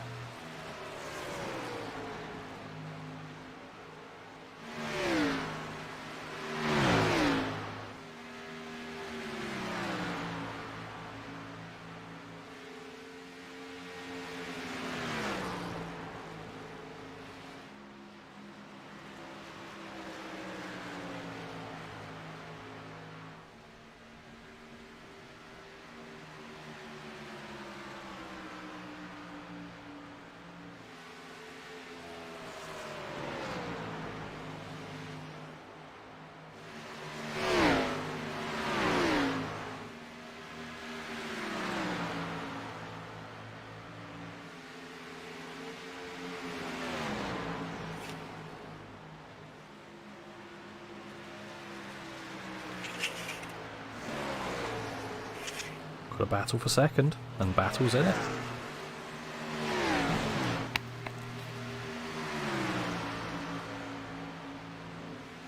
So I do stand corrected. I did read that incorrectly. I do apologize. Time me up, 911. Yes, he did finish 6th at that Indy that he did finish all 1,100 miles at with the Coke 600. And Hagman bringing it down pit road finally. Yep, so it's going to be interesting to see what strategy is going to work out best here. Whether you want to be in early or whether you want to be in later. Because early is going to work for you now, as Jalen Battle's now going to come down pit road. And that's going to leave Burgee uncontested for the lead for however long he's out there. But moving Browder up into second as well. yeah. But obviously, the longer you're out there, the more your tyres drop off at the end of the stint. And if we go into overtime, then it's going to affect you even more. So, right, it's a bit of a risk game, and it's a bit of a game of something to be mindful of. 5-lap difference between Villarreal and Hagman. Hagman came out in front of Villarreal still. Yeah.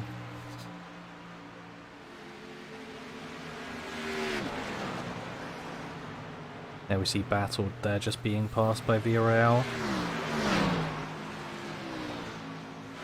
And I don't think Browder's going to come out in front of Villarreal because they've got...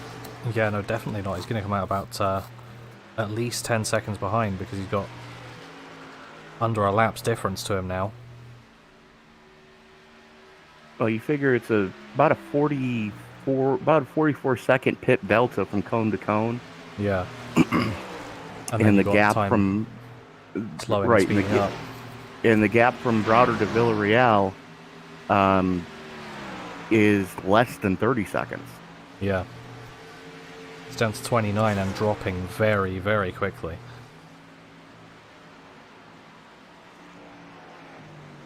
Browder's coming down now. So money stops starting to take place as we are 37 to go. Joey Burgee continuing to show the way here. Linus Brostrom still has to come down for his. Money stop sitting in second. Browder just came pit side. He's going to relinquish third to Hagman. And fourth to Villarreal. And Jalen Battle, something happened to Battle. Yeah. Oh my. Oh, this doesn't look good. Oh no. Oh.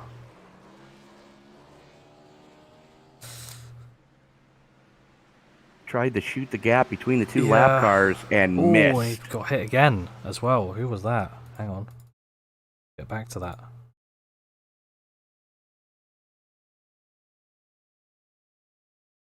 Oh, the 42. Yeah. Well, if that's not a game changer, I don't know what is. Yeah, I know.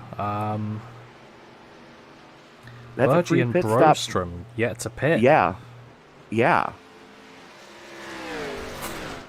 And Browder's sitting a lap down. John Nair's Jr. is sitting a lap down.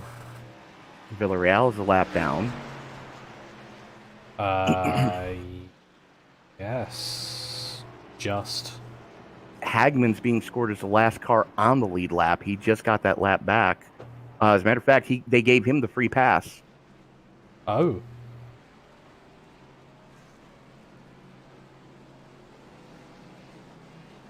Yeah, so naturally, Burgee and Brostrom are down there now.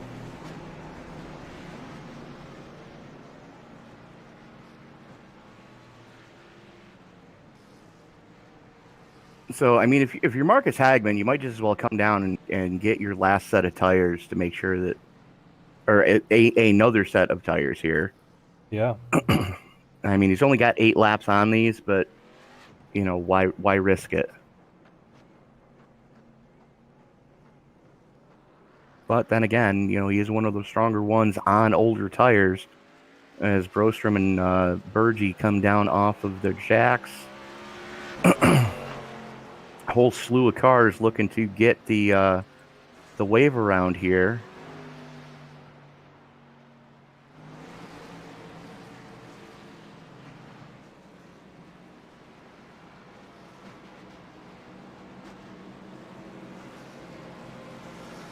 Yeah, because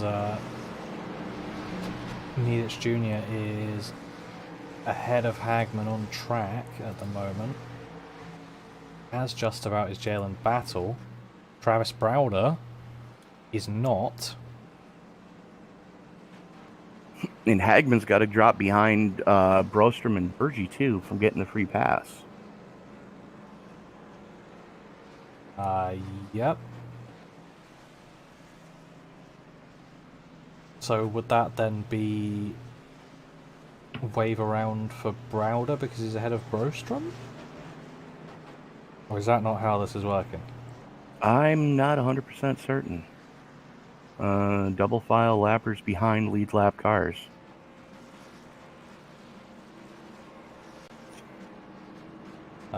Looks like And Browder is dropping back, so yeah, yeah, he is. Unfortunately, it looks like he's going to be a lap down. And, well, frankly, unless there's another caution, and I stand corrected. Hagman got his lap back the hard way. Ah. So that gives the free pass to Villarreal. Yeah, well then... Hagman's got the lead. Yeah.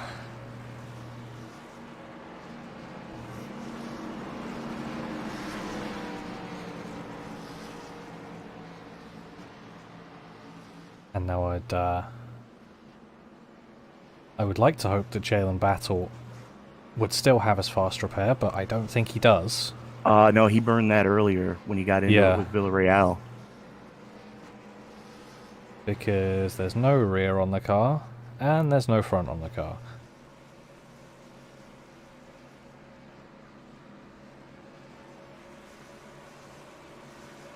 So that radiator is not going to be having fun, to say the least. Far from it. As I believe the lights just went out on the pace car. Yes, they did. Yeah. So we are going to be getting a restart with 30 laps to go. And about 30 minutes to get it done with. Yeah, we're going to have 6 cars on the lead lap, just about. No, that's the way my math works out. Hagman, Brostrom, Bergie, Villarreal, Nettich, Battle, your only lead lap cars. Yeah. Browder, the first car 1 or more laps down, is going to be restarting outside row number 2, so he's got an outside shot at getting one of his laps back the hard way. Casey Tomlinson has finally called it a night after 30... Yeah, no, he just... His 9th pit stop said, yeah, you know what, no mas. Yeah. I mean, if he doesn't think he's going to be making any more progress, then fair enough, he might as well. Props to Skylar Carnes for still going, because yeah, he mathematically can't go any further, and he's not going to get overtaken, because none of the guys behind him are, well, even in the session anymore, but here we go for the restart. Into the Red Cat restart zone they go. Green flag is out. We are back underway. Brostrom getting a great jump. Hagman looks like he may have spun the tires ever so slightly as the 25 of Bergie gives him the chrome horn. Again, fresh tires for Brostrom, fresh tires for Bergie, about 10 lap old tires for Hagman, and about the same for everybody behind him. And looks like 3 wide behind. Villarreal is trying to get past Jamie Kerr and Browder.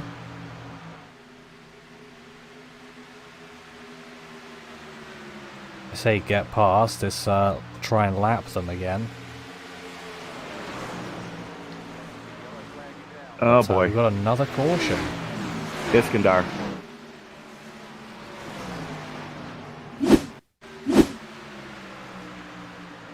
See what for now. Ooh, just crunched up with Battle. Cheapers. Who was that just about missing him?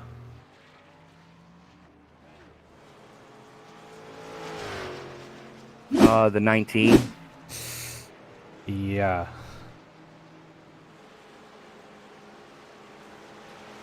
So we're going to rack them, stack them, and try it again. Be interesting to see whether they decide to go double file again or whether they're going single file.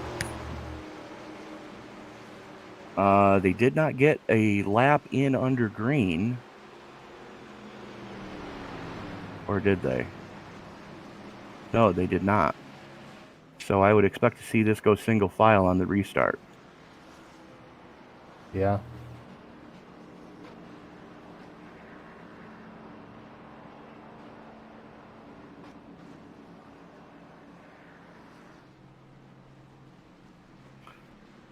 And Hagman bringing it down pit side to get some fresh shoes on that car. As does Villarreal, Nedic Jr. and, well, Battle obviously pitting.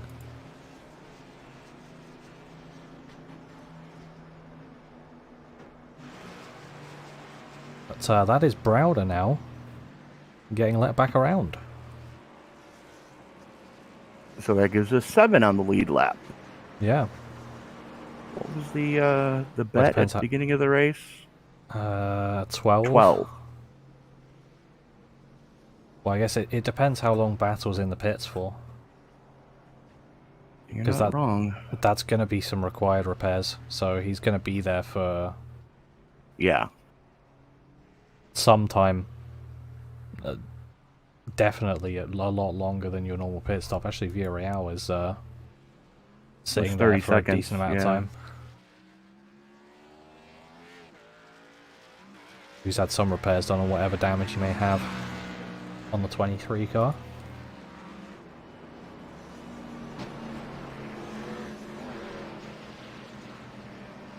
So we've got 25 minutes to do 25 laps. Place your bets.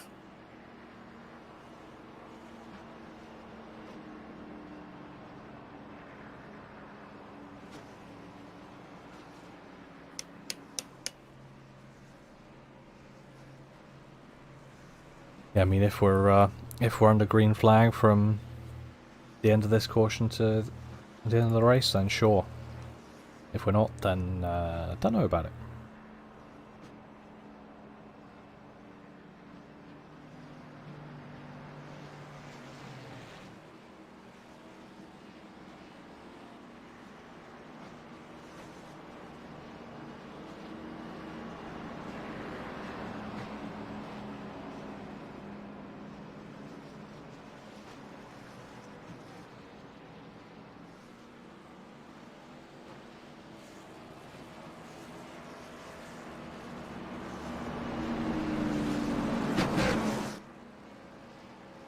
But I am going to have to disagree with the live chat. That didn't look intentional. It just looked like nobody's spotter was talking to him. I don't think there's any real reason for it to be intentional. No, there absolutely was not. They weren't even on the same lap. Yeah.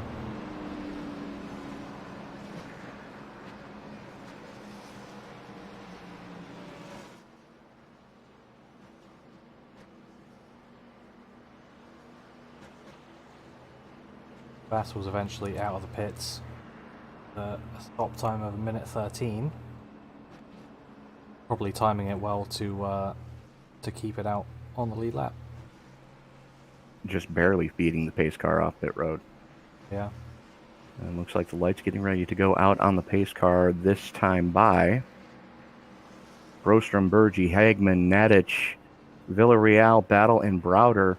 Your lead lap cars, Austin Cook, Iskandar, and Kerr, rounding out your top 10.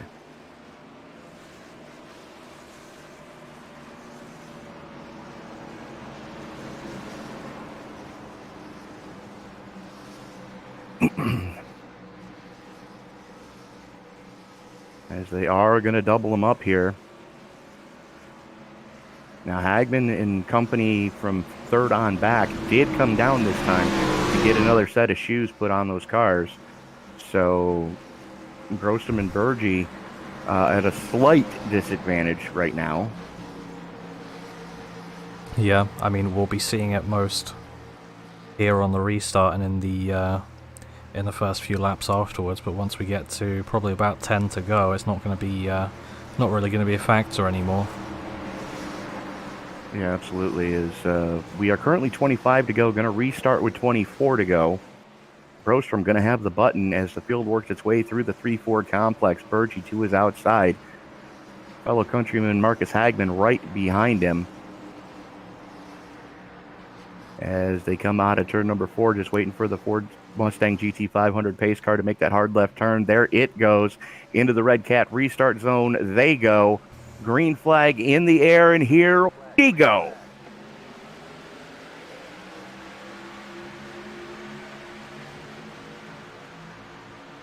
Hagman laying back just ever so slightly on that restart. Not sure what was going to go on in front of him. Wanted to make sure he gave it plenty of room. As Hagman with a head of steam coming off of turn number 2. Almost 3 wide going into 3 as Brostrom throws the block on his countryman. Yep, here's where we see the actual racing, and now we're just getting a bit up into Villarreal. Is he going to spin it? He's going to spin it directly into the 10, and that's collected the 66 of John Nace Jr. as well, and we're going to go back to another caution. 33 catching a piece of that one too. Yeah.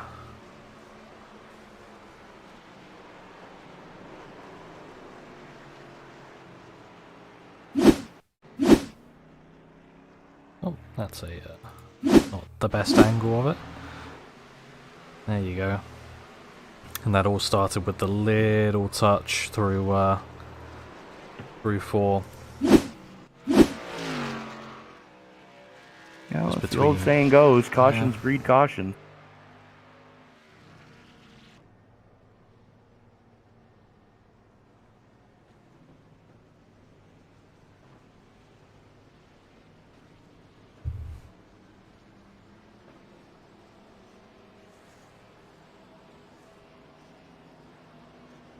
Jalen Battle bringing that pavement modified back down pit road. And I've got Francisco Villarreal not in the server anymore. That's that may be so, because I don't have him moving.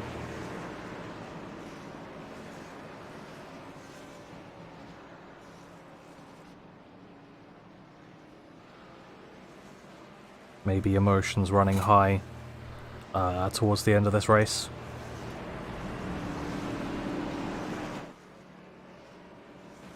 Which is understandable. I mean, he had a strong car all night long. Yeah. You know, just wrong place, right time.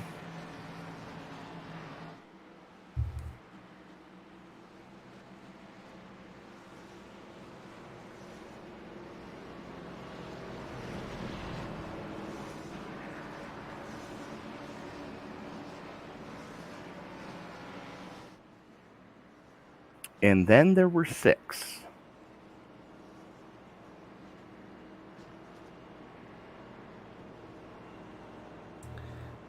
There were indeed. And just received word that Tomlinson got the Dairy Queen Award. And apparently that's what happened to Villarreal as well. Oh. Well, I did say all those hours ago at the start that it's going to be important for the drivers to keep it clean and not rack up too many X's, and unfortunately I think for Villarreal it's most of the time absolutely not his fault. Correct. But everyone races by the same rules, and I guess that's how it is. Yeah, I mean, you hate to see it, but, you know, that's just the way it goes.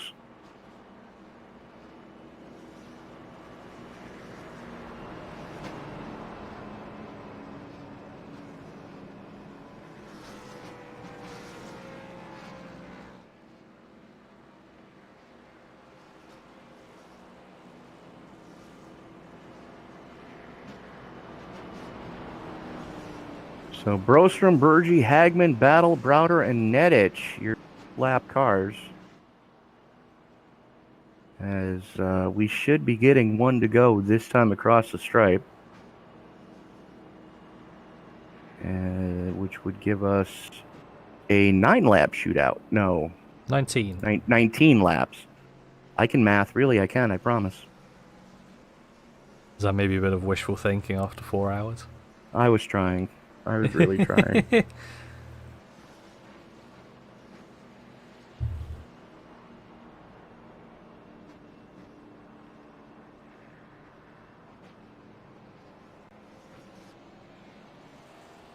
So let us know in the chat who you're pulling for right now. Brostrom, Burgee, Hagman, Battle, Browder, Nedich. Who do you want to see pull this win off here tonight? Ooh, Burgee getting a little bit of connection issues there. Yeah, he's been having them for a while. Hopefully, it's not going to affect him so much that it starts affecting his actual driving.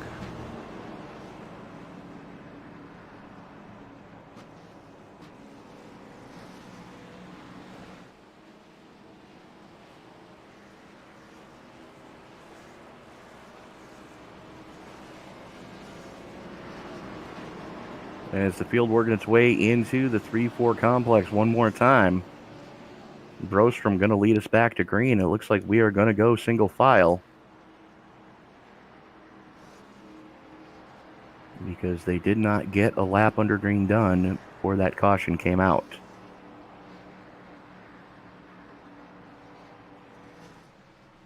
Pace car is in. Brostrom into the red cat restart zone. And green flag is back out, and we are back underway.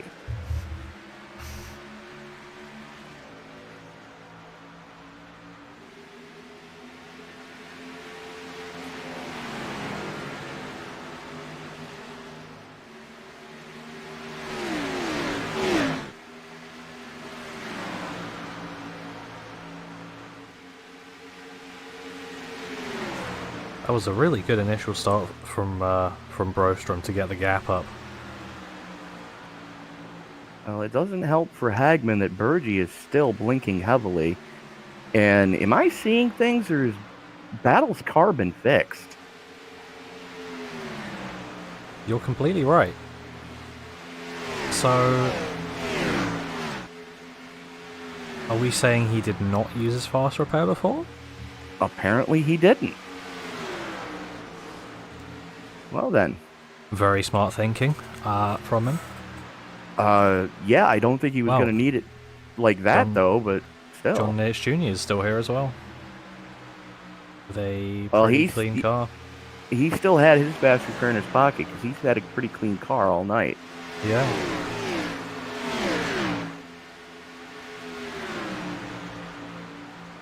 Now he's got a truly clean car and is moving it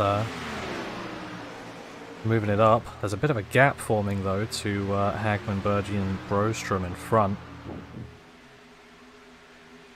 Yeah, those three guys, about a car length and a half separate the three of them from each other, and then you've got a pretty decent gap back to Nedich Jr. in fourth. As we are in the closing laps, we are gonna be 15 to go this coming time across the stripe. Brostrom showing the way.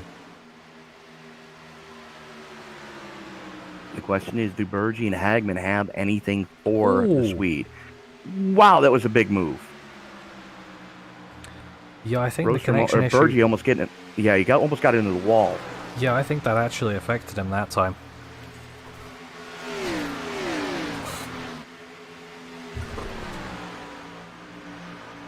Because he just keeps having these massive links.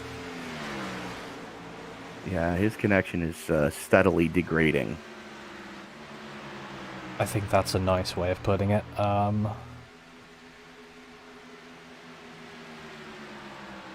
we got Browder. Looks like he's going to try and make a move on the inside of turn 1. On John Nates Jr. gets that done pretty quickly. And now he's going to be approaching the podium positions with only now a very small gap to Joey Burgee. Yeah, absolutely. Burgee having troubles here in the closing laps of this one, as we are now 13 to go. Yeah, I think simply because of the connection issues, I'd probably try and take a bit of a wide berth. Try and go past the 15. That was nearly disaster. I was white knuckling on the track with these guys.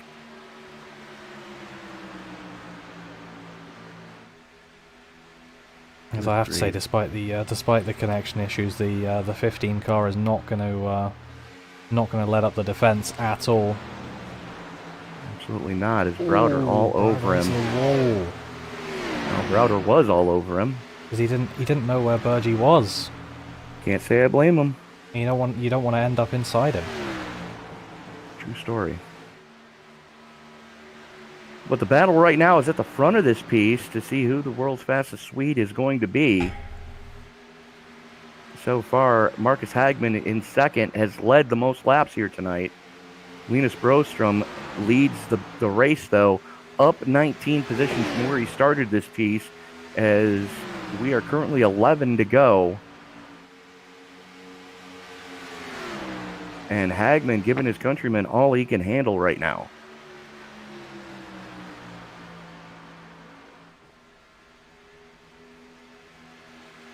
$10 to go. Oh. Burgee. Yeah. Something was bound to happen at some point. What was it? Catching the... getting into it with the 18. There wasn't contact on my screen. No, there was. And then they both went down onto the apron, and then around goes the 15. Let me reverse that further, because he was already loose. Oh, yeah, there we go.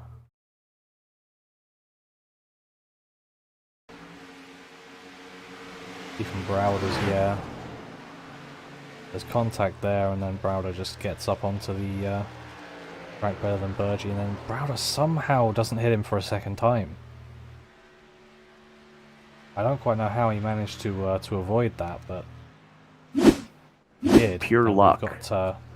We've got Broström into the pits here. Ooh. Little strategery. Yeah, so he's going to try and get the fresh tyres on with... because it's probably going to be 7 or 6 to go when we're out of caution. Probably closer to 6. Yeah. Because they're on 9 to go. And he's going to be able to do something with it if he gets it done quick, because they're going to be...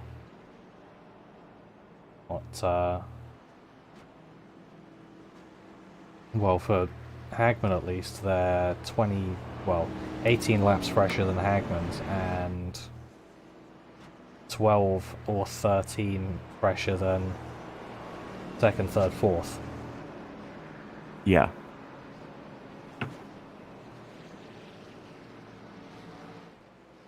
So it's going to be tight, but if he can get something done, then I don't think he's going to be able to be challenged once he's up into the lead. Yeah, but he's going to have some very hungry wolves that he's got to get by in order to get to Hagman. Yeah. You know, you're talking he's got to get by Travis Browder, who's been strong on older tires. You got to get by John Niditz Jr. You got to get by Jalen Battle. You know, so... None of these are easy drivers to pass. You are correct in saying that.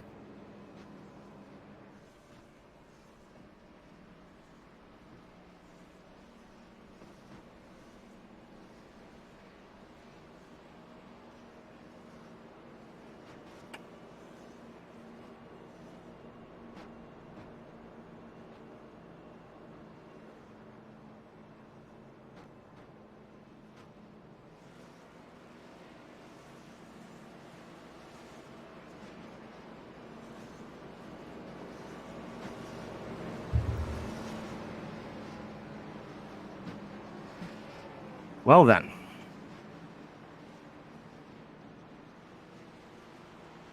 Looks like we are going to get a restart with, like you said, about 6 to go. Hagman, Nedich Jr., Browder, Battle, Brostrom, and Burgee, your lead lap cars. So that leaves us with 6 on the lead lap. Mike Iskandar, first car, 1 or more laps down. Yeah, and we've got some support in the chat, and we've got some predictions as well. I'm seeing this, and Villarreal has called it a night. He already had, hadn't he? Because that was with the DQ. Oh, yeah, that's right. He finally left the server. You're right. Yeah. Austin Cook is done now as well. Yes.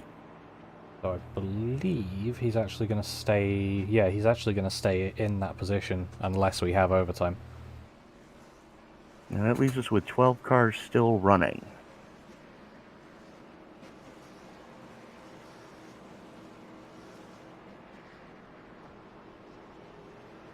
Lights are out on the pace car. Fingers crossed, ladies and gentlemen. And we did have a prediction in the live chat. It kind of makes me laugh. So, yeah, I was thinking about saying it, but no, I don't want to say it. no. As soon as I talk about people, something bad happens to them. So. However, I do want to wish congratulations to Von Gittin Jr. and Kurt Busch for winning last night's 2.4 hours Le Mullet.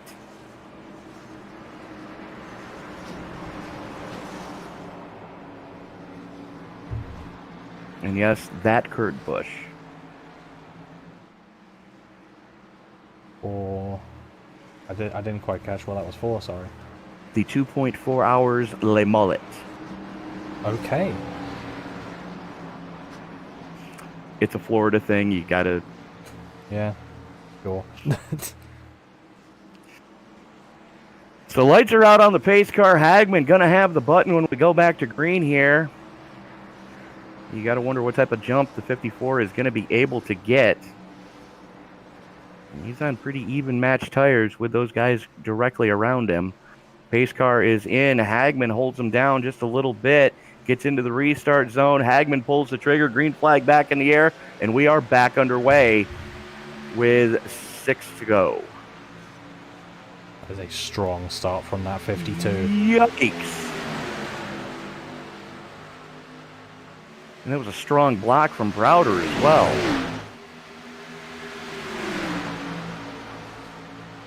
Burgee's going to try one on the inside. Not quite got the run for it.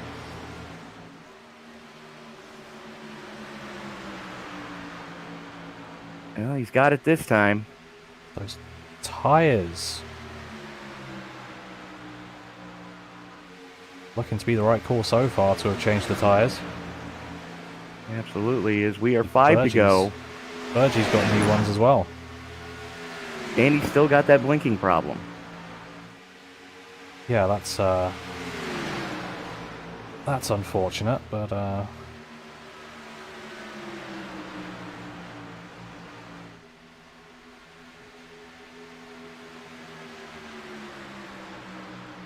Brostrom just walking away with this one. 4 to go now, as Hagman has his rear window filled with Burgee and Browder right now. We'll make that Browder anyways.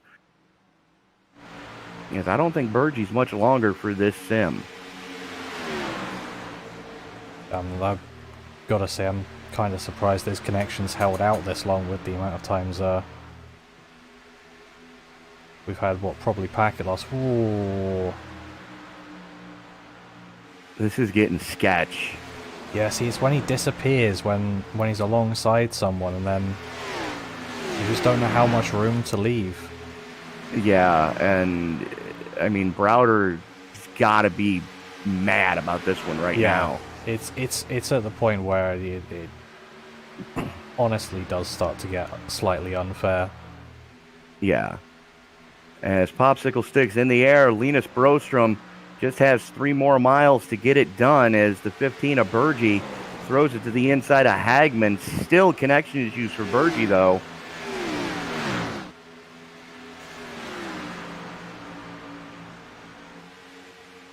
Brostrom, though, in complete command of this one as they haul it into turn 3 and 4.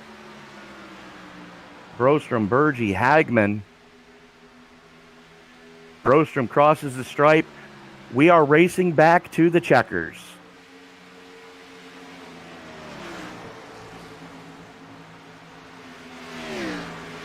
And it's pretty much academic from here. Just everybody's got to keep it off the wall and keep it pointed in the right direction.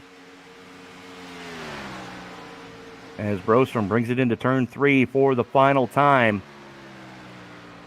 Out of turn number 4 he comes. Driving the Aaron's 52.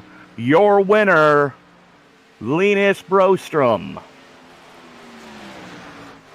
Joey Berge hanging on for second. Marcus Hagman hanging on for third.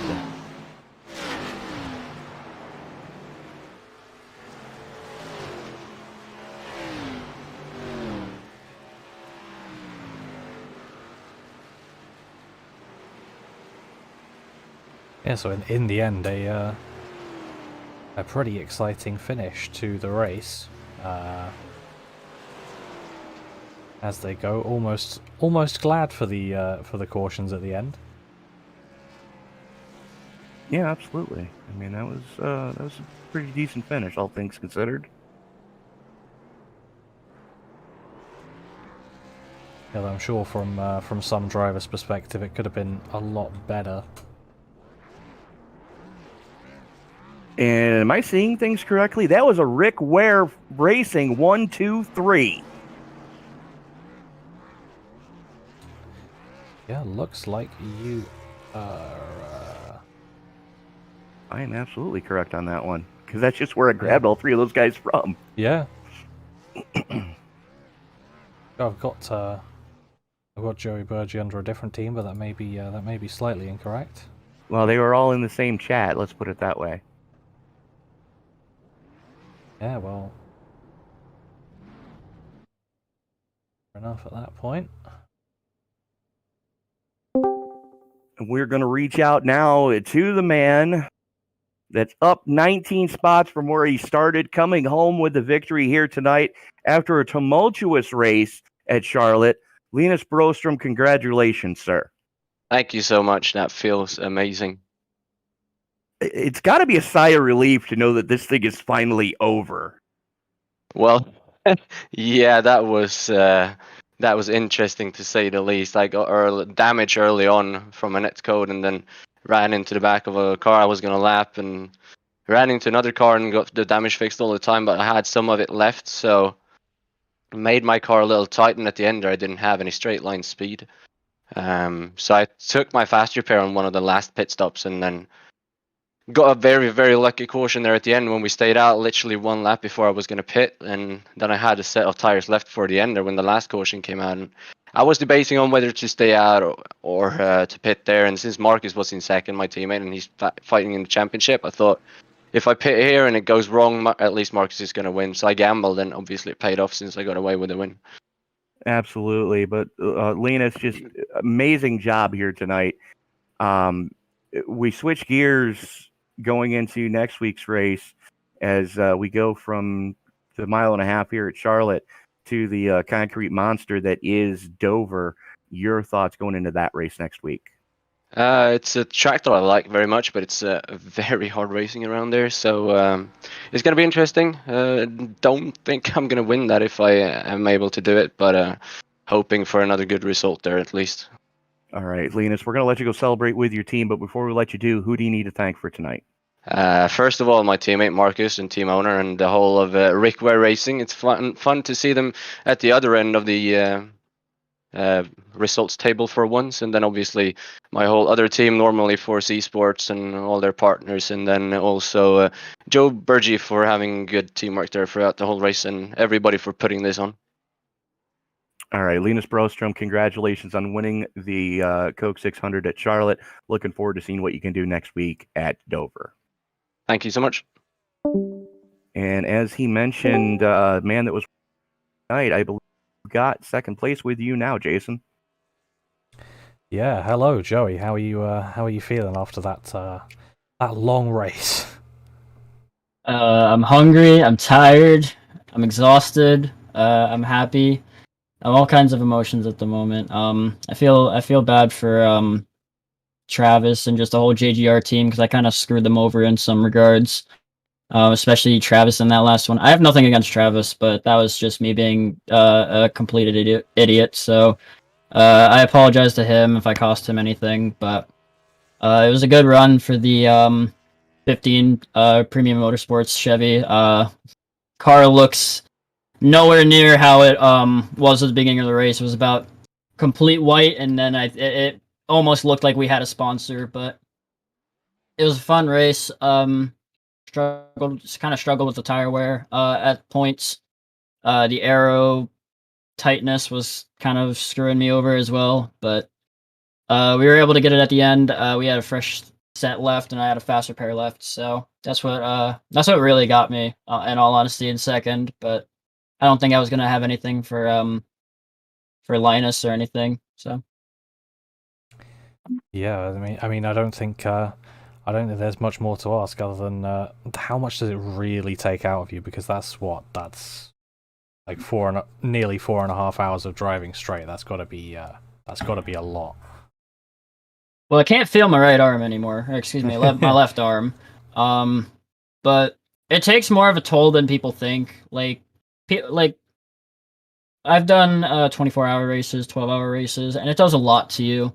Even if you're not driving the whole time, which in my case I hadn't been, it takes a toll. I mean, these cars are a little bit different from the LMPs and the Porsches that I've driven, but it does take a number on you, especially if you're going or turning one way. It'll definitely, at least in this case, it'll have more an effect on your left arm because I might need to get a prosthetic one after this. But it takes more than it seems. But in the end, depending on where you finish it's definitely rewarding.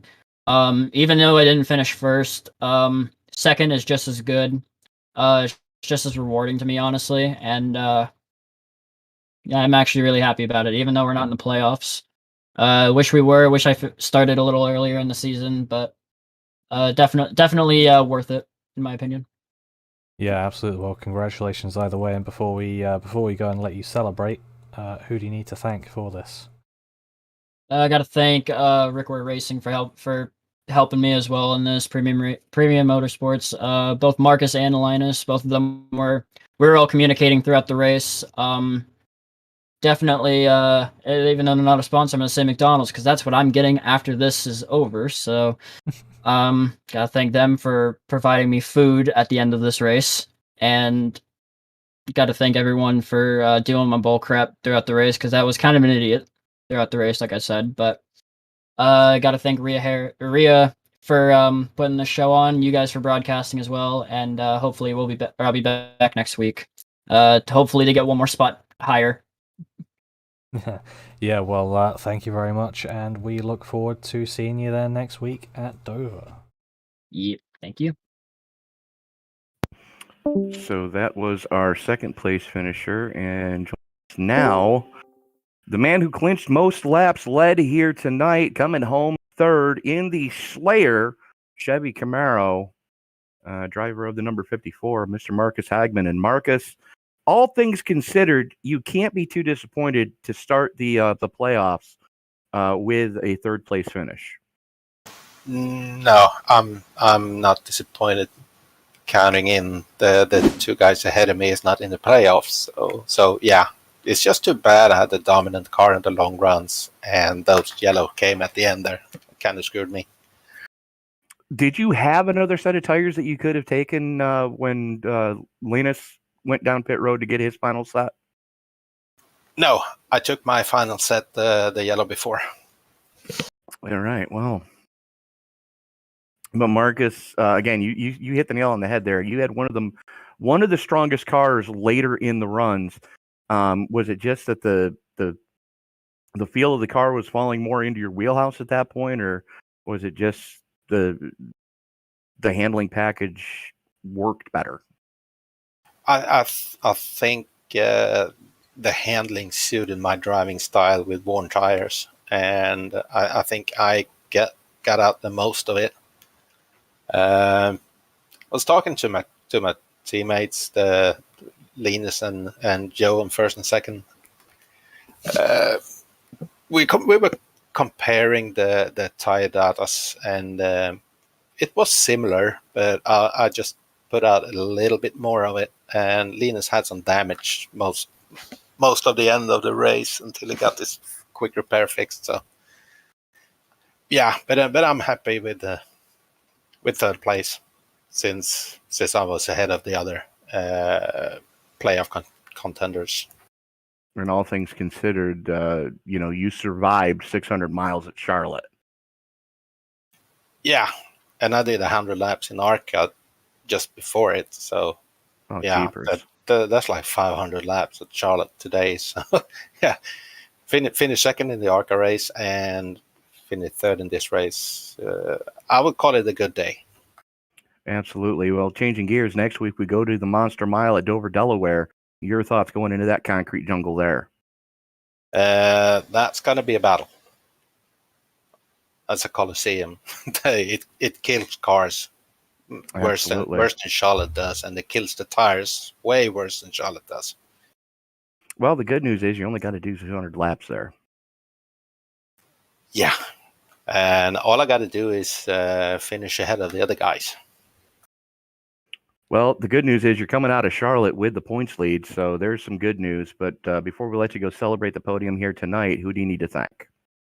First and foremost, I need to thank Linus and Joe for the support in chat, and you guys for broadcasting and commentating, and also our team sponsor Kappa Bar, and don't remember the other one, Battle Riff, and Cooler Master, and of course as always the team in Sweden for letting me race this 4C Sport. All right, Marcus, again, congratulations on coming out of Charlotte with the points lead. We'll see you next week at Dover. Absolutely, take it easy there, Tony. So Jason, 400 laps at Charlotte in the books. Your takeaway from tonight's race?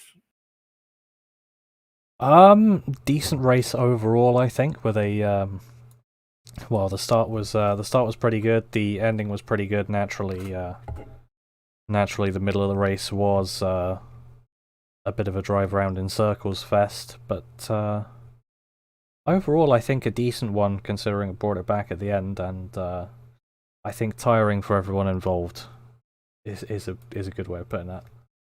You're absolutely not wrong. Let's take a quick rundown of the finishing order. Linus Brostrom, Joe Burgee, Marcus Hagman, your top three. Travis Browder hanging on for fourth. John Nedich Jr. in fifth. Jalen Battle coming home in sixth. Seventh going to Mike Iskandar. Jamie Kerr in eighth. Ninth going to Derek Cook. Emily Urias rounding out your top 10. Austin Cook in 11th. 12th going to Joey Manis. 13th going to Francisco Villarreal. 14th to Skylar Carnes, and John Hopley rounding out your top 15. Yeah, but then I think I'll just show the rest of the results there, because I think personally time's getting on, and absolutely, I probably need to head to bed. I'm about to turn into a pumpkin myself, so ladies and gentlemen, just want to say thank you for joining us here tonight. For Jason, this is Tony reminding you that as you walk down the road of life, please don't play in traffic, and we'll see you next week. And happy Thanksgiving for those of you over in the United States. Good night, everybody.